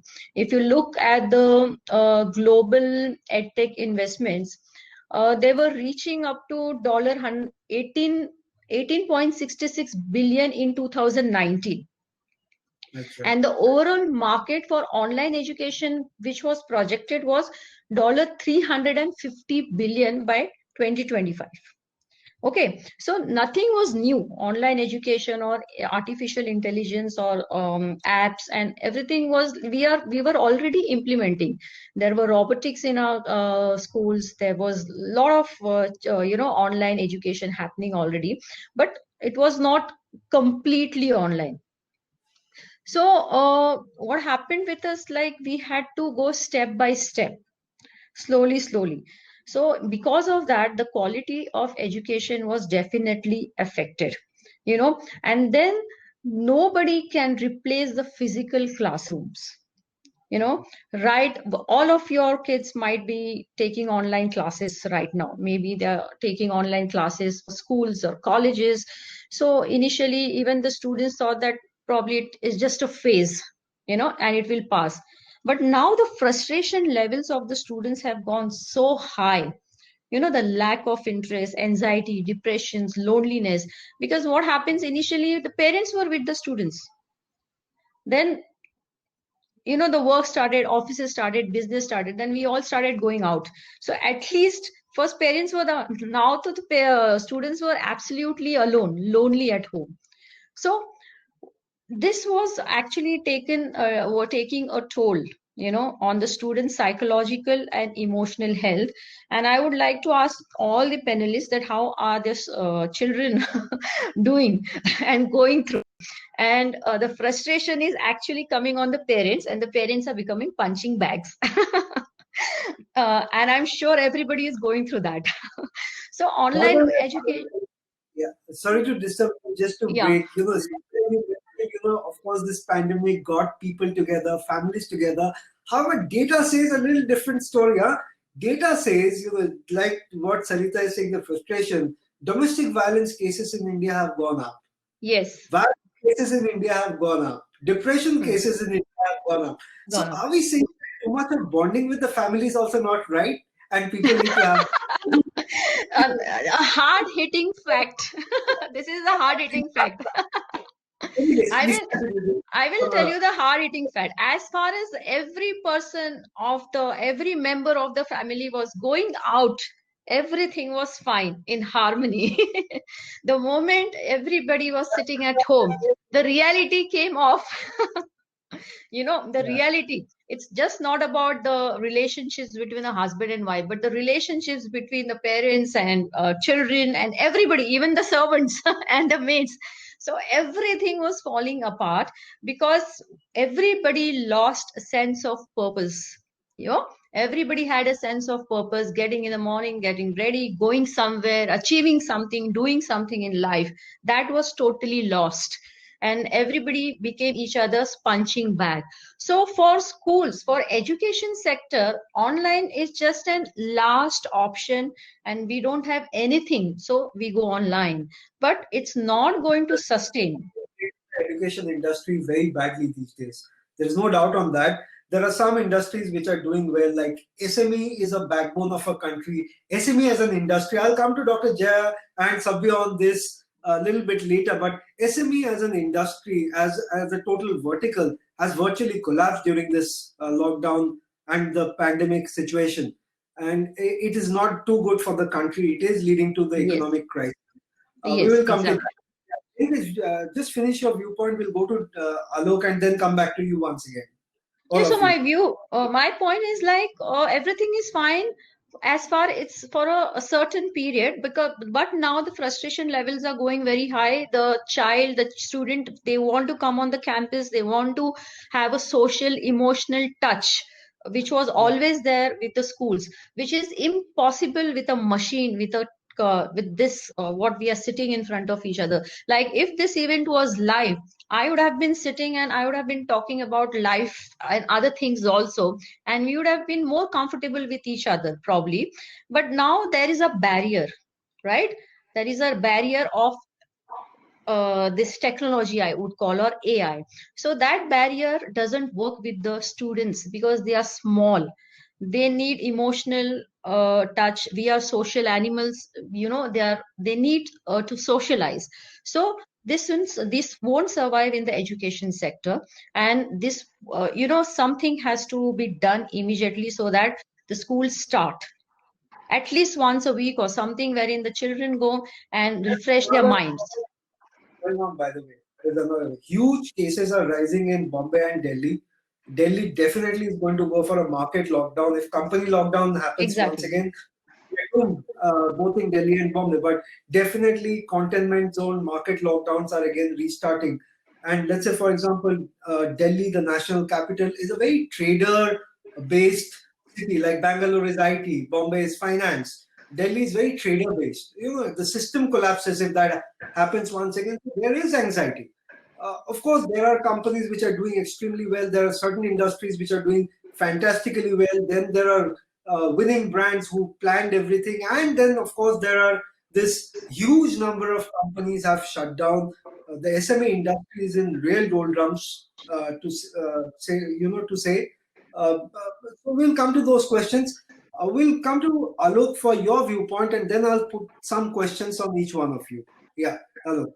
Yeah, hi to everybody. I'll take my madam because you see that I am totally from a different industry. It's a microfinance industry. As you know, we are dealing with a very small, vulnerable section of the. You can tell poorest of the poor section of the India. Yeah, and as you know that. Yeah, well, correct. in this. So if I go on and speak, this 10 minutes, 15 minutes is nothing actually because this is a very big market. There's 80. If you think about the market, it is nearly for 80 crores. Out of 140 crores Indian, is 80 crores is our market. It is not a small. It is very, very big. And if you look at the industry, and always we used to talk about the industry that is a resilience industry because these people are always vulnerable and they are having a back in the wall. So whatever in this lockdown and COVID era, I will talk about something about industry, then I will come about that leadership and brand. Brand actually is different thing to industry. If you look at the industry as a whole, it was always resilience because in 2010 we had a big epic story in Andhra Pradesh.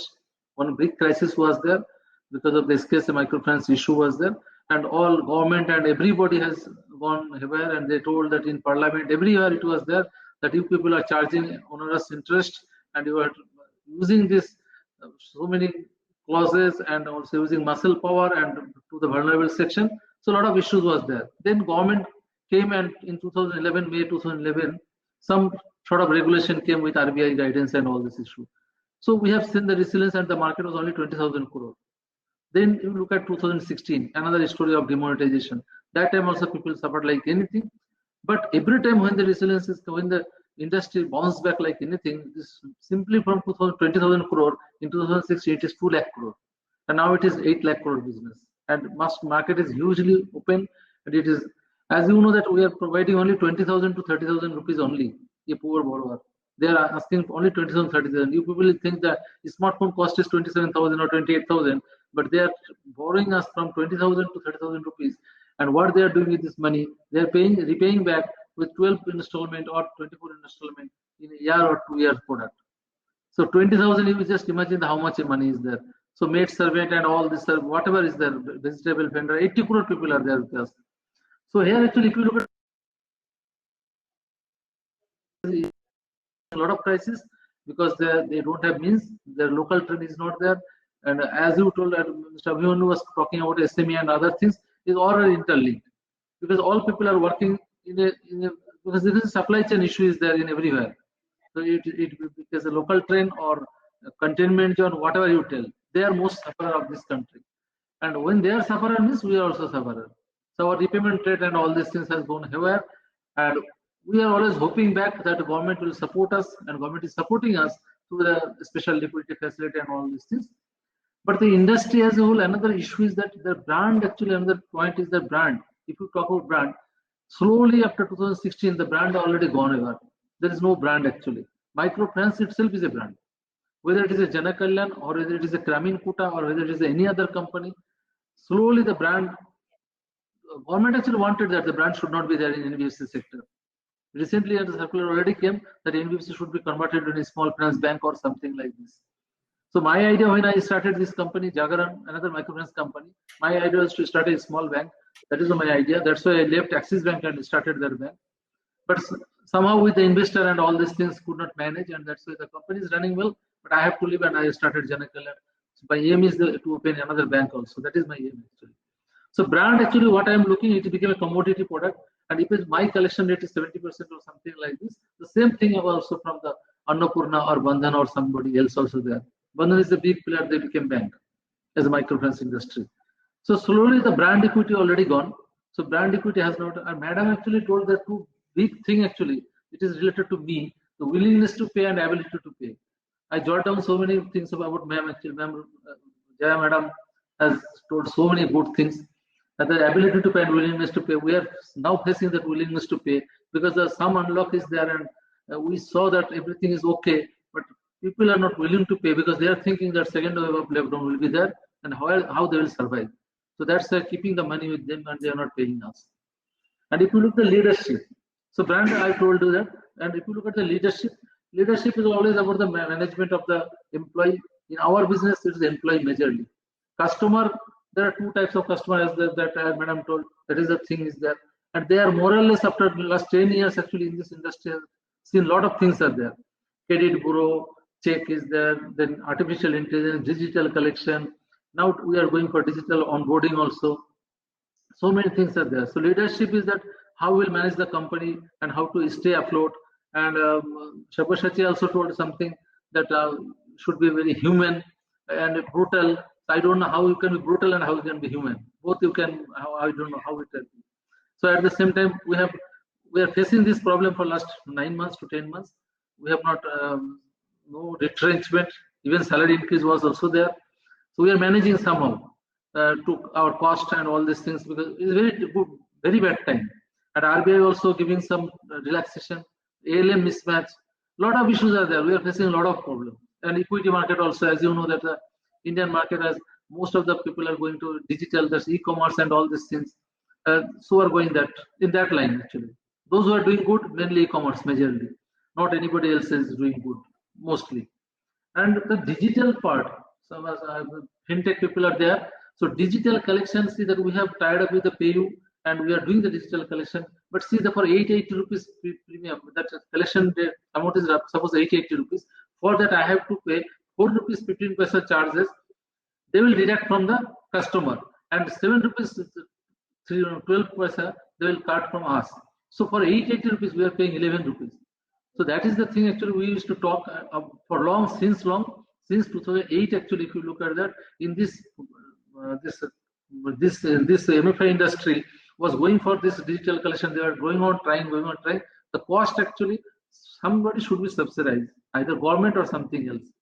Otherwise, this digital collection will not see that government. What the government wanted that digital collection should be there. It is only related to only 10 crore people of India, not another 80 crore whom we are dealing. They are already excluded. We are people to financial inclusion. Actually, still 80 crore people are excluded actually out of financial inclusion.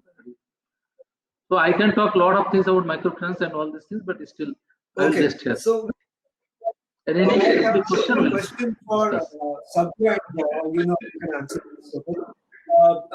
Sabya, being an absolute optimist, being a head of business development, you need to be optimistic and positive all the time to drive revenues. You're an analytics person primarily with analysis. Now there is this tough time. There is no doubt on that. Okay. Point is, how do you revive the SME industry in India since both of you deal a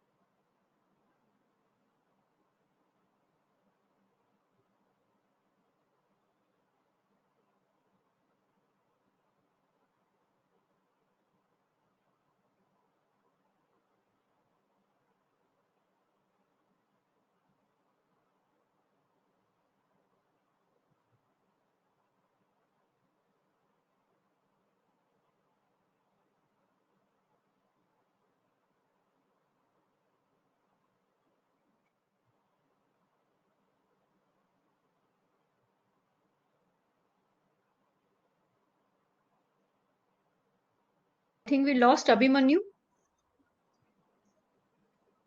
We did, but I think just staying on for a couple of minutes, maybe he'll come back.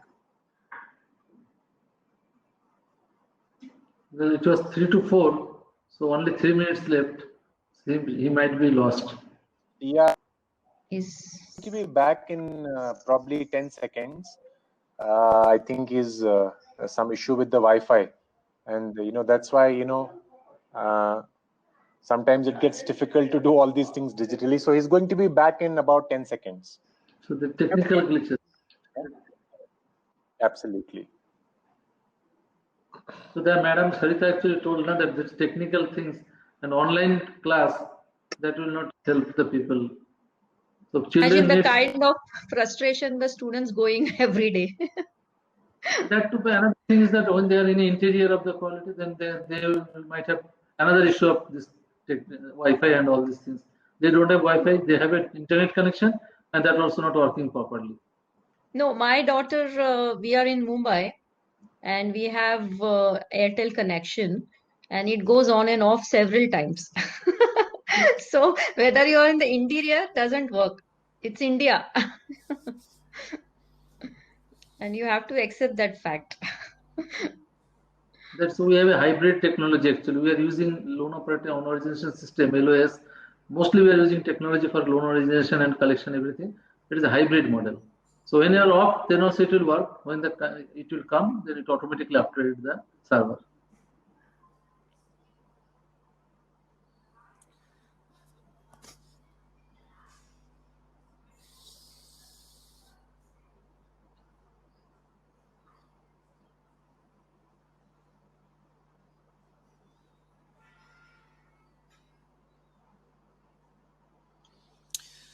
So Sarita, while we are waiting, I mean, how are you seeing the education system changing? I mean, is this going to be some kind of a new normal where you're going to have online classes for probably a couple of days of the week, and then have classes, in person maybe for the rest of the time? Or do you see anything changing there post COVID as well? No, I think the students are craving to come back to school because it's just not about the online classes. There are so many physical, emotional, and mental activities. Then, this like football matches, and then we have martial cadet trainings, and we have swimming sessions, horse riding, archery, shooting. So basically it's just not about the children come to the school. They might hate their maths or science teacher, but then there is something which they might like there is Christmas carnivals, December fest, and all that. So how are you going to do all this online? So as far as I know, it's just not about my school in the interior, but my daughter is in an international school in Mumbai.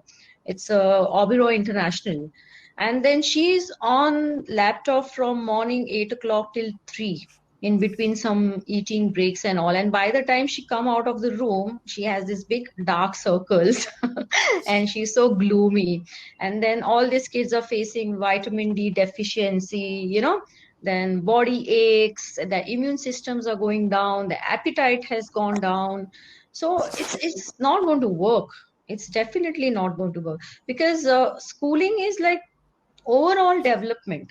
It's a holistic development, and also parents to be on their own, like whether you have a 2-year-old or a 16-year-old, if he's getting bored, he's feeling lonely, he's going to use you as a punching bag. So you're handling your business, you're handling your work online, and then at the back of the mind, you're also worried about your child being alone at home. So it's like we all are in this together. Yep. I think psychologically schools were built not for education, but to give parents a chance to be on their own and have their own time, and even give children a time to get away from the parents, to become independent, mentally and emotionally. So that aspect has not taken into consideration. And you tell me whether, I think Sarmad is back. Yeah. So I was listening. We are having our own discussion, Sarmad. Yeah, that's perfectly all right. And Abhimanyu is having some sort of a technical glitch. So I thought probably I'll quickly, get in the discussion and probably ask all of you to give closing remarks, maybe, a 30-seconder from all of you.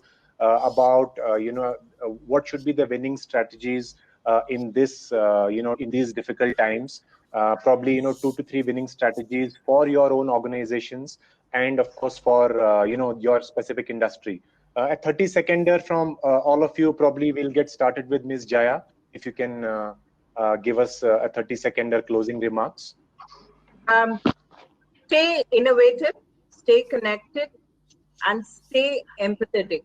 Those would be my 3 cents for winning strategy for COVID. Not just COVID, for a successful business, especially in the post-COVID times.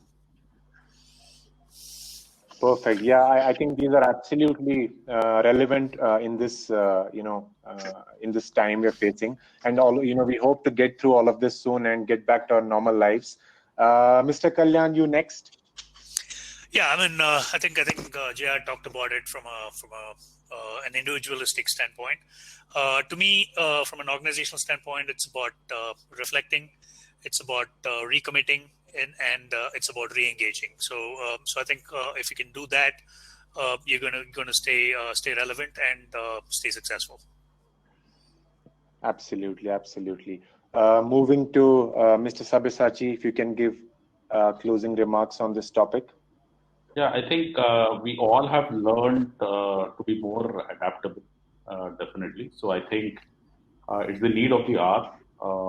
The higher the adaptability and resilience, probably will be able to manage the volatility, the uncertainty, the complexity, the ambiguity. All these are very common words now that will remain and stay with us for a while.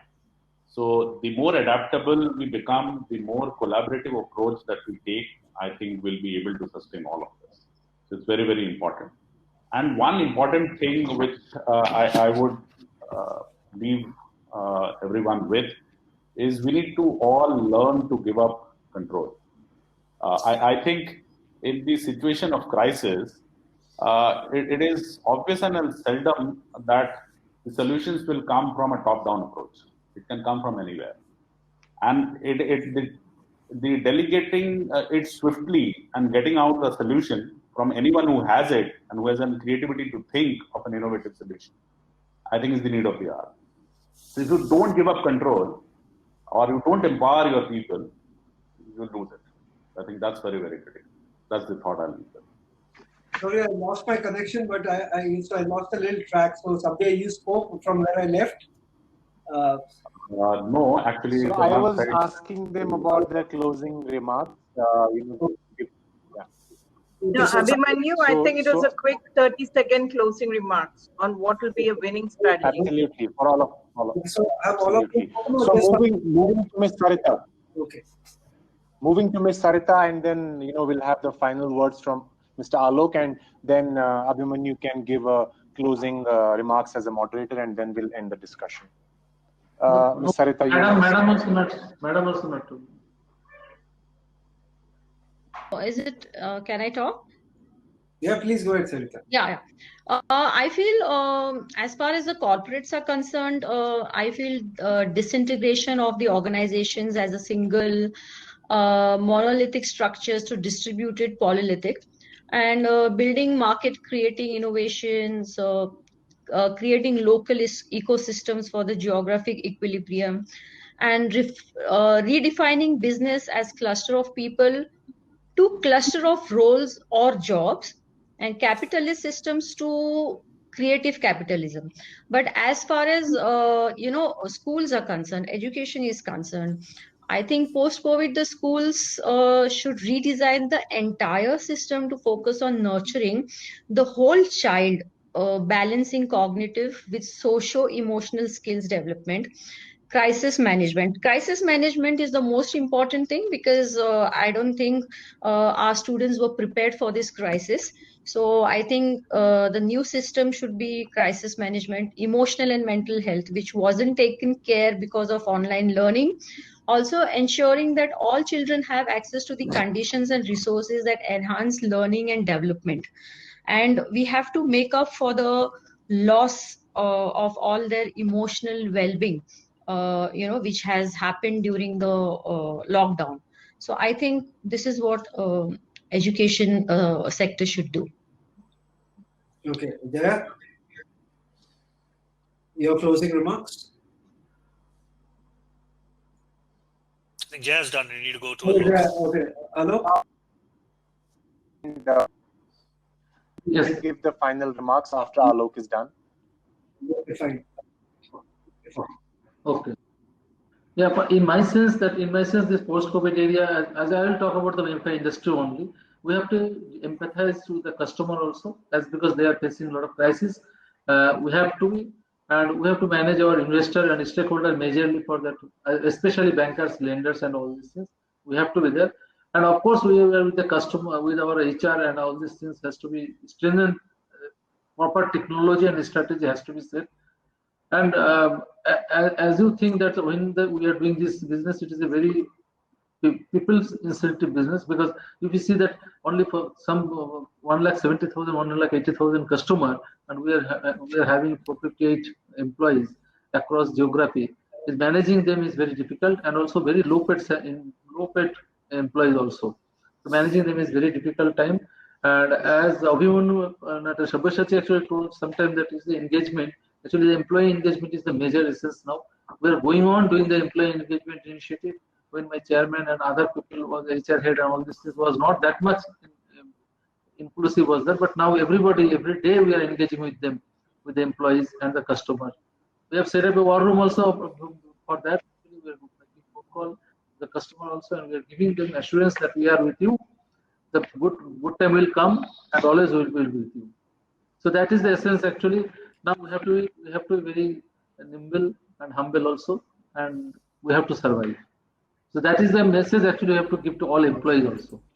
Okay, thank you very much, all of you, for your great viewpoints. We all agree. We all come to the same page that today, in today's tough times, a winning company is the one who will get their leadership right. That is, constantly engage their employees with themselves, take them to their side with right strategies, right product development, right development of overall as a human being, and have tremendous empathy for the business and, of course, for their personal growth. Two, we all agree that in today's, this entire thing, innovation becomes an extremely strong point. Whatever business you may be in, if you do not innovate, you're bound to go back on time. Generating trust, as Sabya said, Kalyan said, Dr. Jaya said, all of you nearly said that generating trust with your consumers today probably is the most important task. Education industries may be a little different, and we will have to wait for things to get a little better. But even in education industry, how you place trust with your students, how you place trust with the parents, how you develop new models today become absolutely the key strategies. Today things have changed. Bigger companies worldwide have deployed manpower overnight to various different things which suits their role, which suits the company's need.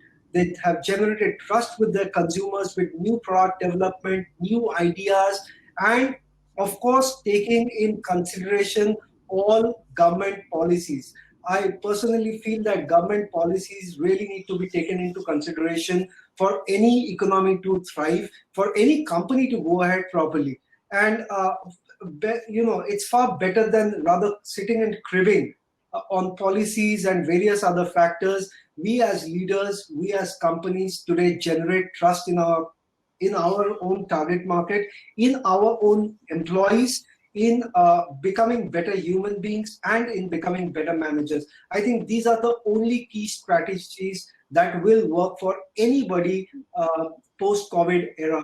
Sitting and cribbing would not help. We have to be proactive. We have to generate trust in our consumers, generate trust in our employees, and most importantly, all shareholders of the company.